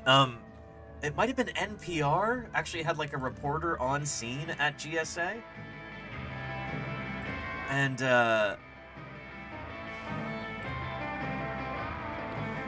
they did an interview with him. I don't know if the reporter was there, but here for Science Friday. This is Science Friday. I'm Ira Flato. If you attended a session 120 at this week's Geological Society of America meeting, you heard quite a story. A murder mystery, really, that started about 220 million years ago. Here's what we know about the evidence, actually, fossil evidence. 9 giant ichthyosaurs, swimming dinosaurs about 45 feet long. Not dinosaurs, not dinosaurs. Killed, and their bones were arranged in what looks like a pattern. The fossils were discovered in the 1950s in what is now Nevada, and since that time, paleontologists have been puzzling over the remains. Were the ichthyosaurs stranded in shallow water? Did they die in a toxic algal pool? There you go, Dr. House. Yeah. And at Monday's meeting, paleontologist Mark McMenamin threw his own theory into the ring. The ichthyosaurs, he says, were murdered by a giant octopus-like creature, a kraken, who arranged the bones in sort of a self-portrait, sounding a lot like science fiction. Some scientists say so. I would say so. Dr. McMenamin says he has proof, and he's here now with us. He is a paleontologist and professor of geology at Mount Holyoke College in Massachusetts. Mark McMenamin, welcome to Science Friday. Hello, Ira. How are you? Hi there. You really don't offer a whole lot of proof for this theory, do you? Well, the study of fossil octopods, as they're called, is beset by a lack of direct evidence. We could take the entire octopus fossil record and put it into a suitcase. There are only 8 known species. And so this basically then is a hypothesis of yours, trying to explain the fossils you found. Yes, it is. And the case that we've built is basically a case based on the placement of the Shonisaur ichthyosaur bones. And this is not an unusual way to proceed when you're dealing with a soft-bodied predator. For example, there are Miocene octopuses that are known only from the boreholes that they made in the scallops. And to be fair, that's like you can directly compare those to the boreholes that are made in modern scallops. Like, studying of fossil traces like that is, you work with what you've got, and that's really well established, You can even run experiments with modern octopus. You put them in this environment with this scallop, you see the shape of the holes that they make in the scallop, and then you can observe those in the fossil record too, and you can compare them. That's not really possible here. Fossil of the octopus, but no one doubts that those octopuses existed. Mm-hmm. So give us a scenario of what you think might have happened at that spot. Well, the site appears to have been deposited in relatively deep water. And so what I believe happened is that there was a large cephalopod of some sort, possibly belonging to the vampire squid lineage, that super speculative would grab onto these ichthyosaurs as they were diving into deeper water for their prey. would immobilize them in some way, kill them, and then carry them down to the seafloor and deposit them on a midden. Mm-hmm. And would they arrange their remains there somehow? There seems to be evidence that they did that. Yes, the bones have been meddled with, shall we say, and some of them seem to be organized into almost geometric patterns. Now, you have to keep in mind that there are insufficient currents at this depth to arrange the bones. So we don't know that. Insufficient current at the depth to rearrange the bones. You don't know that. Again, this seems to be a case of like pareidolia. Seeing patterns where no such pattern actually exists. And I've taken you there to Berlin Ichthyosaur and shown you around. We did this a few years back. Just to give you an idea, when these creatures were alive, this was the late Triassic period, roughly 220 million years ago. And this map is a little outdated. There we if you go, notice, yeah. this is when Pangea was still one supercontinent. Let's take a look. So these are called coracoids, just like the small bones of the human shoulder. Those are actually the largest bones of the chest cavity of the ichthyosaur. And it separates the flippers. If you notice, there's two letter C's, one to the left and one to the right. Those are what's left of the 2 or 3 largest bones of each front flipper. So we're not seeing Very all cool. those small bones called the phalange. So we're basically seeing the animal like upside down. Those are the lower jaws right there. Correct. Upside down, just like this. And then you've got the two pectoral flippers like that. Very cool. Like the face of Mars. Exactly, Dr. Hubbs. Yeah. Yeah. Section of the rib cage. Yeah, those long ribs, yeah. The majority of that rib cage lies across from the letter D. Wow. So here's the thing: is at Berlin Ichthyosaur. Find a bone bed map. It was thought at one point that a bunch of these critters beached themselves. Now it's thought that maybe they died in an algal bloom or something like that, and like these aren't actually shoreline deposits. Instead, these are like at the bottom of a undersea crevasse or something like that. You know, more of a benthic environment. But anyway, I'll give you a link to this. Has provided scientists with many dramatic fossil discoveries. This one has. Anant Barely, hey, thank you for the follow. Welcome to Paleontologizing. It's good to have you here. Yeah. But I've spoken with people who have actually worked at this site, and they're like, there doesn't seem to be anything particularly weird about how these animals are arranged. It's just, you got a big massive ichthyosaurs, you know? And what's funny is that, like, over the years, people have come up with kind of goofy stories about this. See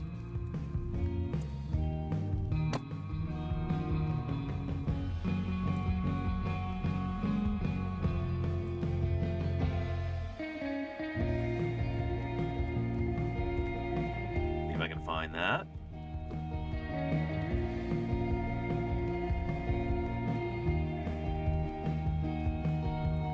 There we go. Ichthyosaur State Park. Years ago, water. Could a few scattered ichthyosaurs be hiding out in North America? 200 million years ago, water covered much of present-day Nevada. Yep. Today, 3 hours from Reno, is Ichthyosaur State Park. It's not easy to get to. Jennifer Hogler is way the out in the middle of resident nowhere. paleontologist. The main feature of the park is a Ark. collection of fossils so large it can't be moved, and is protected by a building known as the Ark. So when I did my stream from here, I set up my satellite dish outside, and then I was actually able to plug it in over here, which was nice. And then I had the Wi-Fi router inside the building. The most remarkable sight of all is right here. There are 9 or 10 animals packed very tightly together here, kind of like giant sardines in a really big can. This is a mass grave of ichthyosaurs. How these creatures died and why so many were huddled together in one place remains a mystery. One theory is they beached themselves like whales. They simply got too close to the shore, got stuck, and died. Although it doesn't really seem like a shoreline environment. Is that these simply aren't beach sediments. Yeah. The water here was at least 100 or more feet deep, well off the edge of the continental shelf. They could have congregated at a rich food source, but there are other possibilities. The most recent idea is that the ichthyosaurs used this area as a breeding ground. Again, just like modern animals, they would occasionally gather in large numbers to breed and to give birth. Fossil evidence reveals that ichthyosaurs gave birth to live young, tail first like modern dolphins, to prevent them from drowning. A remarkable fossil in the Natural History Museum in London captures an ichthyosaur being born. The stress of the birth must have killed both mother and baby. Together, they drifted to the bottom to be frozen in time.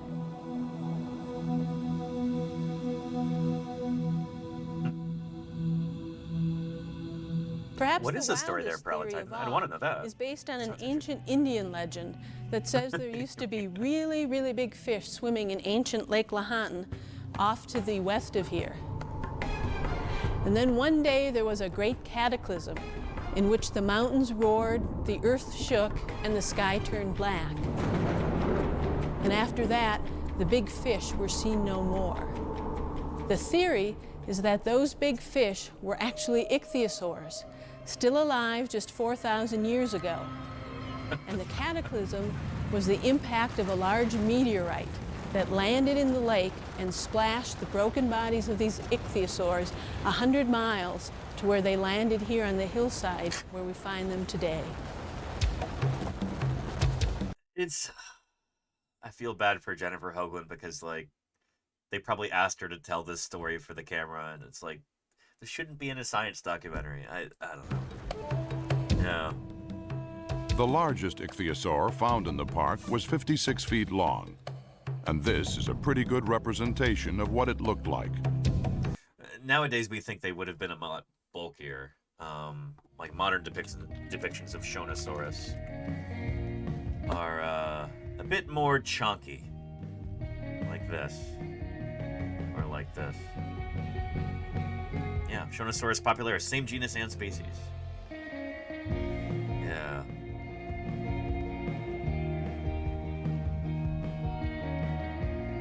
Not to denigrate the beautiful artistic qualities of the Huff mural here. They had this at, they had a 3D printed scale model of this on display in Reno for that special exhibition, Sea Dragons of Nevada, that I got to go to last September. That was so cool. It's a shame that it was around, like, it was such a short-lived exhibit, because it was, oh man, it was awesome. But they have this right here, which is a, like, probably photogrammetrized scale model of it, 3D printed. And I really, really want to, I need to contact them and see if I can get hold of these files, because I would love to print that and put it up on the wall here. That would be awesome. Yeah. Anyhow.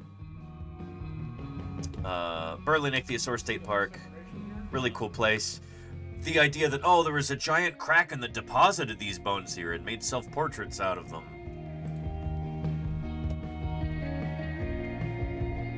This was not a well-received idea, because it's an extraordinary claim, and there was not extraordinary evidence presented to back this up.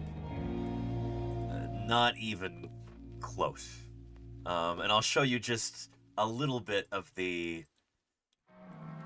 just a few responses.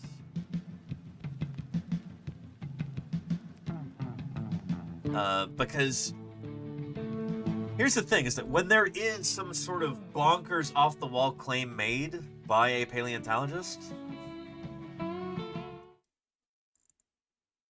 a lot of us might not be happy about that, because it kind of reflects poorly on our science. If something sounds crazy even to a layperson, then they're like, oh, well, no, that's a paleontologist said that. It makes us all look bad, frankly.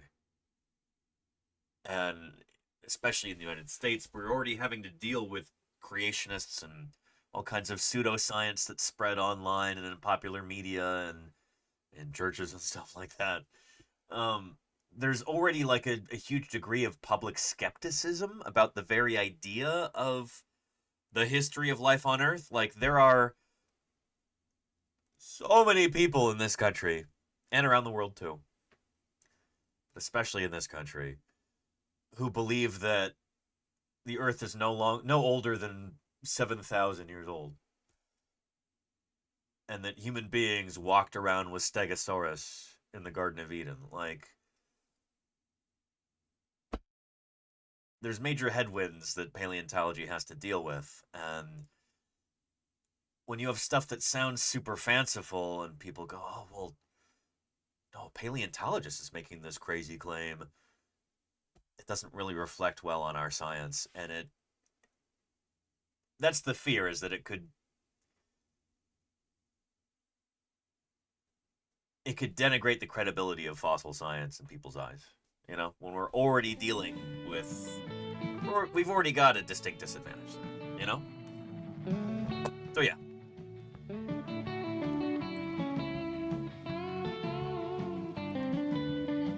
So a bunch of different organizations actually like put out press releases about this. California Academy of Sciences, right over here in San Francisco. The Kraken did it.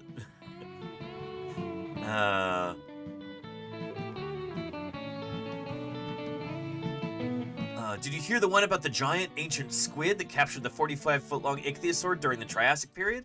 The tentacled creature, named Kraken after the mythical sea monsters, took the large marine reptiles back to their dens called middens and dismembered them. The intelligent Kraken then arranged the vertebral discs in double-line patterns, with individual pieces nesting in a fitting fashion as if they were part of a puzzle. A puzzle that resembles the pattern of sucker discs on a cephalopod tentacle, with each vertebra strongly resembling a coleoid sucker. Good one, right? A weird, creepy tale full of mythical monsters, except it's not a joke or a treatment for a B-movie. It's part of a scientific abstract presented Monday at the annual meeting of the Geological Society of America in Minneapolis. Presented Monday. So, man, they wrote this up fast afterward. Shoot. And then the news agencies began picking it up, so it must be true, right? There is no evidence that this Kraken existed, is Rich Ross's take on the story. Rich is the cephalopod guy here at the Academy and loves the things. He can talk to you for hours about these many armed marine animals. Cuttlefish are like alien hummingbirds that hunt. They're brutal predators. Their skin is amazing. Octopus are like super caffeinated snails with arms and no shell. They're vicious predators, and their ability to camouflage is unbelievable. You get the point. Check out his blog for more insights. But again, about these Kraken, he just shakes his head. Squids don't do middens. Modern octopus wouldn't do this either. There's no evidence. It could have been anything. So anyway, right up from the Cal Academy. And then PZ Myers had a thing on his blog too that I think was amazing. Yeah. Traces of a Triassic Kraken? At first, I thought this discovery was really cool because I love the idea of ancient giant cephalopods creating art and finding the works now. But then reality sinks in. That's a genuinely flamboyantly extravagant claim, and the evidence better be really, really solid. And it's not. It's actually rather pathetic. It consists of the discovery of ichthyosaur vertebrae lying in a flattened array. They look like this. The image is no longer there, but it's just a string of vertebrae. Wait, what? That's it? What? Yeah. Let me explain something here. The Triassic Kraken has not been found. No fossils, no remains at all, no evidence of its existence. It is postulated to have been large enough to hunt and kill ichthyosaurs, which is remarkable. Comparison to modern giant squid is invalid, since they are prey, not predator. Well, giant squid do prey on other animals. They're not herbivores.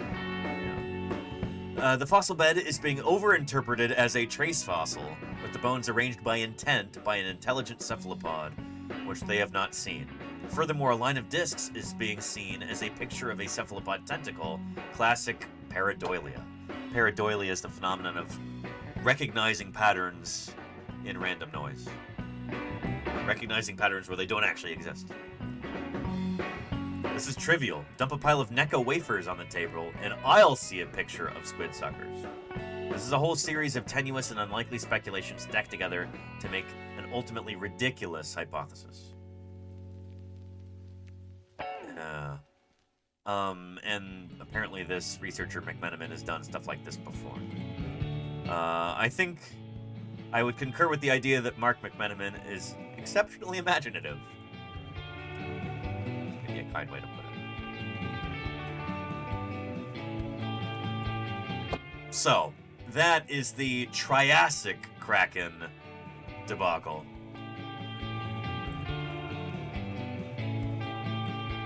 This thing that paleontologists still laugh about to this day, so I hope that kind of explains Anthony's post here about our new giant Cretaceous kraken. He says, I don't believe it. I haven't seen any mosasaur vertebrae laid out on the ancient seafloor in a self-portrait yet. I think I retweeted this, didn't I? Yeah. And Murph says, what are their methods for size estimates? 7 to 19 meters is huge variation. The more I look at this graph, the less meaning I derive from it. Very astute, Murph. Let's look at what some of my other colleagues are saying about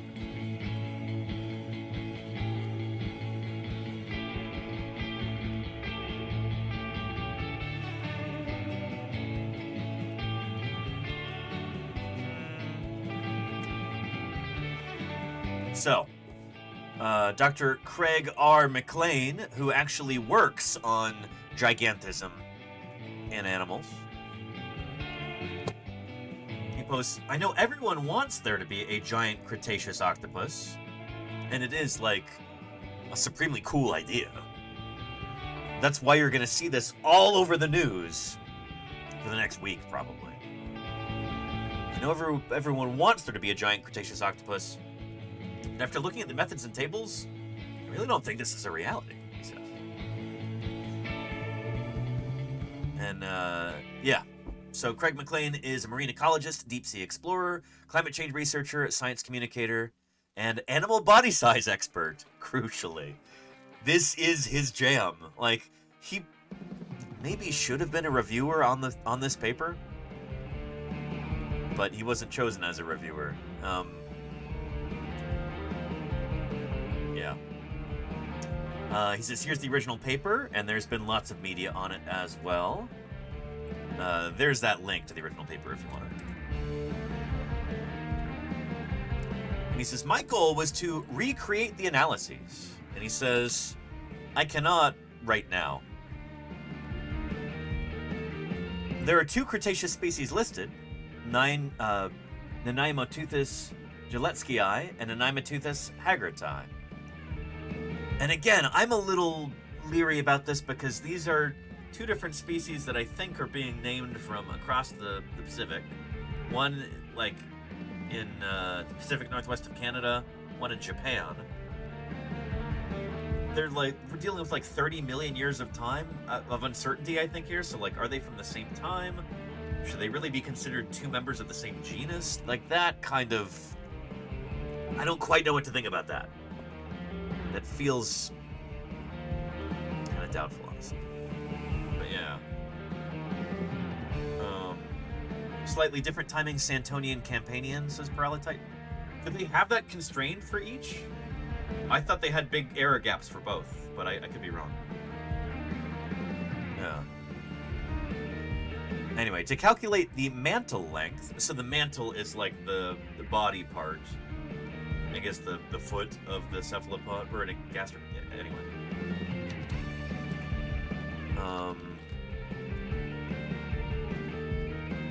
Octopus diagram. Oh, this is not helpful. They're all just labeling it as head.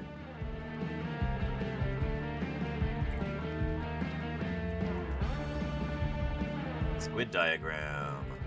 There we go. mantle is the main fleshy part of a squid's body right there.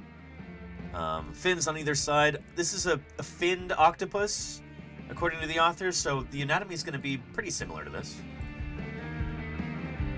Although it's not going to have tentacles like a squid. It's just going to have 8 arms like an octopus. But the mantle is the most massive part of the organism. Since to calculate mantle length, especially when you don't have a fossil mantle, all you have is a beak, and a total length, you first need to create a regression with beak size, as that all we have from the Cretaceous species is a beak. Step 1 is to get data from modern species. Here's their data plotted, which they don't do in the paper, apparently, showing how beak size corresponds to mantle length. 2 sets of data are shown. The lower line and data are for the measured mantle length. Upper line is estimated mantle length to account for shrinkage and preservation. So that's the thing, is that you can figure out a number for how big the body should be based on the size of the beak if you measure the beaks and bodies of modern cephalopods. That's what he means by making a regression here. You can figure out the relationship of length of the beak to length of the body and come up with a number. So the upper line estimate is one based on the idea that octopods shrink in preservation liquids, which is true. But this varies considerably based on methodology, and I'm not convinced we can have an accurate idea of what that factor is, or if a single estimate even applies. So basically what he's saying here is there's too much noise in the data. Like, it's hard to find, like, a really concrete number for the relationship between beak length and body length. Which is kind of what this entire paper sort of hinges on, you know? Their calculations require this, however. There you go. That's sweet of you to say, Benny. I know you're referencing the song, but yeah. Second, then, we need to figure out HL, so hood length of the beak of our fossil specimens. The HL for neither of the giant specimens they calculate mantle or total length for is given in the manuscript or paper. I'll admit I did a quick scan, so feel free to correct me if you can find them. And did anybody do this? No. Anyhow, apparently not. In table S2, one specimen doesn't even have an HL measurement, just RWL. Not sure what that is. And the other specimen isn't even listed. Maximum body sizes were calculated from the largest jaws of both Nemateuthis gillespii and N. hagerti. Now, assuming that we could have estimated mantle length for these fossils, we would still need to estimate total length from another equation based on modern species. I guess mantle length versus tentacle length? So to recap, I'm assuming that's what TL means. So to recap, we need 3 total equations, HL versus ML, ML versus TL, and ML shrinkage, all with their estimate errors, and based on 79 measurements, but just 9 species for HL versus ML and 18 species for ML versus TL. All I am saying is that extraordinary claims of 19 meters, 62 feet, for octopus that big, when the longest reliable known giant squid length is just 12 meters, that requires extraordinary evidence. Also, because some people on here don't know me, I'm considered a bit of an expert on body size of marine organisms. And here's a paper. Yeah. He is the guy who does this. Lead author on this paper. Sizing ocean giants, patterns of intraspecific size variation in marine megafauna. Well, I've looked at this paper before because leatherbacks are on here. Are they not?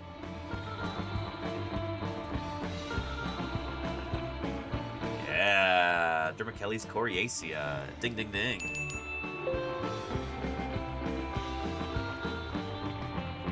Anywho. I think Clinton Malice says, a bit of an expert. He's basically saying, like, don't be so modest. You're the guy. But anyway, yeah. So, it feels a little weird to just be going over a series of posts like this, but I think this is important.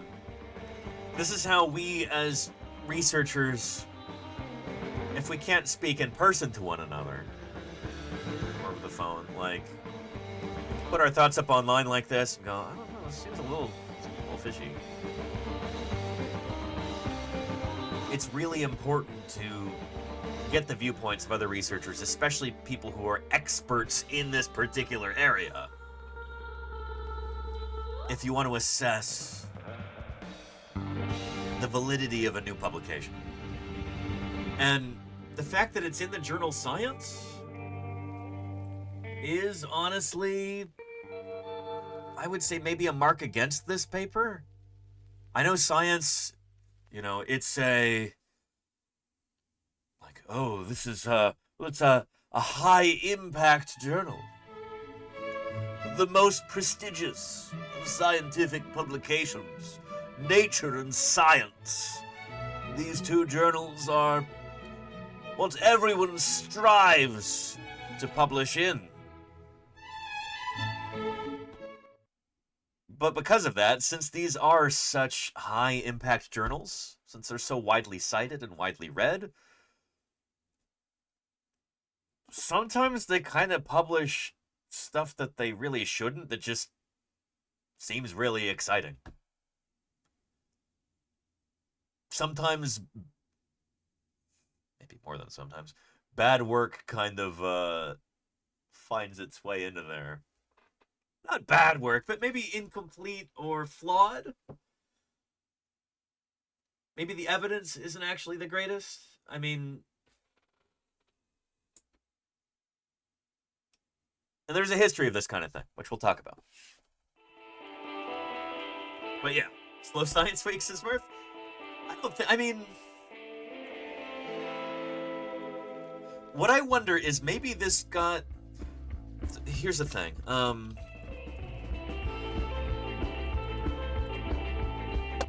yeah.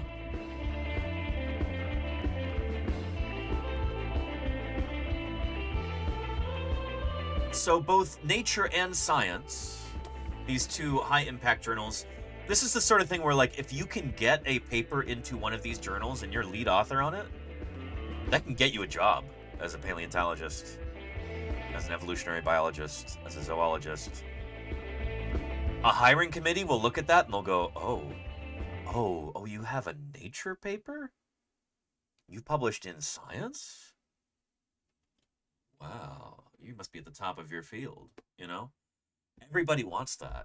And that's really nice for those journals, sure, good for them. But I think it can maybe have less than ideal ramifications for our scientific fields in general, when it's like, well, if you by hook or by crook can get a paper into one of these journals,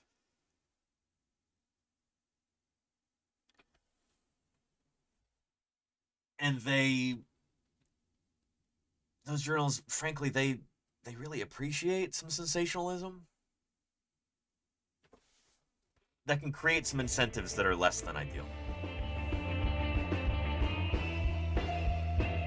So yeah.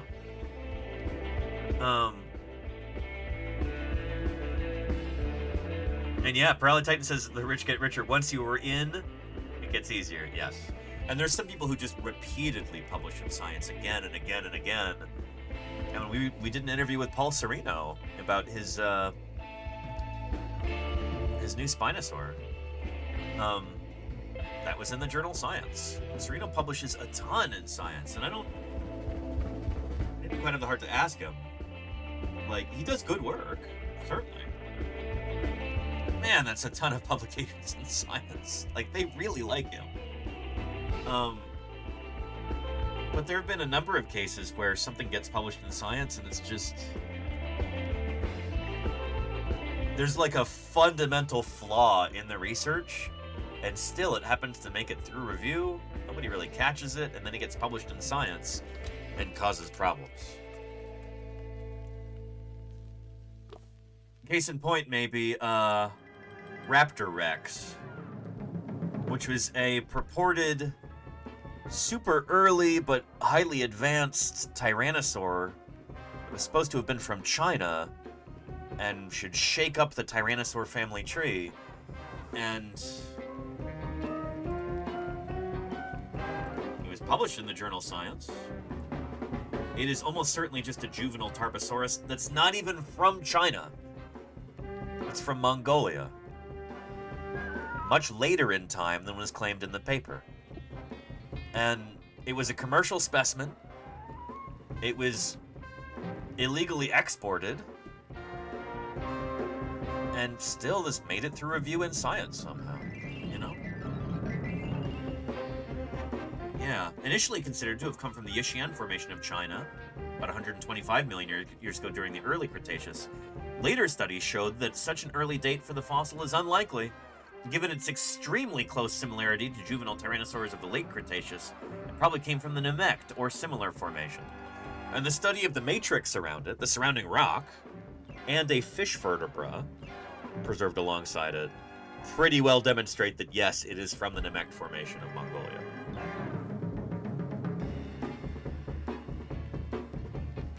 So yeah, the original paper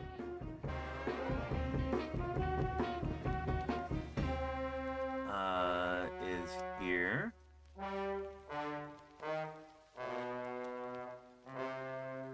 In the journal Science, which again, this is supposed to be the creme de la creme of scientific work, and this certainly isn't it. PLOS One, Public Library of Science, is a much, much smaller journal, but here's a rebuttal paper. And Denver Fowler is lead author on it. A friend of mine. Yeah. Anyhow. So just because something is in the journal Nature or the journal Science,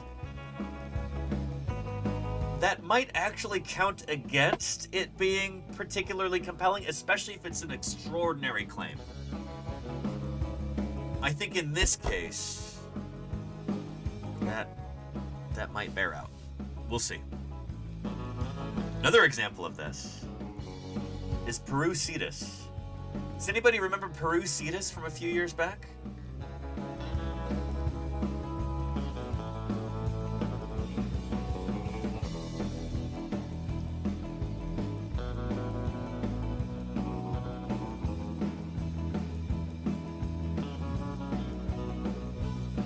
So this was a gigantic fossil whale, Peru cetus colossus, the largest whale ever. This is a really extraordinary claim because it's from pretty early on. It's from what, like the late Eocene or Oligocene or something? There's lovely art here from Joshua Knupe. Paleostream here on Twitch. But the crazy thing is, here is this fossil whale from very early in the history of whales, and it's like blue whale sized or bigger, the original authors were claiming in their paper, in the journal Nature. I remember this being a huge deal. They're like, holy cow, whales super embiggened themselves so early on in their history.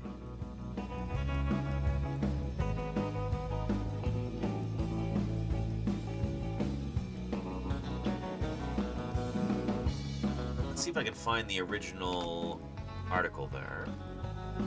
Original press release, maybe.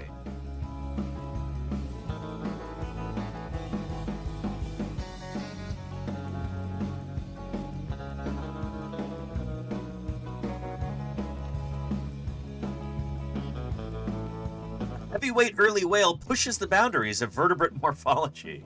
Again, in Nature or Science, sometimes you have to make like an extraordinary claim to be able to get the attention of the editorial staff and be like, okay, yeah, this is nature worthy. This is science worthy, you know? And there you go, Cacklinsworth. Yes, artiodactyls all.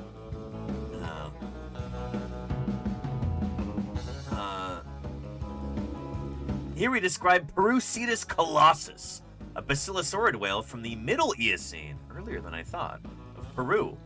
It displays, to our knowledge, the highest degree of bone mass increase known to date, an adaptation associated with shallow diving. The estimated skeletal mass of Parusetus colossus exceeds that of any known mammal or aquatic vertebrate. They're claiming this is the biggest animal that ever lived, essentially. I remember being in the field when this came out. Yeah, it was the beginning of August 2023. I remember sitting there in the quarry with Ethan and Fisher and Jim and Don. And we're like, guys, did you hear about this? We're like looking at this on our phones. What? What? The biggest animal that ever lived was an early whale from the Eocene?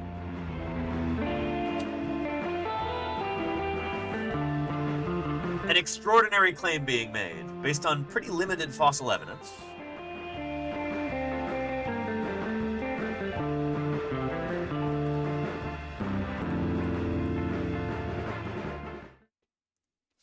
But what would you know it? Well, wouldn't you know it? What would you know? Parusetus was dethroned.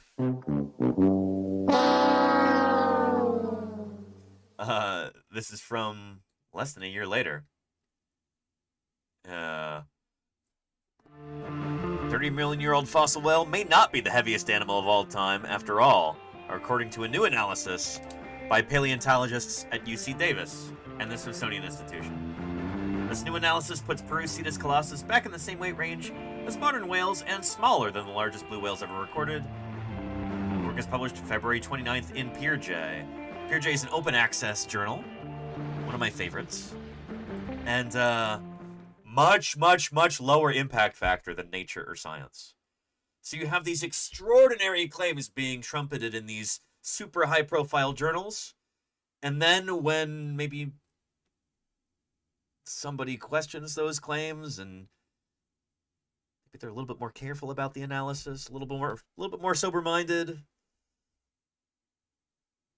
it's in a much smaller time journal, you know? You're not going to publish it in Nature because they're not going to want to publish that, you know? Like, oh yeah, this big thing we were so excited about and promoted so much earlier. We're not going to admit in our own journal that probably shouldn't have been published here in the first place. So here it is in PeerJ. So yeah. He got dunkled. There you go, Rushwing. I mean, yeah, that's my next example. You're right. Way ahead of us, Rushwing. And Paralititan, I love that you know this. Paralititan says the authors are working on a reply to the reply, though. A rebuttal to the rebuttal. They're waiting on more material of the holotype, which is still in the hill. That makes sense. So I guess it's important to keep this stuff in mind when we're talking about giant Cretaceous krakens. That extraordinary claims require extraordinary evidence. And if we're only basing this on the size of the jaws, if there isn't like a super solid relationship between the size of the jaws and the overall size of the organism, then can you really claim that this critter was by far the biggest animal in those oceans?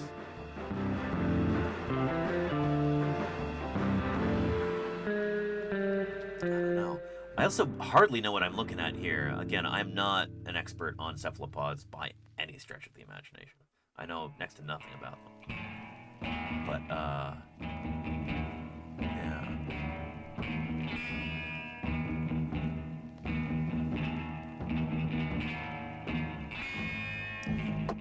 And then they're using this to make kind of big claims about the evolution of large size throughout Earth history.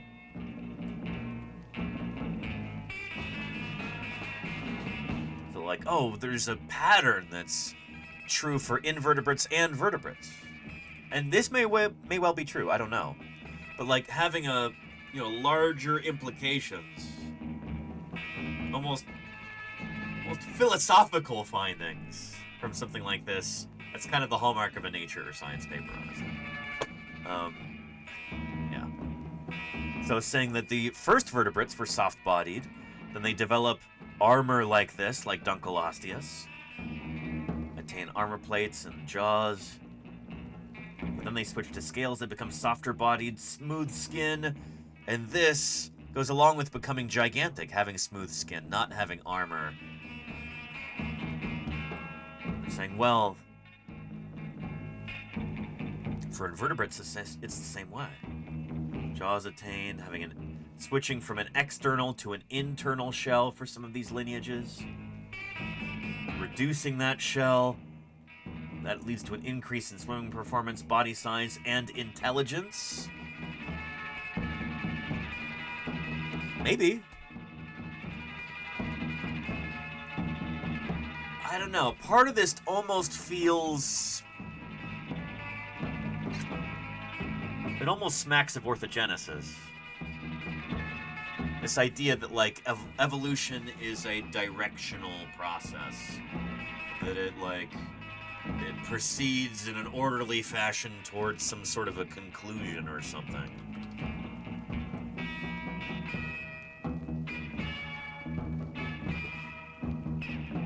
Organisms have an innate tendency to evolve in a definite direction towards some goal or teleology due to some internal mechanism or driving force. So this is an old, this is the sort of thing that we're supposed to be avoiding today as evolutionary biologists. Star Trek evolution. There you go, gamers. Hey, that's a good point, isn't it? Yeah. Anywho. Yeah. It is almost, well, it's different from Lamarck. It's kind of different from Lamarckism. Like, those two concepts are not anywhere close to equivalent in my mind, but... yeah. Anywho. And Shark Geek says, did you hear they reevaluated the shape and size of Megalodon body models? Yeah, there's so many different people working on Megalodon with very different ideas of what it would be like. One of these days, I want to bring on some people to talk about that. I was chatting about this with Bobby Bozenecker and Anthony Maltese and some other folks at SVP, and they were all kind of like, we have such little material from Megalodon. We've got teeth, we've got a few scattered vertebrae, and that's really it for that animal. And everybody wants to know what it looked like and how big it was, but man, is it tricky to glean that kind of information for such paltry remains. So I wonder if that... I wonder how well established... Like, I wonder if there's any kind of a consensus forming there yet, or if it's still, as Jim would say, kind of a flavor of the month kind of viewpoint on Megalodon. I mean, for crying out loud, we still don't know what to call the animal. Some people say Ototus Megalodon. Some people say Carcharocles Megalodon. I wonder what Wikipedia currently has.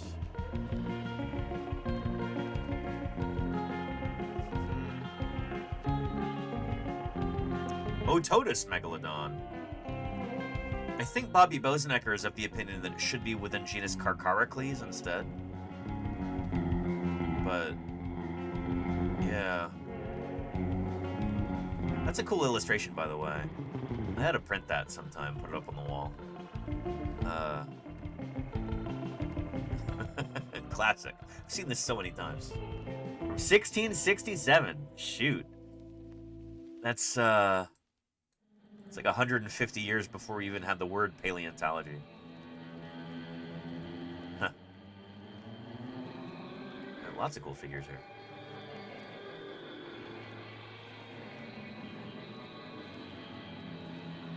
So yeah. Excuse me.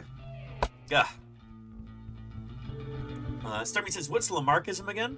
So, Jean-Baptiste de Lamarck was a scientist trying to come up with like a mechanism for, well, sort of a mechanism for evolution back before Darwin.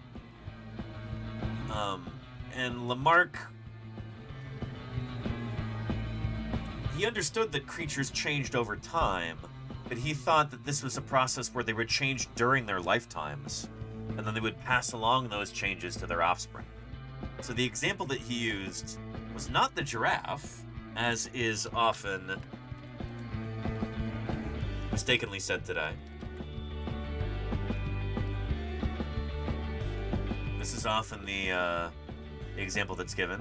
Original short-necked ancestor, and then during life, these animals are stretching and stretching and stretching their necks, getting longer necks, because they're just trying so hard, and then that means their babies will be born with longer necks. We now know that doesn't work that way, but this is kind of what Lamarck thought. Lamarck was wrong about this. He was right about a lot of other stuff, but it's just...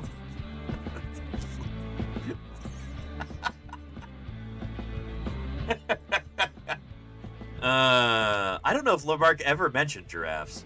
The example that he used was a blacksmith. He's like, here's this big buff guy, and he didn't start off big and buff, but he's hammering on an anvil all day, every day, and developing these huge muscles, getting strong. And then that means his babies are going to be strong too. That doesn't actually... Those things are not heritable. At least not in the way that Lamarck thought. There is a certain degree of, like, small-scale...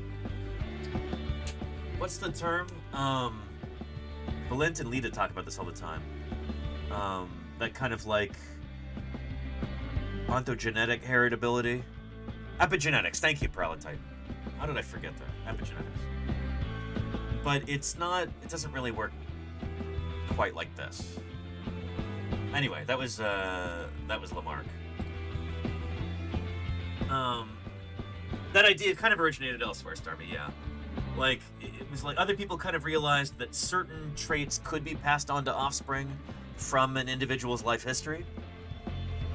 But it's not like people were trying to prove Lamarck right and then found that. It was... Yeah.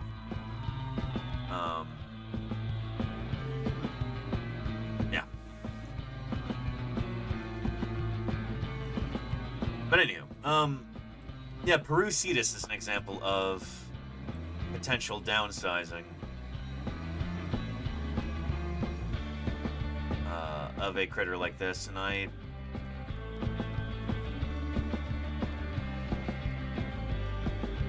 from this to this, downsizing a heavyweight.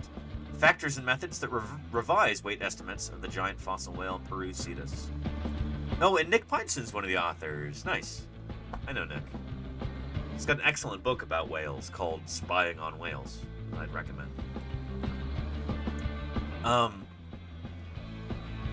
But this is going to be an ongoing thing, you know? Apparently the authors of the original paper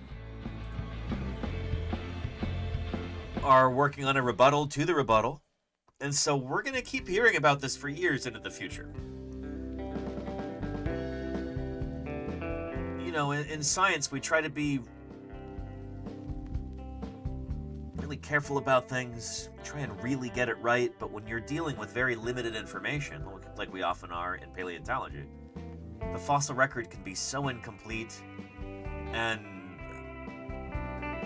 budget shortages and stuff like that certainly don't help. You know, if that crew digging up Peru cetus in Peru had tens of millions of dollars to work with, they'd have a lot more information. But instead, we usually have far fewer resources than that. So we're hampered by that, and by the incompleteness of the fossil record itself. A whole host of other things, too. So, limited information, you might not get it right the first time. Other people might call you out for that, publish their own paper as a rebuttal, and at the end of the day, we're all still trying to find out what's true, like I was saying earlier in the stream. This is how things progress in science. We check each other's work. We argue about things. But eventually, hopefully, enough evidence is brought to the fore that a consensus can start to form. A loose consensus, nothing like organized, don't have votes or anything, but different people working in that area start to agree on stuff as we gain more and more information, as the case becomes increasingly clearer. And I think that's what's going to happen with this Cretaceous kraken thing too. I bet you there will be a rebuttal paper to this, and I'm looking forward to when that comes out. There you go, Murph, yeah. Yeah. And exactly, Benny, yes. Like I was talking about earlier in the stream. Yeah. Perella Titan says, hopefully the skull is still in the hill for Parusetus. But digging there is apparently a bit of an explicit. Fair.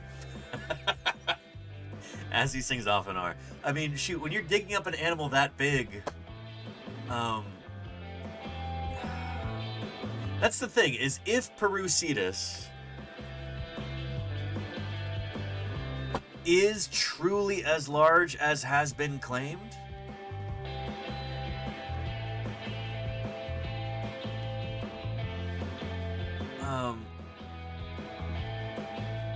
things like this, then, like, good luck digging up that whole thing. You know? Good luck. Ken Carpenter talks about this in a clip that I'll see if I can find for you.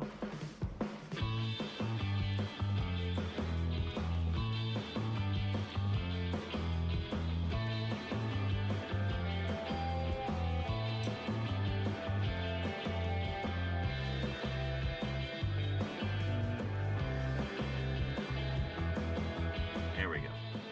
I'd be tempted to say that these animals simply couldn't have pumped blood around with normal sorts of hearts. If I hadn't seen a giraffe, I'd tell you that giraffes were physiologically impossible. Oh boy, it's theoreticians. They could pump enough blood. Indisputably big-hearted, Argentinosaurus can at least lay claim to one indisputable title. It's the largest dinosaur ever found. Or is it?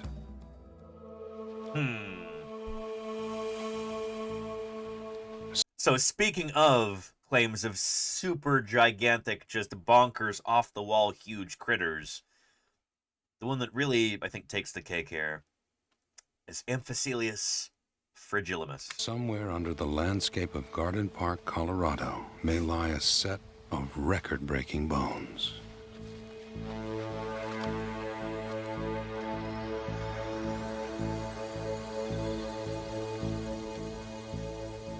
Dr. Kenneth Carpenter of the Denver Museum of Natural History is on the trail of a dinosaur and a legend, a giant to dwarf all giants. In 1878, paleontologist Edward Drinker Cope discovered a bone 3 to 4 feet long and 143 million years old in the sediments of Garden Park near Colorado Springs. It was a badly damaged vertebra from the trunk, just in front of the hips. Cope named the creature Amphicelius fragilimus. And again, he illustrated this in in one paper, just kind of as an aside, like, yeah, here's this vertebra. And you look at the scale there in the figure caption, and it's like, holy cow, what? What?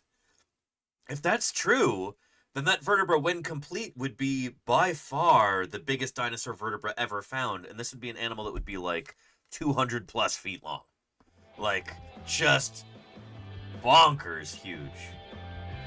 And I think I have an illustration of that. Where is it? Here we go. Yes. I got this book I had this book when I was a kid, and I had to get a copy nowadays to show on stream specifically for moments like this. Because there's such a cool illustration in here that really really demonstrates how big this critter could be. Amphicelius, the giant that got away. So here's Brachiosaurus right here, who is dwarfed by Amphicelius fragilimus. A giraffe wouldn't even reach its cloaca. And David P. I know, right? Parallel-Titan? Yeah. I actually really do like the illustrations in here. They're kind of great. But, we'll leave it at that, as far as David Peters is concerned.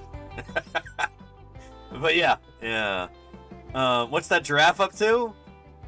Keep an eye on this guy. Up to no good. But there's the vertebra right there.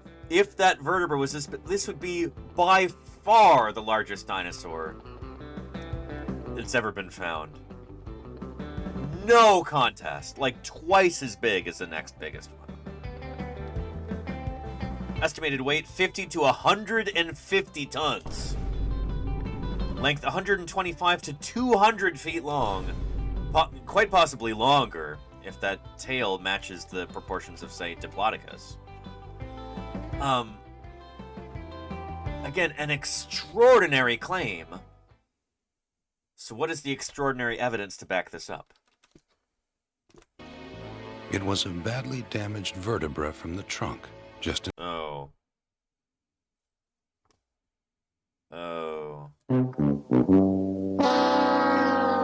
But of course we have this vertebra today and we can examine it, right? We can study it in detail. In front of the hips. Cope named the creature Amphicelius fragilimus. Wait, fragilimus? That's not... Fragile? That's not a good sign. Uh-oh. This one bone, if it had been complete, would have been over 8.5 feet tall. This one bone indicates a dinosaur that was easily in excess of 150 to 170 feet in length.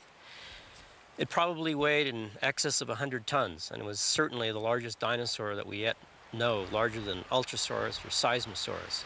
And I'm hoping to find more of this animal somewhere in this vicinity. To fund his digs, Cope sold many of his fossils to the American Museum of Natural History in New York. Somewhere in transit between Colorado and Manhattan, the only piece of Amphicelius was lost. Uh-oh. To this day, it hasn't turned up. The earthshaker Amphicelius survives only in the imagination. But if this creature really did exist, if Cope's figure caption was correct there, if the measurements are correct, this animal really did exist,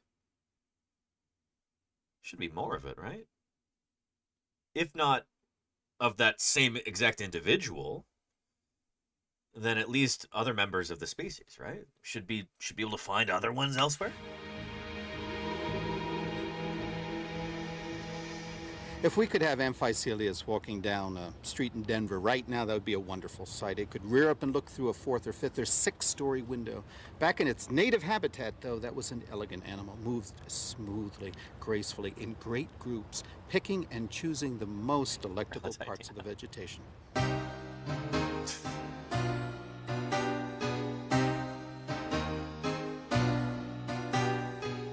Diplodocus is a thing.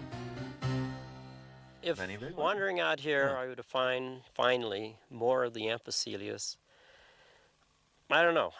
Part of me would be very excited finding more of this giant animal and to finally resolve and prove one way or the other the actual size. But on the other hand, part of me would be, I don't know, somewhat reluctant on spending the rest of my life excavating the thing simply because it's so damn big. And that's a really good point. That's the thing about Perucetus, too. That's why I pulled up this clip, is if that creature really were blue whale-sized, and if it's, say, going into a hill, and you have to remove maybe dozens of feet of overburden there, maybe dozens of meters of overburden, how much work would that be? You know? You almost want it to be smaller if you're on that field crew. So it's a good point that Carpenter makes there. Wow, even I'm amazed. That's the most magnificent animal that has ever lived.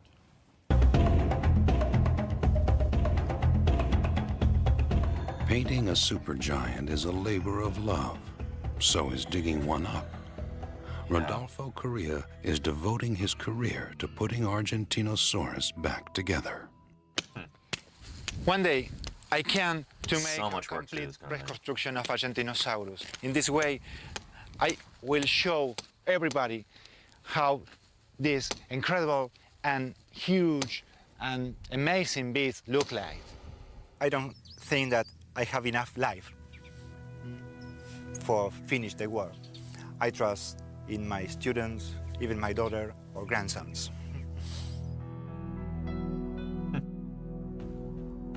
Amphicelius may yet turn up, or perhaps it never lived at all. Perhaps bigger specimens may yet emerge from the twilight of the Cretaceous. If they could walk our streets, they would find them overcrowded. Our world could not accommodate the mightiest animals to ever stride the land. Well, not downtown Denver. Shakers. But, yeah. All rise for the Paleo World Anthem.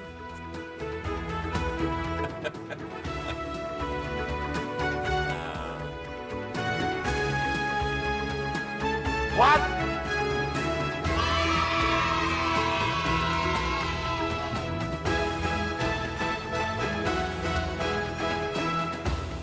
Anyhow, here's a link to that if you'd like it. Man, I love that show as a kid.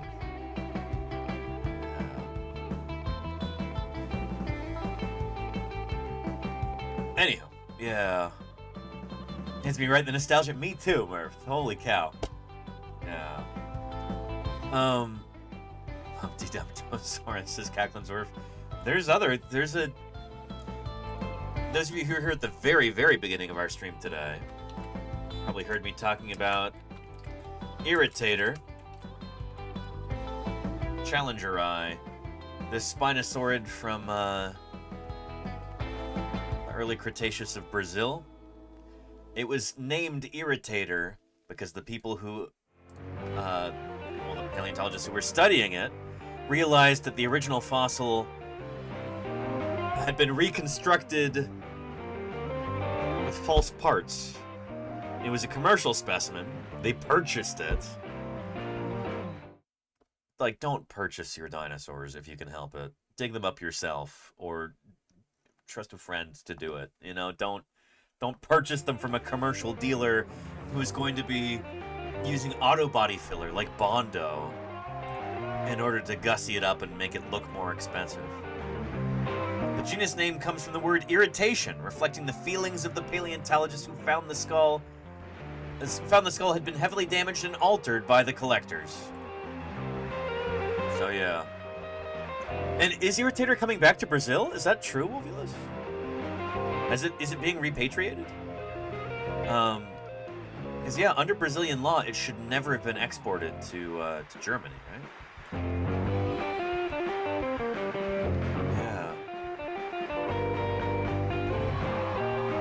Controversy. Following the publication of the reappraisal study in May 2023, the fact that the Brazilian holotype specimen was kept in a German collection attracted criticism. The authors had included an ethics statement which acknowledged recent debates surrounding the ethical and legal concerns regarding research on Brazilian fossils. According to the authors, however, the fossils had been exported from Brazil before legislation required permits for the export of specimens entered into force.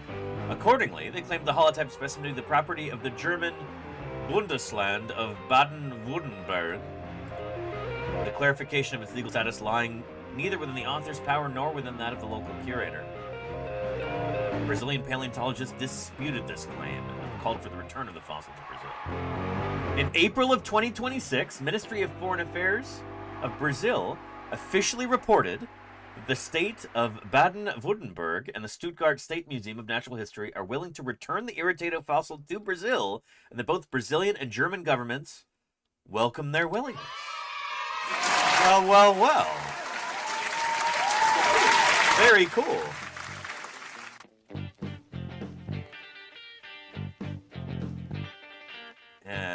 Rabuado might mean... Does that mean stolen? I don't speak Portuguese. But, Irritator belongs to Brazil. I love this.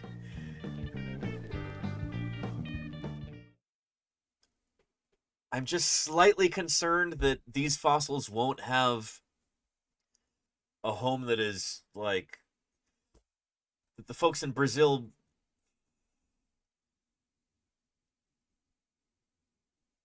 I want them to be really well funded and to be able to build a tremendous display here to be able to show these fossils off to the people of Brazil. I want this to be a point of local pride. I want these fossils to be really well taken care of and cherished, and I really hope that happens. And from a moral standpoint, of course they should be returned to Brazil.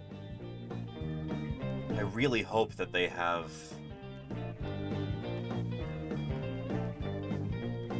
a proper pedestal to be placed upon when they make their return to that country.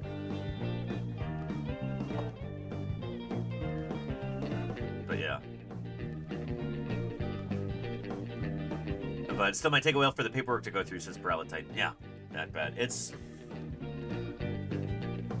These things often take time.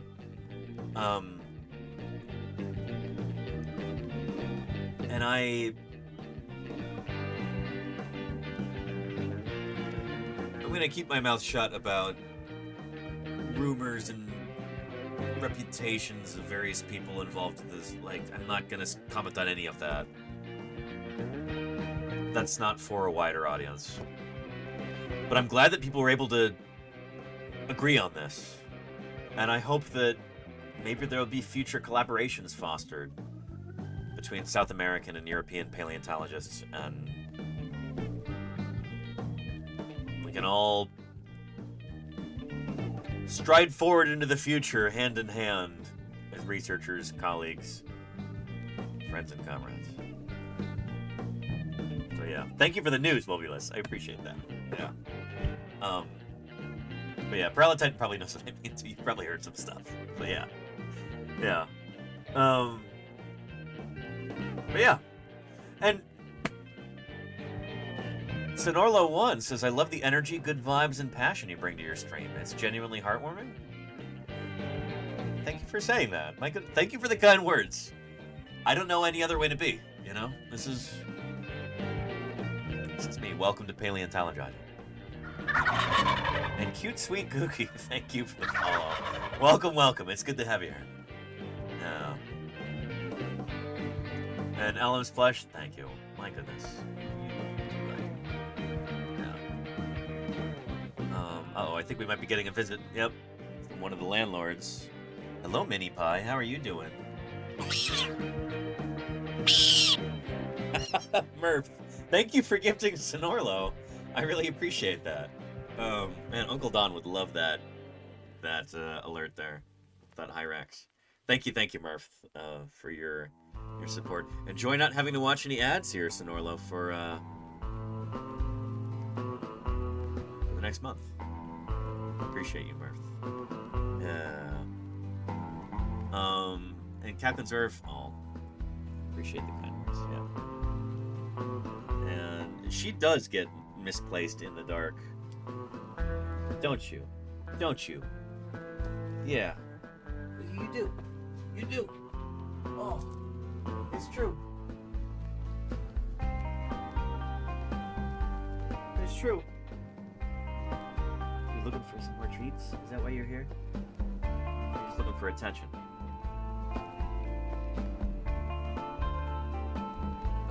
Okay, that seems like I'm getting hungry vibes from you. Let's see. Oh. Oh yeah. Now you're excited. Okay.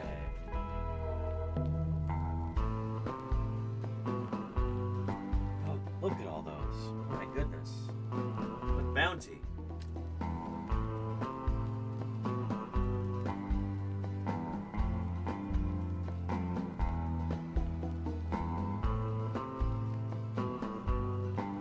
stuff. Yeah, so basking sharks, I get that, yeah.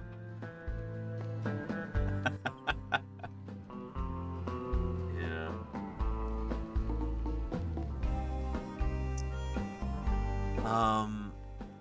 The sweetie pie with the allergies, C152, yeah.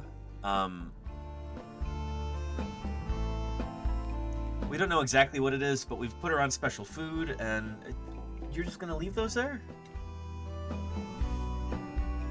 So, yeah.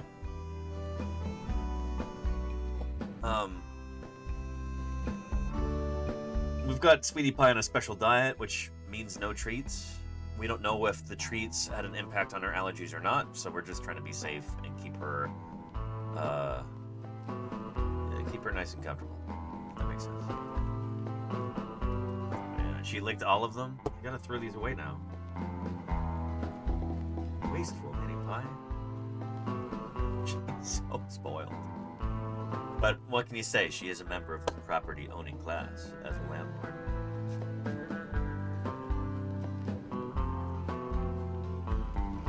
Should we talk about Dunkleosteus too? And it's ensmollening. Shrunkleosteus.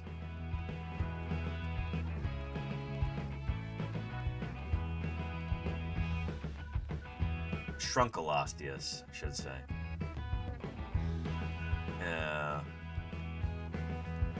The Dunk Shrunk event 2023. So Dunkleosteus was portrayed as a larger than great white shark sized armored fish, and further study of this critter shrank it down a bit.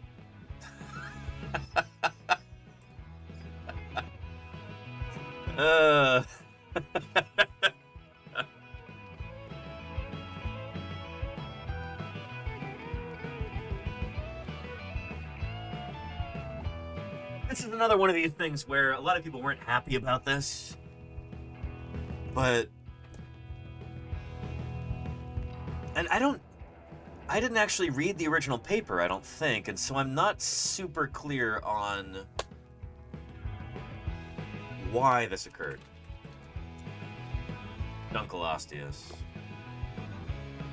I'd love to be able to 3D print one of these guys, but I don't know if are the files available anywhere?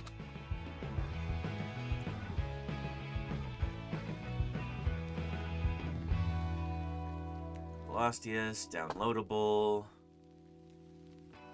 These might be, although this is like a photogrammetric model, so it might be a little sketchy. That looks nice, though. Is this oh no, another photogrammetric model.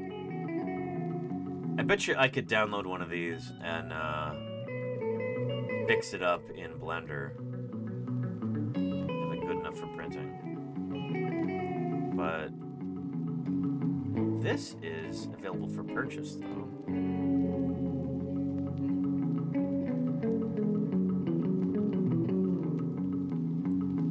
This is a sculpt, not a scan, but it'd be cool to have. Yeah, this is pretty sketchy. It might be good enough, though. I don't know. We're just looking at the surface. Anyway, I'll think about it. But anyway, Dunkleosteus. Big, early-jawed fish with these armored plates like this. No teeth, but instead, big, armor jaws. Really cool. Been found in the U.S., in Ohio, primarily. SVP, the Society of Vertebrate Paleontology meeting, is going to be in Cleveland, Ohio this next year. I'm very excited to go, and with any luck, we'll be streaming that. Setting up a special streaming kind of deal there. But, yeah, the meeting this year features Dunkleosteus in the logo, which I think is really neat. Yeah. Anywho, the resizing of this critter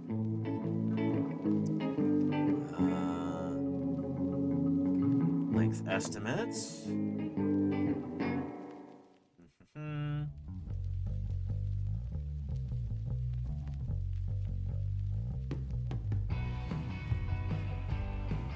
An exceptionally well-preserved specimen of Dunkleosteus terrelli preserves a pectoral fin outline with ceratotrichia, implying that the fin morphology of placoderms was much more variable than previously thought and was heavily influenced by locomotory requirements. This knowledge, coupled with the knowledge that fish morphology is more heavily influenced by feeding niche than phylogeny, allowed a 2017 study to infer the caudal fin shape of D. terrelli, reconstructing this fin with a strong ventral lobe, high aspect ratio, narrow caudal peduncle, in contrast to previous reconstructions based on the anguilliform caudal fin of the Caucosteomorph placoderms. So in early illustrations of Dunkleosteus, they've got this eel-like tail.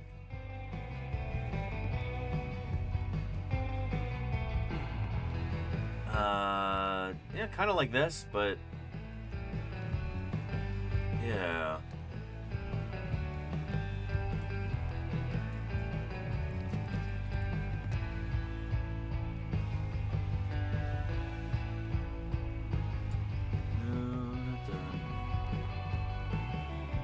Let's see. There's an artist who does these wonderful, like, 1, 2, 3, 4. Like, here's how our understanding of these animals has changed over time.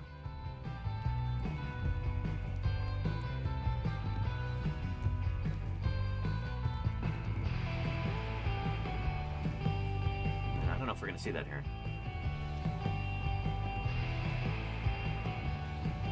Anywho, back in the day, they were portrayed with like an eel-like tail.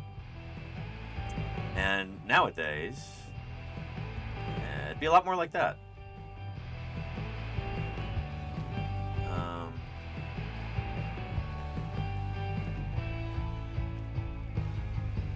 Yeah. Anguilliform, why can't science speak normal? Well, anguilliform means eel-like. I mean, that's the thing, is a lot of these terms are derived from Latin or Greek, or sometimes both. And so, but also in science, we try to be very precise with our language. So oftentimes we'll have terms with a very particular meaning. And that makes things clearer when we're communicating with each other as colleagues. So we know exactly what we're talking about, you know? So, like, macronarian sauropods. What in the world does that mean? Long-necked plant-eating dinosaurs of the group that includes things like Brachiosaurus and also the Titanosaurs. These are macronarian sauropods. But if we were just to go around and say, well, long-necked, four-legged plant-eating dinosaurs related to things like Brachiosaurus and Titanosaurus, it takes a lot longer to say than just macronarians, That's part of it. But it's my job as a full-time science communicator to try and communicate those ideas to people who are not trained in this, people who are not immersed in the lingo. And I like to think I do an okay job of that. I don't know. Yeah.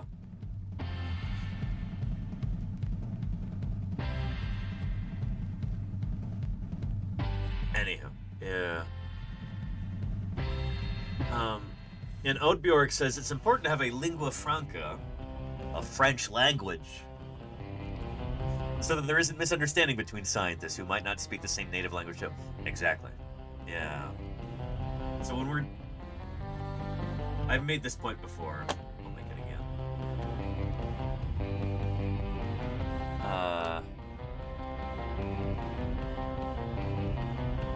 Is it Mansurosaurus? Paper can make that point.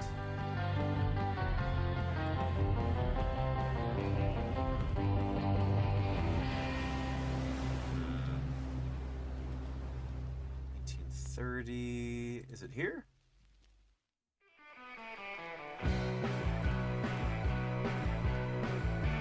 Yeah, that'll work. So this paper is in what? Russian, I think?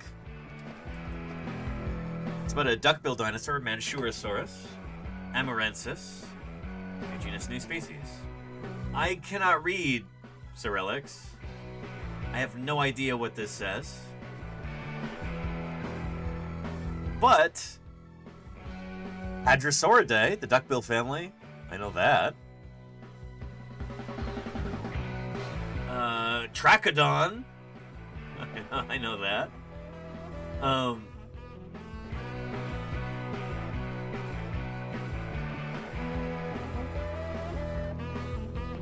Hadrosauridae. I know what they're talking about because Theropoda, yeah. There are terms like this that are supposed to kind of transcend different languages. Theropod is not a word in English. It's a word that we came up with as scientists, and it is international. It crosses languages. Does that make sense? Science is an international discipline. We all do it across different countries, different languages, different cultures, different whatever. There's an international community of scientists, and science is what unites us. I think it's a beautiful thing. Yeah. And Paralititan says there's a famous Chinese paper that names 8 new marine reptile species. No idea what they tried to convey, but the Latin made it clear they named things. There you go. Yeah. Yeah. Anywho. Good stuff.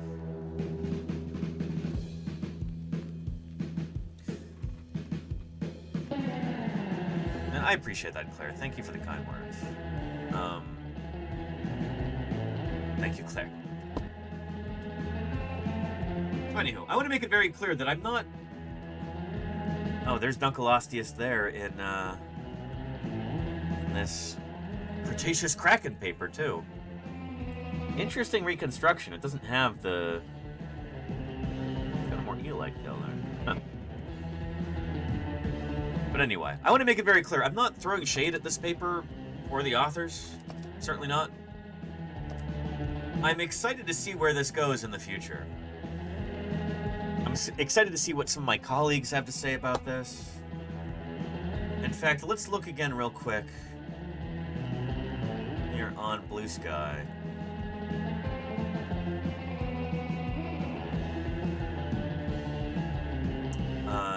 Darren Naish has a thread about the term kraken.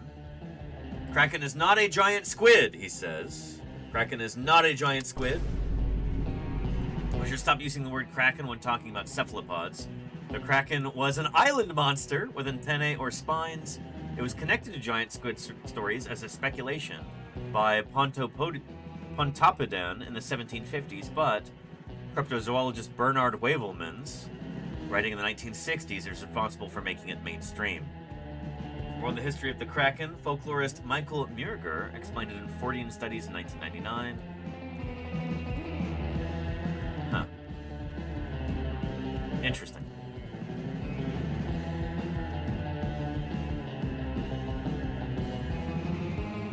But it is kind of frustrating how it's become. That term has... Today it's synonymous with giant cephalopods.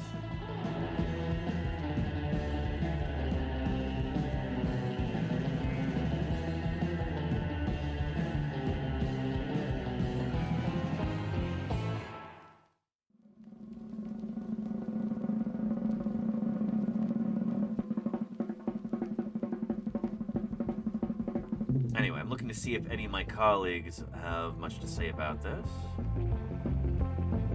I wish I could just, like, filter for people I follow.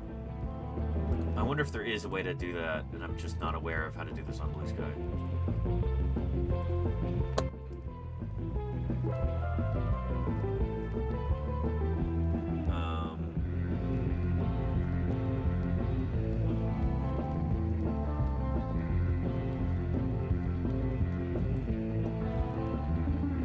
Try to just continuously scroll to the bottom. big old backlog there, and then do a Control F, perhaps.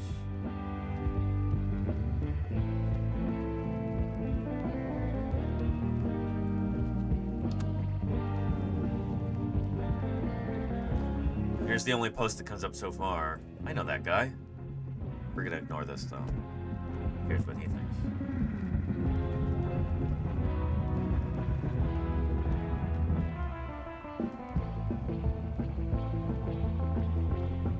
Again, if I weren't going into the city this morning like I did, I would have had more time to figure some of this stuff. I'd like to see what other people are saying, but we'll have plenty of takes for next week too.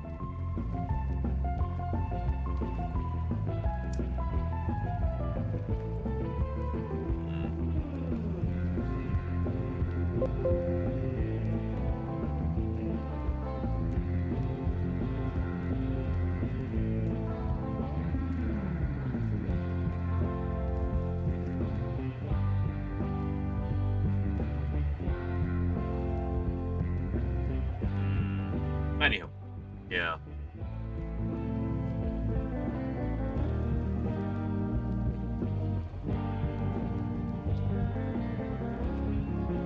But anyway,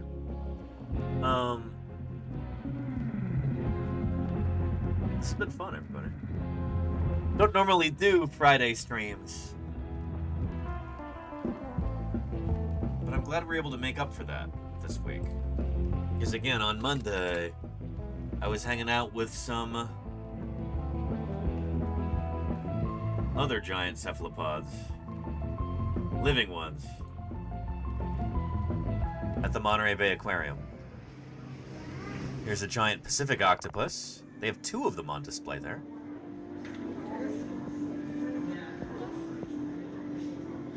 What a cool critter. And they do kind of squeak me out a little bit. I'm fascinated by them, but they're also... they creep me out. There you go, Prowl Titan, yeah. Left-hand side, that is a male. She's been on display a little bit longer than that. You can see the size there.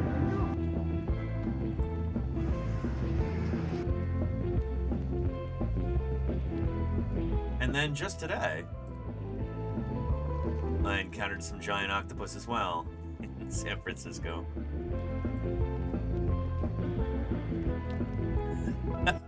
Well, it's right here. And I wonder if this would be a little bit bigger than the proposed ones from this new paper.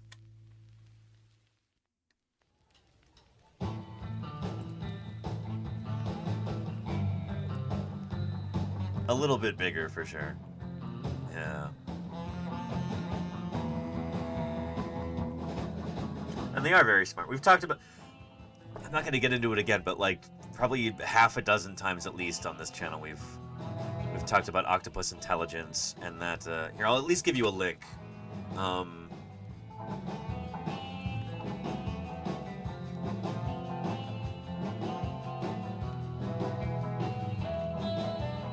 Yeah. Octopus in my house. Professor develops an extraordinary relationship with an octopus. This is pretty neat documentary.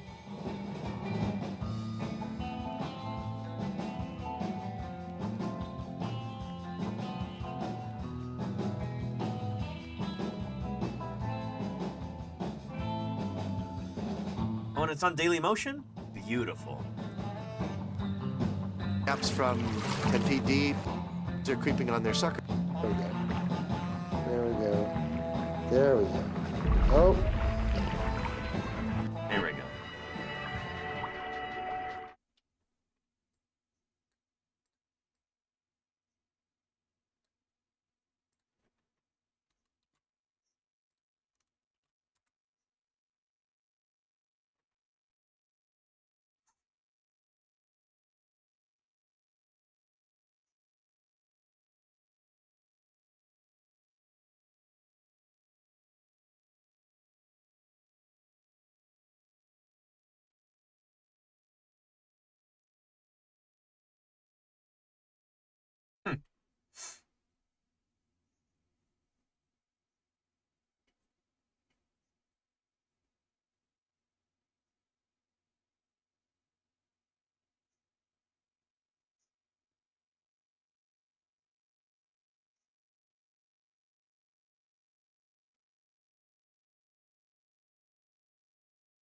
This is so cool.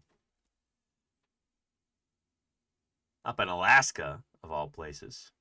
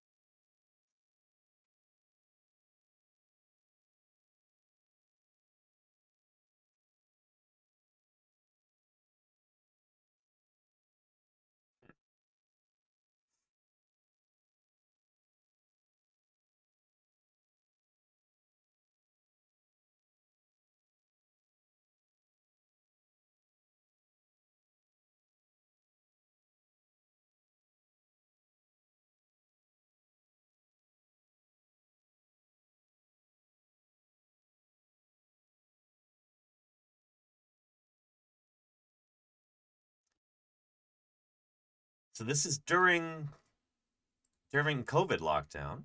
This guy keeps an octopus there in his house. He's there with his daughter and with his octopus in the living room, and they just get to know each other. Checking in every day, looking at the different behaviors, developing a routine, kind of doing little experiments to figure out, like, how clever are these critters? And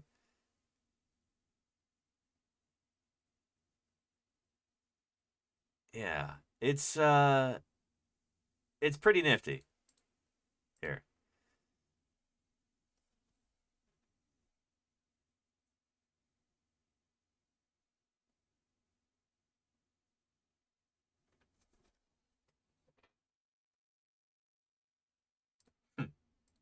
Anyway, I gave you the link there in the chat. If you're fascinated by these creatures, I'd recommend you take a look at that. Really neat documentary about octopods, about their intelligence, about trying to relate to a creature that is clearly very clever, but so different from us. It's worth watching. Enjoy. With that, it's time for me to wrap things up here. So, let's commence our wrap-up procedure. There we go. And, put a Deinonychus under our credits, why don't we? Thank you to everybody who's about to be named in our credits. Let's find somebody to raid into. Maybe somebody doing some science here on Twitch.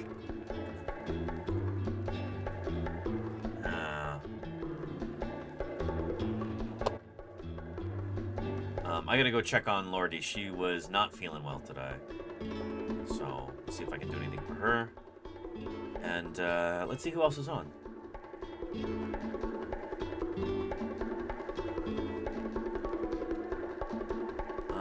Paleostream is on. Well, let's go say hello to Joshua.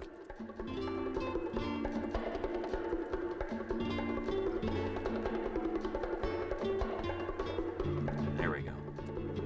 Good stuff. Thank you everybody for being here today, for offering up your enthusiasm, your curiosity, your questions. Thank you to the raiders who came in and brought some new followers with them. Thank you everybody who followed.